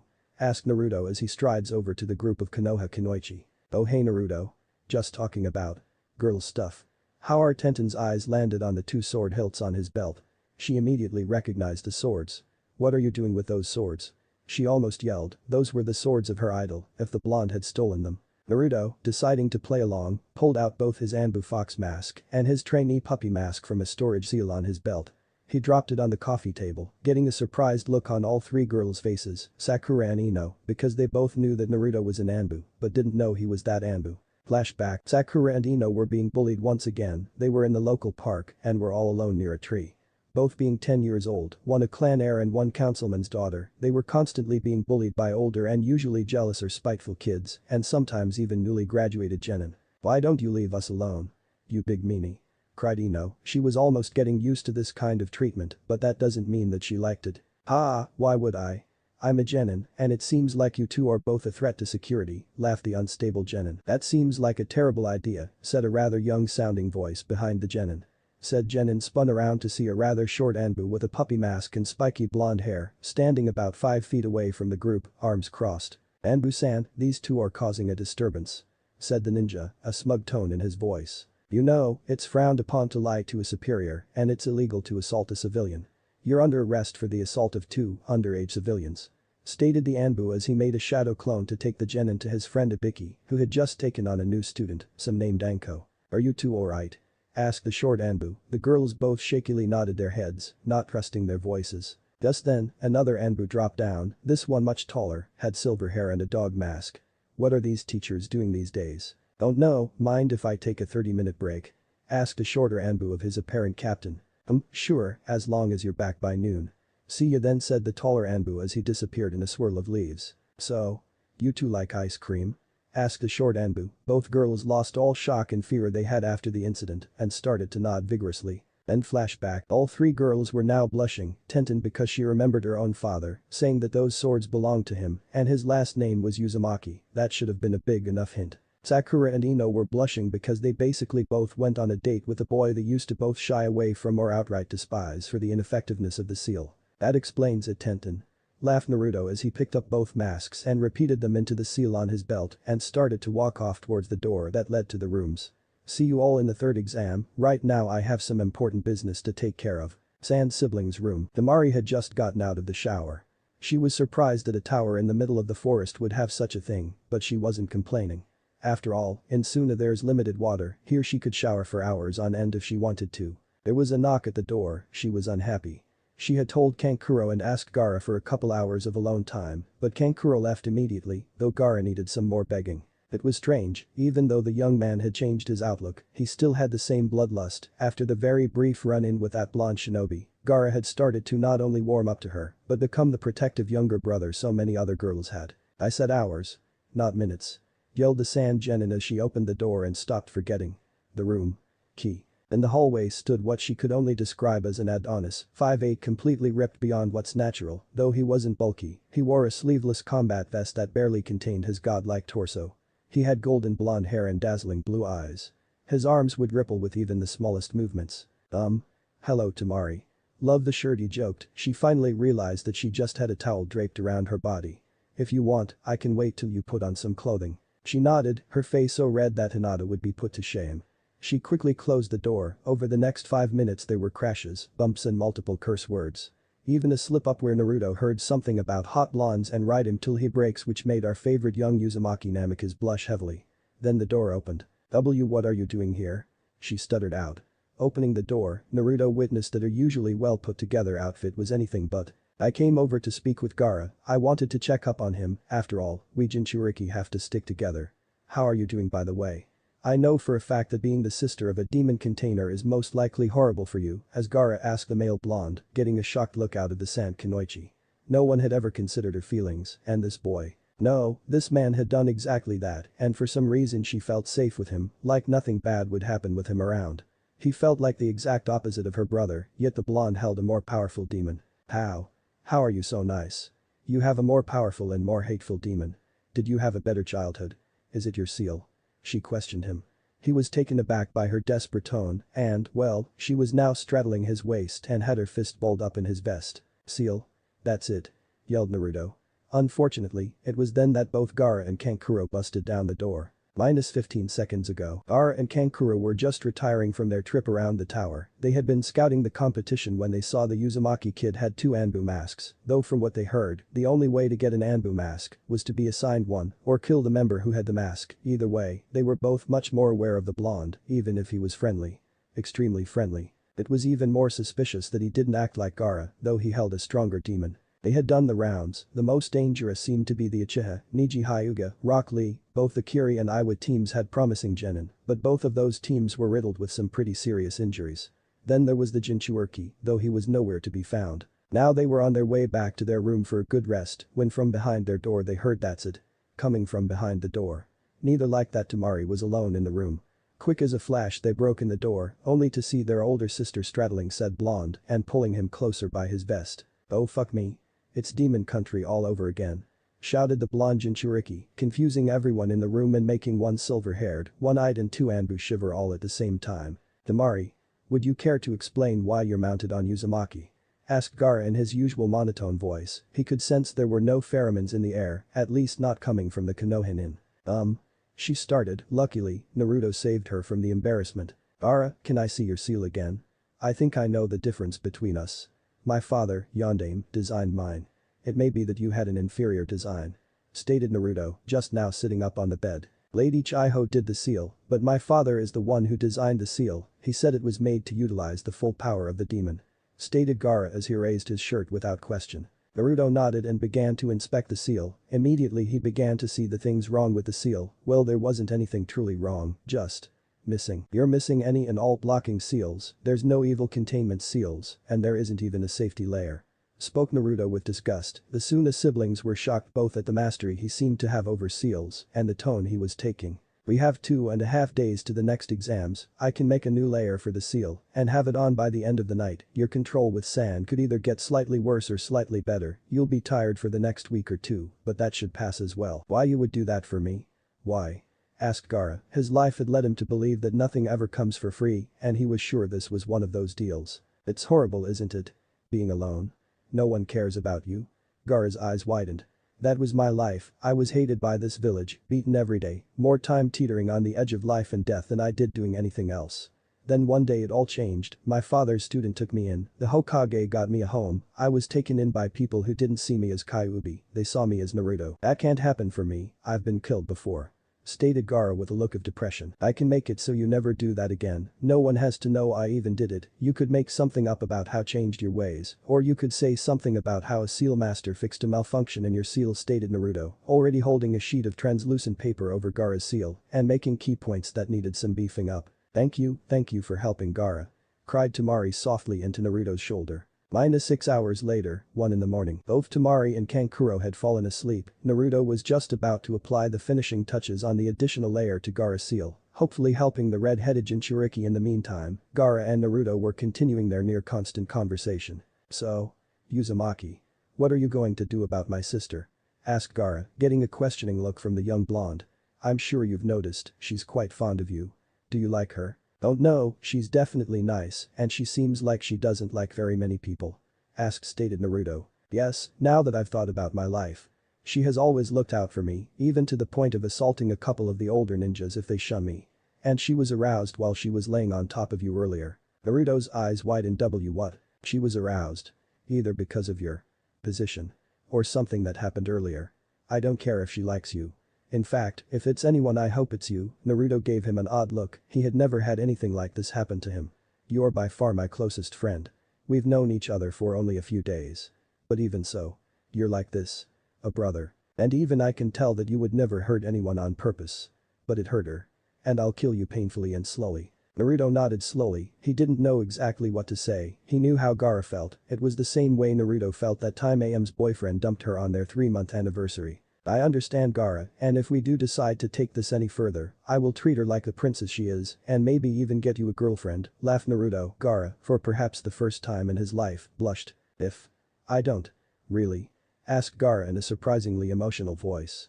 Little did Naruto know, Gaara had thought that he never could have a woman in his life, whether he would hurt them or none of them wanting anything to do with him. Yeah, chicks dig the dark mysterious types, I'm sure we can find you one. We can do it after the exams are over. But for right now, I'm about to add the new layer. Hold on to something. This will hurt. -2 days later, day of third exams. The last team had just made it to the tower, and just minutes before time ran out.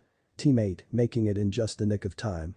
Now the 7 teams were standing in rows in front of the proctors, senseis, and Hokage. The teams that were now in the tower were Team 7, 8 and 10, Team Guy, the Suna team who had a much more stable-looking Gaara, a team from Iwa who seemed to be roughed up, except for a dark-haired boy, and a team from Kiri, one of which had one of the 7 legendary swords of the mist, showing he was at least a high level. Hello everyone, as you made it through my forest. But from here on out it's all going to be different. Nice job on getting here. And welcome to the third round of the Chunin exams. Chapter 12. True Swordsman, a New Blade. And welcome to the third round of the Chunin exams.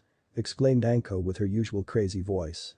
All the while eyeing up Zabuza, who was doing the same to her. Thank you Anko, and I would also like to congratulate you all on surviving this far. But on to the third part of this exam, it will be one-on-one matchups from here on out, so if there's anyone unfit to fight, just raise your hand and we will mark you out. If you decide to call it quits you may stay to watch your team or you can leave to get medical attention. Now all that wish to be excluded from these proceedings, raise your hand, asked the aged cage. 2 hands went up from the Iwa team, one sporting a large gash down his right arm that was wrapped in bandages, the other seemed to have a severe concussion. Mark them down, Gekko asked the third Hokage. The coughing swordsman did as told and marked down the people leaving. Okay, my name is Gekko Hade, and I'm, going to be your sensei for this portion of the third exam. These are the, preliminaries to see who will fight in the finals about a month from now. 2 names will appear on the board behind me, and those 2 will fight till one is dead. I declare a winner, you're knocked out or you forfeit.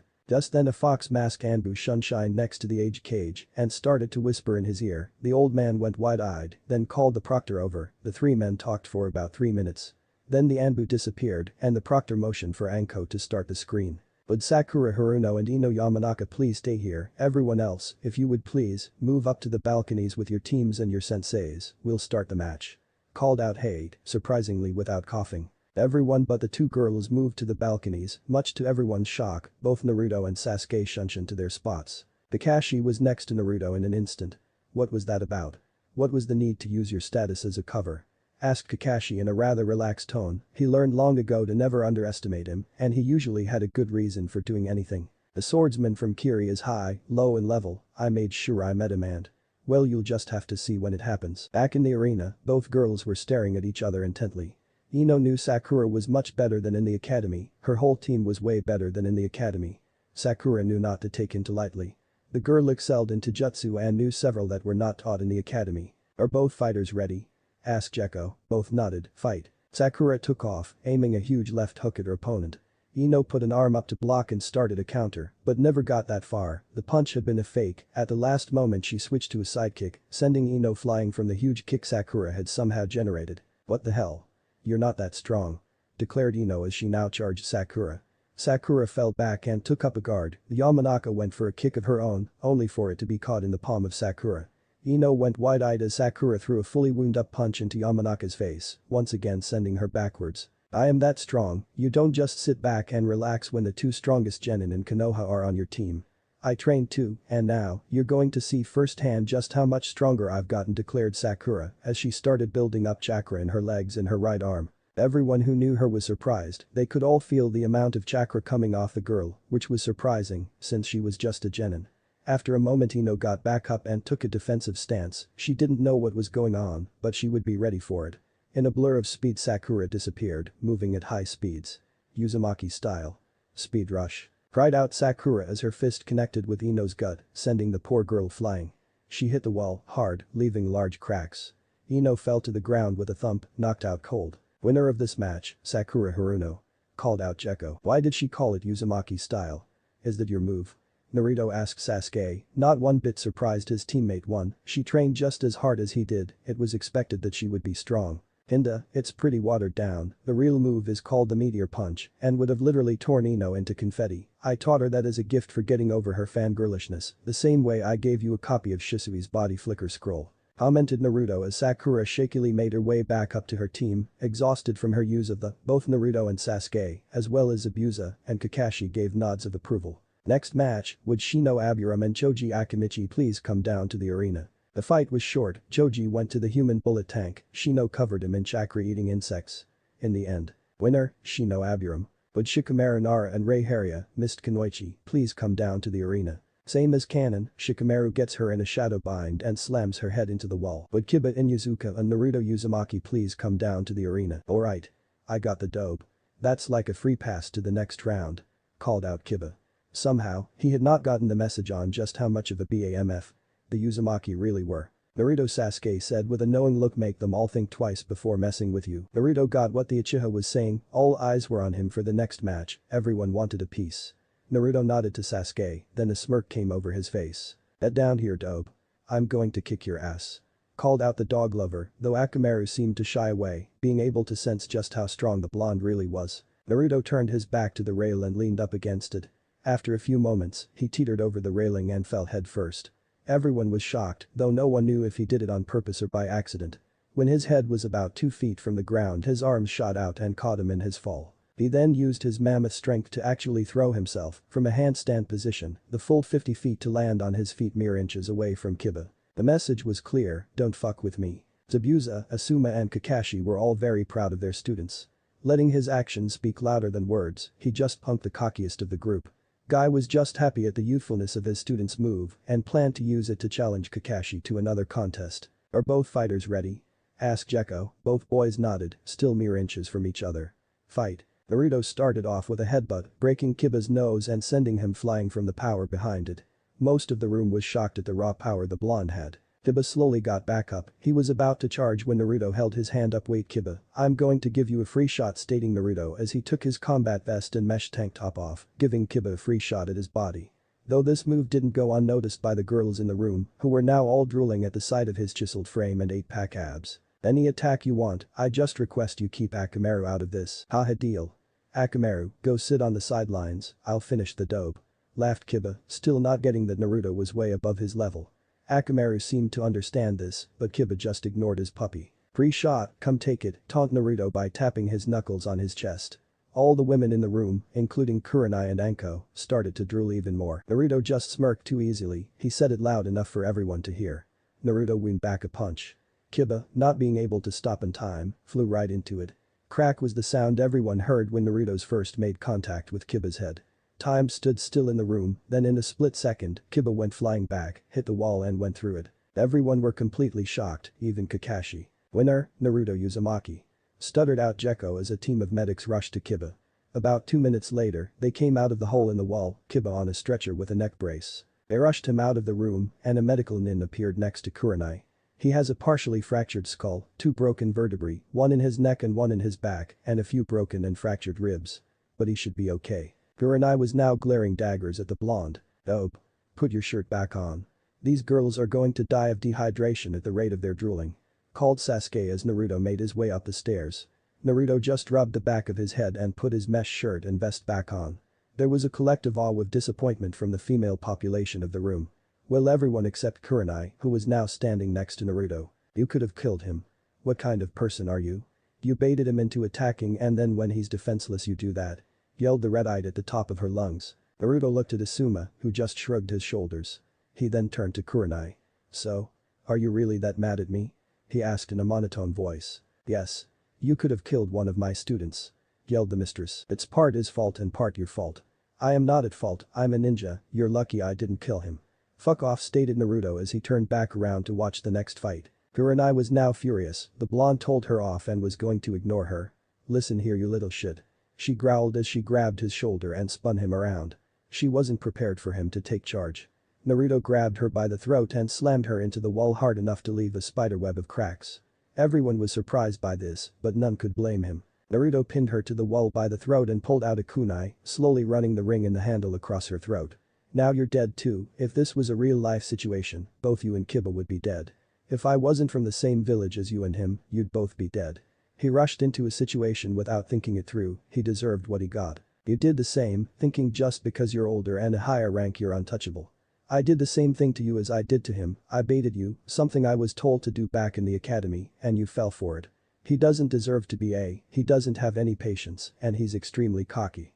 You, on the other hand, aren't fit to be A, or for that matter. You did the same thing your idiotic student did, you've even proved you're a shitless teacher." Shino won his match with skills he knew from the academy, Kiba has only gotten cockier and a little stronger, and the most talented ninja on your team still stutters and is unsure of herself, despite the fact that in reality, she's just as strong, if not stronger than her cousin. Kurenai was at a loss for words, as was everyone else. And no matter how hard anyone could have tried, nothing the blonde did was wrong and everything he said was right. Though Hinata was stunned that her crush thought that she was the strongest on her team, even as strong as her cousin. That was a huge confidence boost. Naruto dropped the now shaking Kurenai to the ground and turned back to watch the next fight. "Would Gaara of the Desert and Rock Lee please come down to the arena?" Naruto appeared next to Lee and whispered, "Go all out, this guy is stronger than Sasuke, almost as strong as me and Lee's here." Then he disappeared and reappeared next to Gaara. He whispered in his ear, "Lee is a pretty cool guy, and I bet he would be your friend too. I'm not saying don't win the match, but please don't kill him or cripple him." Gaara just smiled and nodded. The match went much the same, it was somewhat even until Lee opened the 5th gate of the 8 gates. Eventually, Gaara trapped both legs and an arm and got Lee to surrender. Afterwards Gaara helped him up and they shook hands. "Would Kankuro of the Desert and Tai Tasca, Miss Nin, please come down to the arena?" It lasted 5 minutes, it ended when Kankuro landed poisoned in the mist's neck. "Would Tamari of the Desert and Tenten please come down to the arena?" Same as the cannon fight, except Tamari catches her in her arms, not in her fan. She gets an appreciative smile from Naruto. "Would Hinata Hyuga and Niji Hyuga please come down to the arena?" Before Hinata could move, she found an arm around her shoulders, she turned to see Naruto smiling at her, Kurenai flinched back from the blonde. "Hinata, despite what you think, you are strong, just because people say you're not doesn't make it true. You have strength very few have. You've had a hard life, just like me and Gaara. People call you weak, say you're a failure, you lost your mom, and even your cousin thinks you're better off dead. And you took it all in stride and kept moving forward. You're a strong Hinata, and trust me when I say, you can beat him. And even if you lose, you still show just how strong you are," said the blonde. During his little speech, Hinata went from the nervous little girl she always was to a proud confident young woman. She nodded and made her way down to the arena. The match was incredible. It was a completely even fight for the first 10 minutes. It was back and forth, every time Niji landed a hit, Hinata would fight back and land one of her own. But Hinata didn't have the experience Niji did, and it showed at the end of the match when Niji landed 2 quick hits on her chest, knocking her out. Would Sasuke Uchiha and Tombi of the Stone please come down to the arena? Finally, I was getting bored. Too bad it's you, I wanted to fight the swordsman, stated Sasuke in a monotone voice, succeeding in an attempt to piss him off, a tactic he picked up from both Naruto and Kakashi. How dare you? I'm the grandson of the Tsuchikage. I'll kill you where you stand. Yelled Tombi, but now that he said it, Naruto could see the resemblance, both were short, had big noses and were quick to anger. Don't care, I'm a direct descendant of Madara Uchiha, you don't see me bragging about it. Are both fighters ready? They both nodded. Fight. Tombi took off at mid-genin speeds, going after the Uchiha. Sasuke continuously dogged his attacks, letting him tire himself out. Sit still. Yelled the chibi version of the. Wait a minute. If you get that joke I applaud you. No, stated Sasuke as he sidestepped a kick. Moving in for the kill, Sasuke spun around on his front heel and delivered a spinning backhand to the short ninja's face. The spinning back fist connected, sending Tombi flying with a surprising amount of power Sasuke seemed to have, but Naruto knew better, Sasuke was using chakra to enhance his power. Oh, the fucking hurt. Yelled Tombi as he got back up, huge bruise already on his cheek. For being the grandson of the Inoki of both scales, you really are weak, taunted Sasuke. I'm going to kill you, Uchiha. Anbu rushed at what Sasuke could only assume was his maximum speed, around high genin. Sasuke took a page out of Naruto's playbook and baited him in by showing a weak spot in his guard. Tombi saw it and went in for the kill. As he got about 5 feet away, Sasuke wind up a devastating uppercut. The punch connected, sending the Iwa genin rocketing into the air. In a split second, Sasuke was on him, finally using the body flicker technique that made his brother's friend famous. He jumped up and caught him with a wicked axe kick to his gut, sending the Iwa nin plummeting to the ground, where he created a crater. Winner, Sasuke Uchiha. Sasuke made his way back up to his team. Everyone gave a nod, except for Zabuza, who gave him thumbs up for his brutal efficiency. Did the seal act up? Asked Naruto after he pulled him away from everyone else. Not at all smiling, Sasuke, Naruto just nodded and they both looked towards the next match. Have you tried to use it yet? Asked the blonde. Sasuke shook his head no. Because of the uneven number of fighters, one fighter will have to go again. Would Taro Fujami and Naruto Uzumaki please come down to the arena? Look out, he has the splash sword, in the hands of an expert it can destroy this whole tower in a single swing. Stated Zabuza before Naruto could move. Said blonde turned to his teacher and nodded. So your teacher is that traitor, does that mean you're also a swordsman? Asked the Miss Nin as he pulled the blade from his back. Naruto just nodded and pulled out both of his swords. The sight of the Nadachi and Claymore made several people involuntarily tense, including his opponent. Those are the swords of Kashina Uzumaki. How did you get those swords? Yelled Taro. His eyes wide and his legs trembling. Apparently Zabuza wasn't lying when he told Naruto that his mother was infamous in Kiri. I got them through inheritance, Kashina is my mother, and trust me, I inherited my mother's skills as well. Stated Naruto as he switched the Nadachi in a reverse grip, holding it parallel to his forearm. The claymore was held in a standard one-handed grip. Are both fighters ready? Both nodded, though Taro did so shakily, after all, it took an amazing amount of strength just to hold those giant blades like that. And Naruto seemed to have more than enough power to do just that. Fight. What do you say? We make this interesting. If you win, you get both my swords and the scrolls from my mother's and my own styles, stated Naruto with sword still in a defensive position. You're serious? Naruto nodded, and if you win? Asked the Miss Nin. You give me your sword and deliver a message to the Mizukage for me, stated Naruto simply. Taro just grinned and nodded yes, gaining back some of his confidence. After all, those swords were said to be on par with the 7 swords of Kiri. That, and he thought himself as the strongest of the 3 people training to be the new generation of swordsmen. Naruto stood unmoving as his opponent slowly and deliberately went through hand signs that Naruto knew well. You're making a big mistake if you cast that mist. Zabuza is my sensei, I'm extremely efficient in the silent killing technique, you'd just be wasting chakra. Stated Naruto with no expiration on his face. Ha! No one is as good as me at the silent killing technique. Laughed a mist swordsman as he finished the last seal. The arena filled with mist, making it impossible for anyone to see. Naruto acted quickly, jumping silently and standing on the ceiling. He quickly activated his Dijutsu and felt his chakra calm down and lose its chakra signature. Flashback, day before preliminaries. Naruto was sitting in his room while Sakura was off with Ino doing God knows what and Sasuke was in the arena practicing his new body flicker technique. Right now, Naruto was sitting with his perverted godfather, discussing the training Naruto was going to be doing. So your elemental affinities are wind, which you've cut the waterfall, but not the floating exercise, lightning, which you've gotten done the leaf exercise, water, also the leaf exercise, and fire, which you've done nothing with. Asked Jiraiya as he was creating a training schedule. Yay, I'd like to get to the second stage of all the elements I have. I have a couple of ideas but I need better control. Stated Naruto. Okay, that covers your speed, strength, taijutsu, and now your ninjutsu training. We need about 2 weeks for the special training. So we have about a week left open for whatever else you want to do. Stated as he looked over the schedule. What? How do I have a week left? We only have a month from the prelims to the finals, how am I going to fit all this in and your special training? Asked a bewildered Naruto. We're going to the Toad realm, time moves slower there than from this realm, not by much, but a month here is about a month and a half there. The first 3 weeks will be to hit your physical limit in strength and speed, along with taijutsu and ninjutsu training. The 4th week will be used for whatever you want, then the special training at the end when you're ready for it. Sanin said, before he realized something. Why don't we use that time to work with you and with Kyuubi? Sure, because dad had to alter the seal slightly to feed Kyuubi's chakra to him, I lost almost all control I had with the fuzzball. I don't really know how to train with I unlocked the 3rd stage in the fight with the snake pedo. I think it has something to do with chakra control because when I tried to test it out, I could actually feel my chakra calm down. Stated Naruto as he activated his and then activated its 3rd stage. I thought you only unlocked it when fighting the snake. Why do you have the diamond in both eyes? Asked Jiraiya. He had learned all of what was known of the past week from Kakashi, Sarutobi and of course Naruto. Don't know, I was wondering that myself, but the weird thing is, my chakra signature seems to either diminish or altogether disappear when I activate it. Flashback end, Uzumaki style. Elemental Wind Dragon. Was what everyone heard before a giant pure white dragon with glowing green eyes ripped through the thick mist, dispersing it. Everyone had to cover their eyes or face from the power of the winds. I thought this was a sword fight. No more ninjutsu.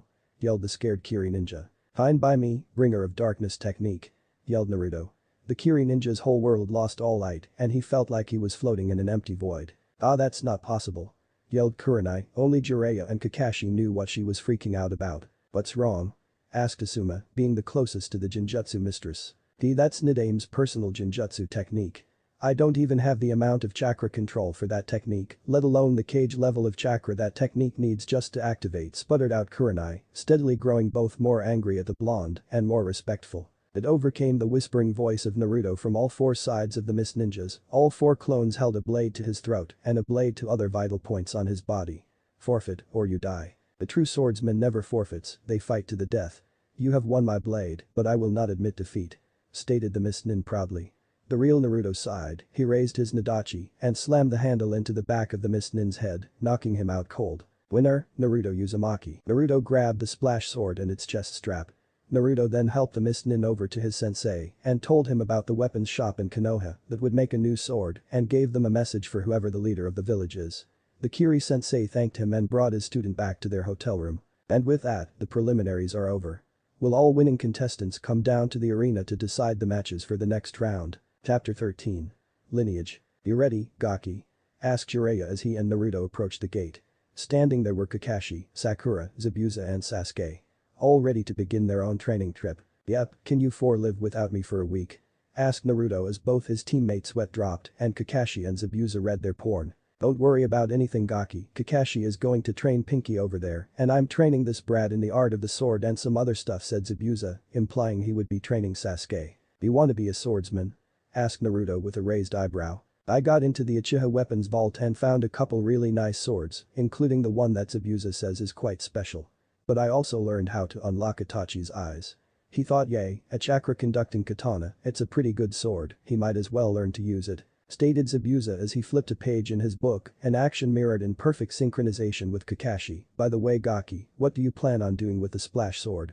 I know you're strong, but even using one in your teeth you couldn't control all 3 swords at once. I plan to learn how to use it, never knowing when it could come in handy. Then maybe pass it on if I get a student that's into Kenjutsu. After all, at the rate I'm going, not even the council will be able to keep me from becoming a in the next year, laughed Naruto, though Sakura didn't get the joke. Why would the council try to stop you from becoming a she asked, Naruto just sighed. I'll tell you after the exams, after all, if you're fighting Sasuke, you need to improve as much as possible, can't have you getting sidetracked commented Naruto. It was true, the second match was Sakura Haruno vs Sasuke Uchiha. Sasuke was the odds-on favorite to win the tournament, followed by Gaara, then Neji. Naruto was at the bottom of the list, even below Sakura, probably because the rankings were done by civilians and the older genin, since all the older ninja were involved in the exams or had a personal stake in the matter. Naruto just nodded and handed both Sakura and Sasuke a scroll, getting a raised eyebrow from all but Jiraiya, who had been there when Naruto wrote both scrolls. Just as Naruto handed over the scrolls, a small green toad with white hair popped into existence next to the toad. So this is the new summoner?" asked the small toad as he jumped up on Naruto's shoulder and stared him in the eye. "Good lord. You have just as much chakra as Jiraiya-chan, you really are Minato's son. Now all you need to do is pass the Bunta's test, come, we need a clearance, and you need to sign the contract." Training Ground 37. Naruto had already signed the contract and was now about to summon the Great Toad. "If you're the leader of the toads, why wouldn't I summon you?"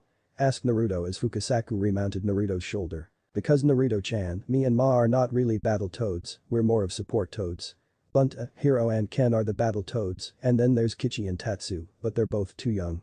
Just use about a fourth of your chakra to summon Bunta," stated the toad as he attached himself to the blonde's shoulder with chakra. "So a fourth of my suppressed chakra? Or my full chakra?" asked Naruto. Jiraiya just smirked, he knew there was no way that was the blonde's full power, after all, he had cage-level reserves when he was made a full-fledged Anbu at the age of 8, he just didn't know how much he really had. You say that you have more? Well, let's see," stated Fukasaku. Naruto just nodded and focused on the seal that he had the Hokage place between his shoulder blades when he was placed on a genin squad, just so no one else caught on that he really was a freak of nature, even for an Uzumaki. Naruto unlocked the seal, and a shock wave of chakra was unleashed, distorting the air around him and actually being felt as far away as he village, so much so that within 30 seconds, 2 Anbu squads, the Hokage, and even a Kakashi, Sakura, Zabuza and Sasuke, came rushing into the clearing. "Naruto-senpai. Was that you?" questioned an Anbu agent with a Tora mask. "Tora, what did I tell you about the senpai crap? You know I hate honorifics." Smiled Naruto as he waved off his old Anbu subordinate. "Senpai? You know this boy, Captain?" asked a boar mask agent, a new member that was brought up after Kakashi and Naruto left and the old boar died. "Yes, that boy is Fox, my ex-captain.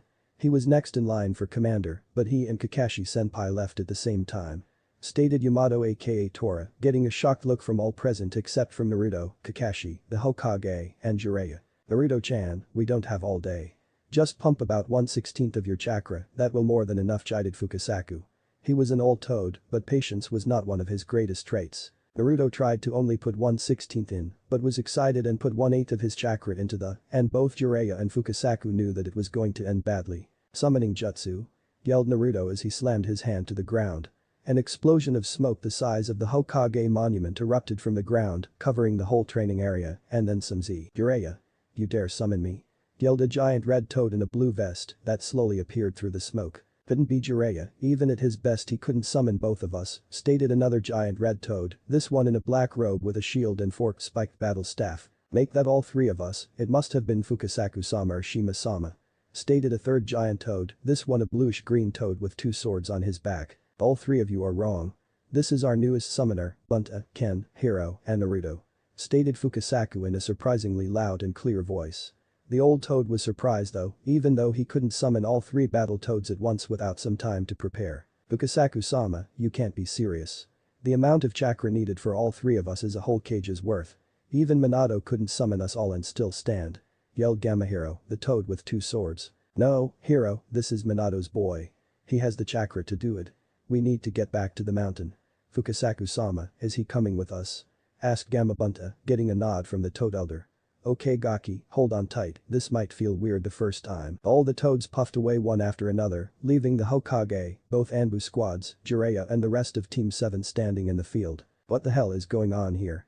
The Uzumaki brat couldn't possibly summon Gamabunta, he's nothing more than a," yelled the newest member of Anbu before he felt 4 kunai at his throat and 8 massive waves of killing intent. "That Uzumaki brat was the captain of your team not even 3 months ago," started a purple-haired Anbu. "He went back in for me after I was foolish and got captured. He's the sole reason I'm alive today, and I will not have you tarnish his name," stated the Falcon Mask Anbu. He was the head of the ambush division and holds 3 official Anbu records: fastest time clearing out a stage 4 bandit camp, highest confirmed kill count in a single mission, 351, highest calculated kill count on a single mission, 612. Stated Yamato, he was in Anbu for about a year during that mission and could easily claim watching the blonde tear through that camp was the most horrifying thing he had ever seen. He took over my team after Itachi became a missing nin. He was second in command of the combative Anbu. He answered only to me and the Hokage. He also is the only member in Anbu history that never lost a member or failed a mission while captain of his team. He is the greatest Anbu operative since his mother, Kushina Uzumaki, and quite possibly the best ever. You will show him respect or I will kill you myself," threatened Kakashi. The three new Anbu, Sakura and Sasuke were all shocked. Naruto, or the demon brat, was the head of the most dangerous division. And he never lost a man or failed a mission while captain. That's ridiculous in Anbu. But three of the most respected, both still in and retired Anbu operatives, stated it with all their being. The quick look at the Hokage, who had a small smile, though a completely serious expression on his face, only a nod to confirm the claims. Naruto was that great. I mean, I know that Kakashi said he was good, but even Itachi wasn't that great. Stated an awestruck Sasuke, if the blonde really was that good, he might ask to be his apprentice, screwing his still huge ego. Baki is a natural-born leader, and by the end of his training with Lord Jiraiya, I'm willing to bet he could take on any shinobi in the world. Stated Zabuza as he started to walk away, probably to training ground 25, which was perfect for weapons training, Sasuke following him. Stupid Gaki and Bunta, leaving me here to get reverse summoned when they figure out I'm Mount Mayaboku. Not there with him. Jiraiya looked around, finally seeing that he was standing next to Naruto and Pa, Fukasaku. Well, Jiraiya-chan. What's this boy's training schedule going to be? Questioned Pa as he hopped back to Naruto's shoulder, something that Naruto didn't seem to mind. Well, we have 3 hours to get settled and have lunch, then he's going to have his clones go over every jutsu he knows and master them. They'll do this while water walking or waterfall climbing to increase his chakra control. While the clones are doing that, he's going to be either sparring with me or doing physical training. That's the first week, or if it take less time, then we'll move on quicker and get more done. Stated Jiraiya as he looked over the training schedule. Sweet, I'll go make a couple hundred clones to work on chakra control now, that way I'll be more efficient at mastering my, stated Naruto, who then disappeared from view. Pa had jumped off the blonde just in time to not move at the speed of sound. That boy is fast, said a bug-eyed Fukasaku. Jiraiya could only nod dumbly. He knew that Naruto was using bare minimum chakra, if any, for his movements, so he really was that fast. This got the legendary thinking, if he's that fast already, he might actually be ready by the end of the exams. Thought that, then Naruto reappeared in front of the older men Airman and Toad. Baki, what was that seal you unlocked back in Konoha? Asked Jiraiya. One of my own, it constantly draws 1/3 of my chakra and either uses it to keep a gravity seal activated or just stores in a rainy day storage seal. The other half of the seal uses a type of chakra recycling that changes the frequency of my chakra to make it appear I have only a 1/3 of my chakra reserves. When I unlocked it, the gravity seal went as well, stated by Naruto as he removed his vest and mesh to show Jiraiya the seal array in his back that currently had a small circle broken in half, showing it to be unlocked. Wow, you sure picked up your old man's talent for seals, was all Jiraiya could think of before it hit him. You have 3 times as much chakra as me. Yay, because I've been training since Kakashi saved me when I was 6, the seal has been draining the furball much faster, though somehow the furball never loses chakra. Trailed off Naruto. He didn't really get how the hell anything could have unlimited chakra. But then again, he was a human, and he had as much chakra as 3 cages, so maybe it wasn't as far-fetched as he thought. Aye, screw you, Gaki, shouted Jiraiya while Pa just laughed heartily. Well, let's get going and get settled in. I'm going to go cry, stated Jiraiya as he ran like a girl and started crying in I'm style. Well, Naruto-chan, let's get cracking, stated Pa as he finally hopped off his shoulder to lead the way to the living quarters. -2 hours later. Okay, Gaki. Now that we've established that Inamikaze and Uzumaki make a freak of nature, how many clones do you think you could make and still fight at level? Asked Jiraiya, still sulking that he, a Sannin, had less than half the chakra of a 13-year-old boy. Okay, not really true, he has less than half of the chakra of a 13-year-old Anbu captain, who has the power of a 9-tailed demon fox that was basically fused to his chakra system. Kakashi level or Anko level? Asked a blonde as he tried to calculate how many clones he could spare. What about Zabuza's level? I know he's not quite Kakashi's level. Asked Jiraiya. He's been training with Kakashi, Asuma and Guy. I'd say around 500 clones and be at Zabuza's physical stature, though he's really good at chakra enhancement, stated Naruto, who then made the 500 clones and proceeded to get his ass kicked by the legendary Toad Sage. Though Naruto was a high-level fighter, pure skill is not enough, not against him. Though Naruto had the raw speed of Jiraiya and the ungodly natural and chakra-enhanced strength of Tsunade, in the ninja world, experience was king. And even being an Anbu captain didn't stack up against fighting in both the second and third Great Shinobi War. 4 days later, the last 4 days went much the same as the first. Naruto would make around 500 clones to work on mastery of all the jutsu he knew, which went surprisingly fast. While the clones had the easy job, the original Naruto was getting a constant stream of ass whippings from Jiraiya, though he was lasting longer and longer each spar. And again, they weren't really spars, more like fight to the death, and Jiraiya had enough control to leave Naruto breathing. Alright Gaki, now we're doing elemental manipulation, remind me again what elements you have and what level you're at as of now. Asked Jiraiya as he took out a blank scroll and ink brush. Wow Jiji, I think this is the 10th time I've told you. Okay, wind can cut the waterfall. Lightning and water are both past the first but stuck on the second step. Fire is the last and least of my elements, probably because I've never tried anything with it other than the Anbu body disposal jutsu. Listed off Naruto. Alright, make 1,000 clones, have them split up into groups of 200. Have one group each work on one of your 4 affinities. The last group splits into groups of 50. One work on the single sword Kinjutsu style that Zabuza gave you for the splash sword, one group work on powering up the Rasengan, and the last is going to read up on tactics, politics, Konoha laws and anything else in this bag that the old man made me bring with.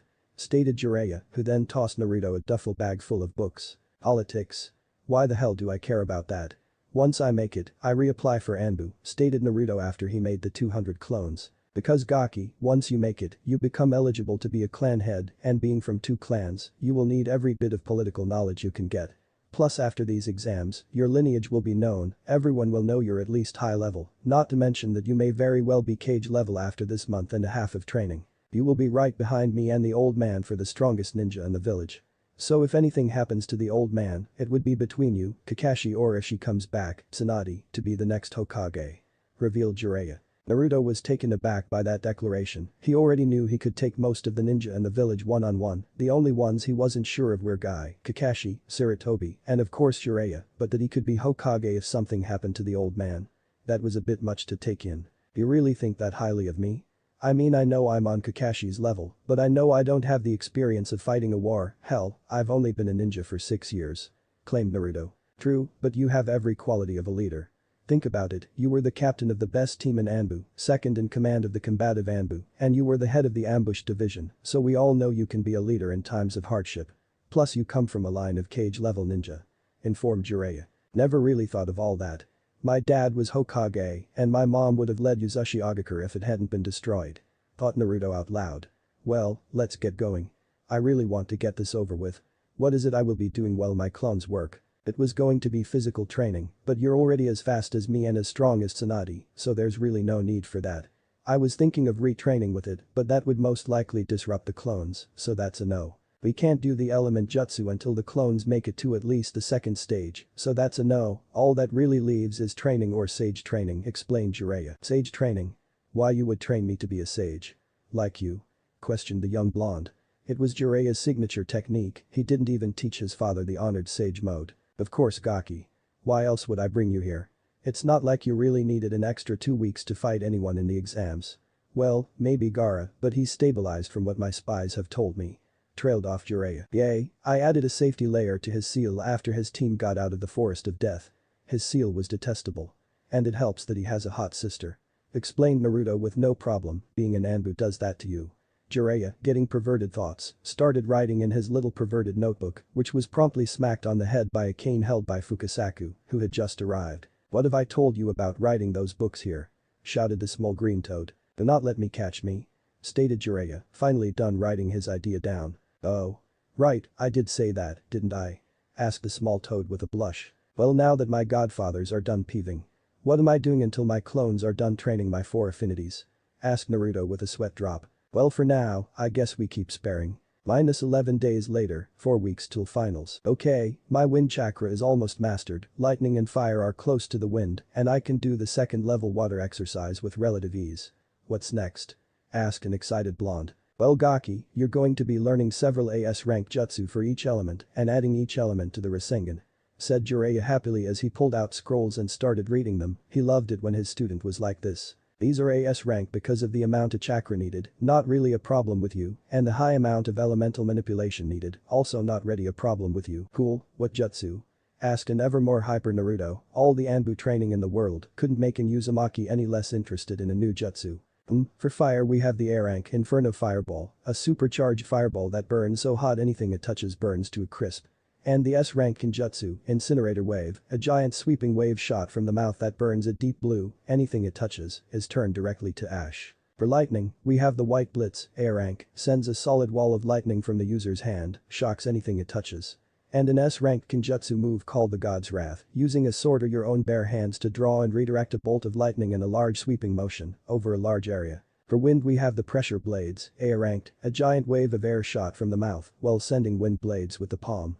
And an S-ranked, the Blades of God, using the 5 fingers on either hand, you form massive wind blades that extend up to 30 feet. For water, we have the A-ranked Water Bullet Barrage, which shoots several large fast-moving water projectiles at the enemy.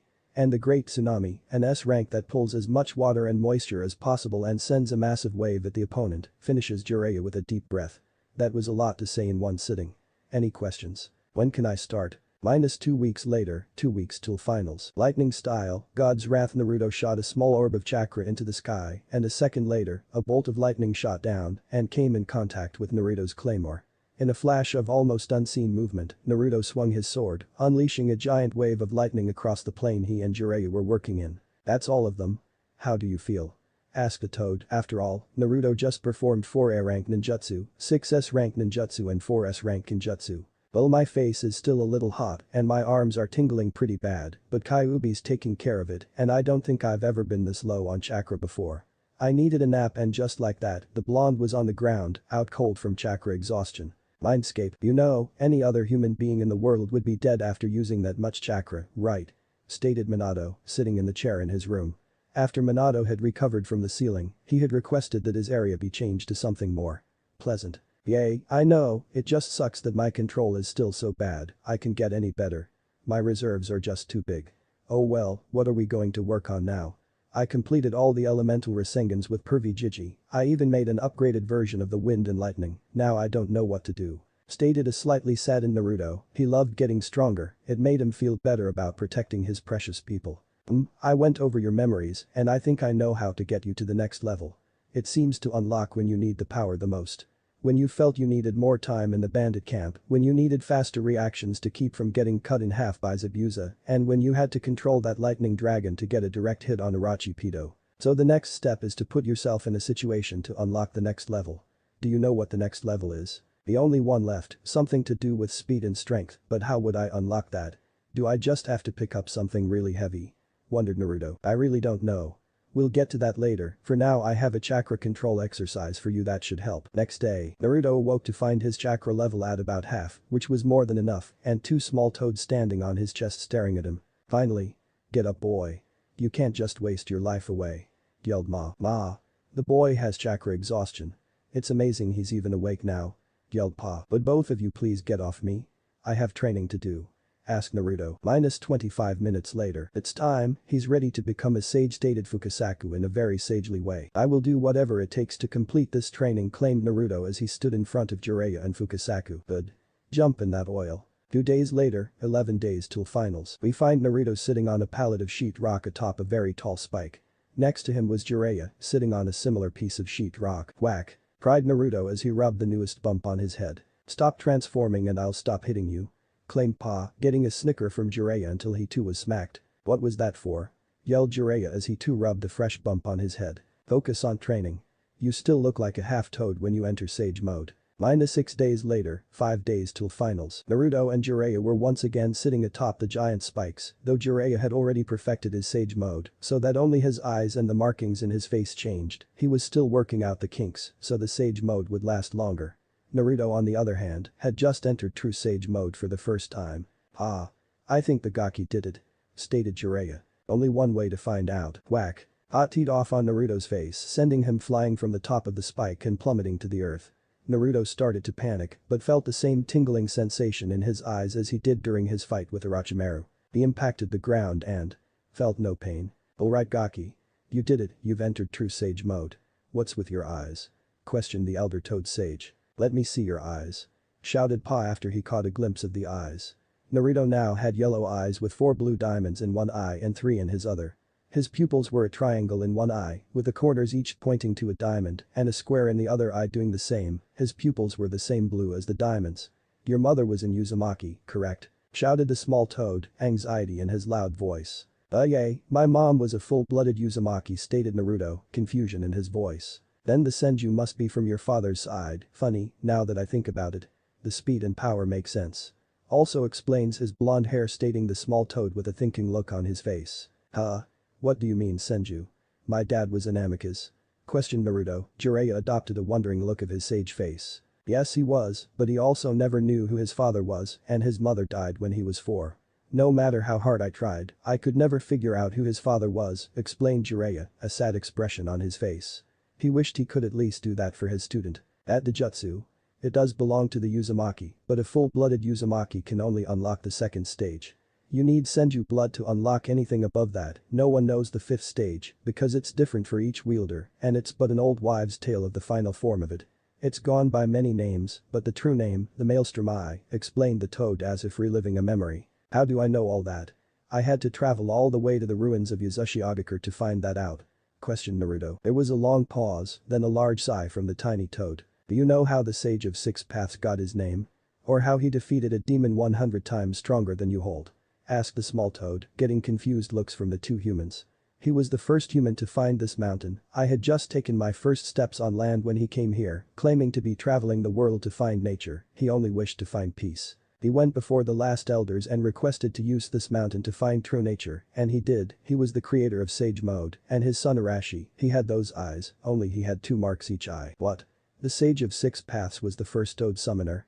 Asked Jiraiya. If that was true, then he really was a sage of toads. No. He refused to sign with us because, with his eyes, he could summon any animal he needed. We offered his son the same, but he too refused. Explained the small toad with a smile on his face. Those two truly were great men. Does that mean that Naruto has some lower form of the Rinnegan? Asked Jiraiya. No, the Maelstrom Eye was created to help replace what was lost when the sage split his body. The slowed reception of time and increased reflexes are to replace the Sharingan. He also said that the increased chakra control, strength and speed was to replace what he gifted to the Senju, though he never did explain why you needed to be part Senju to use it. Stated Pa the Uchiha got the eyes, the Senju got the body, and the Uzumaki got the lifespan, chakra reserves and red hair. His son had eyes like mine. Are you sure his name was Arashi? Questioned Naruto, a small smile on his face. Yes, I am sure. Why do you ask? He was a full-blooded Uzumaki. Asked a small toad. My mother's great-great-great-grandfather's name was Arashi. And his father's tombstone had the name the Great One on it. Thanks for listening. I hope you enjoy it. If you want the next part of this video, turn on that bell notification. Like, subscribe and comment down below. And also check out the others videos I have created and enjoyed it. See you guys next video.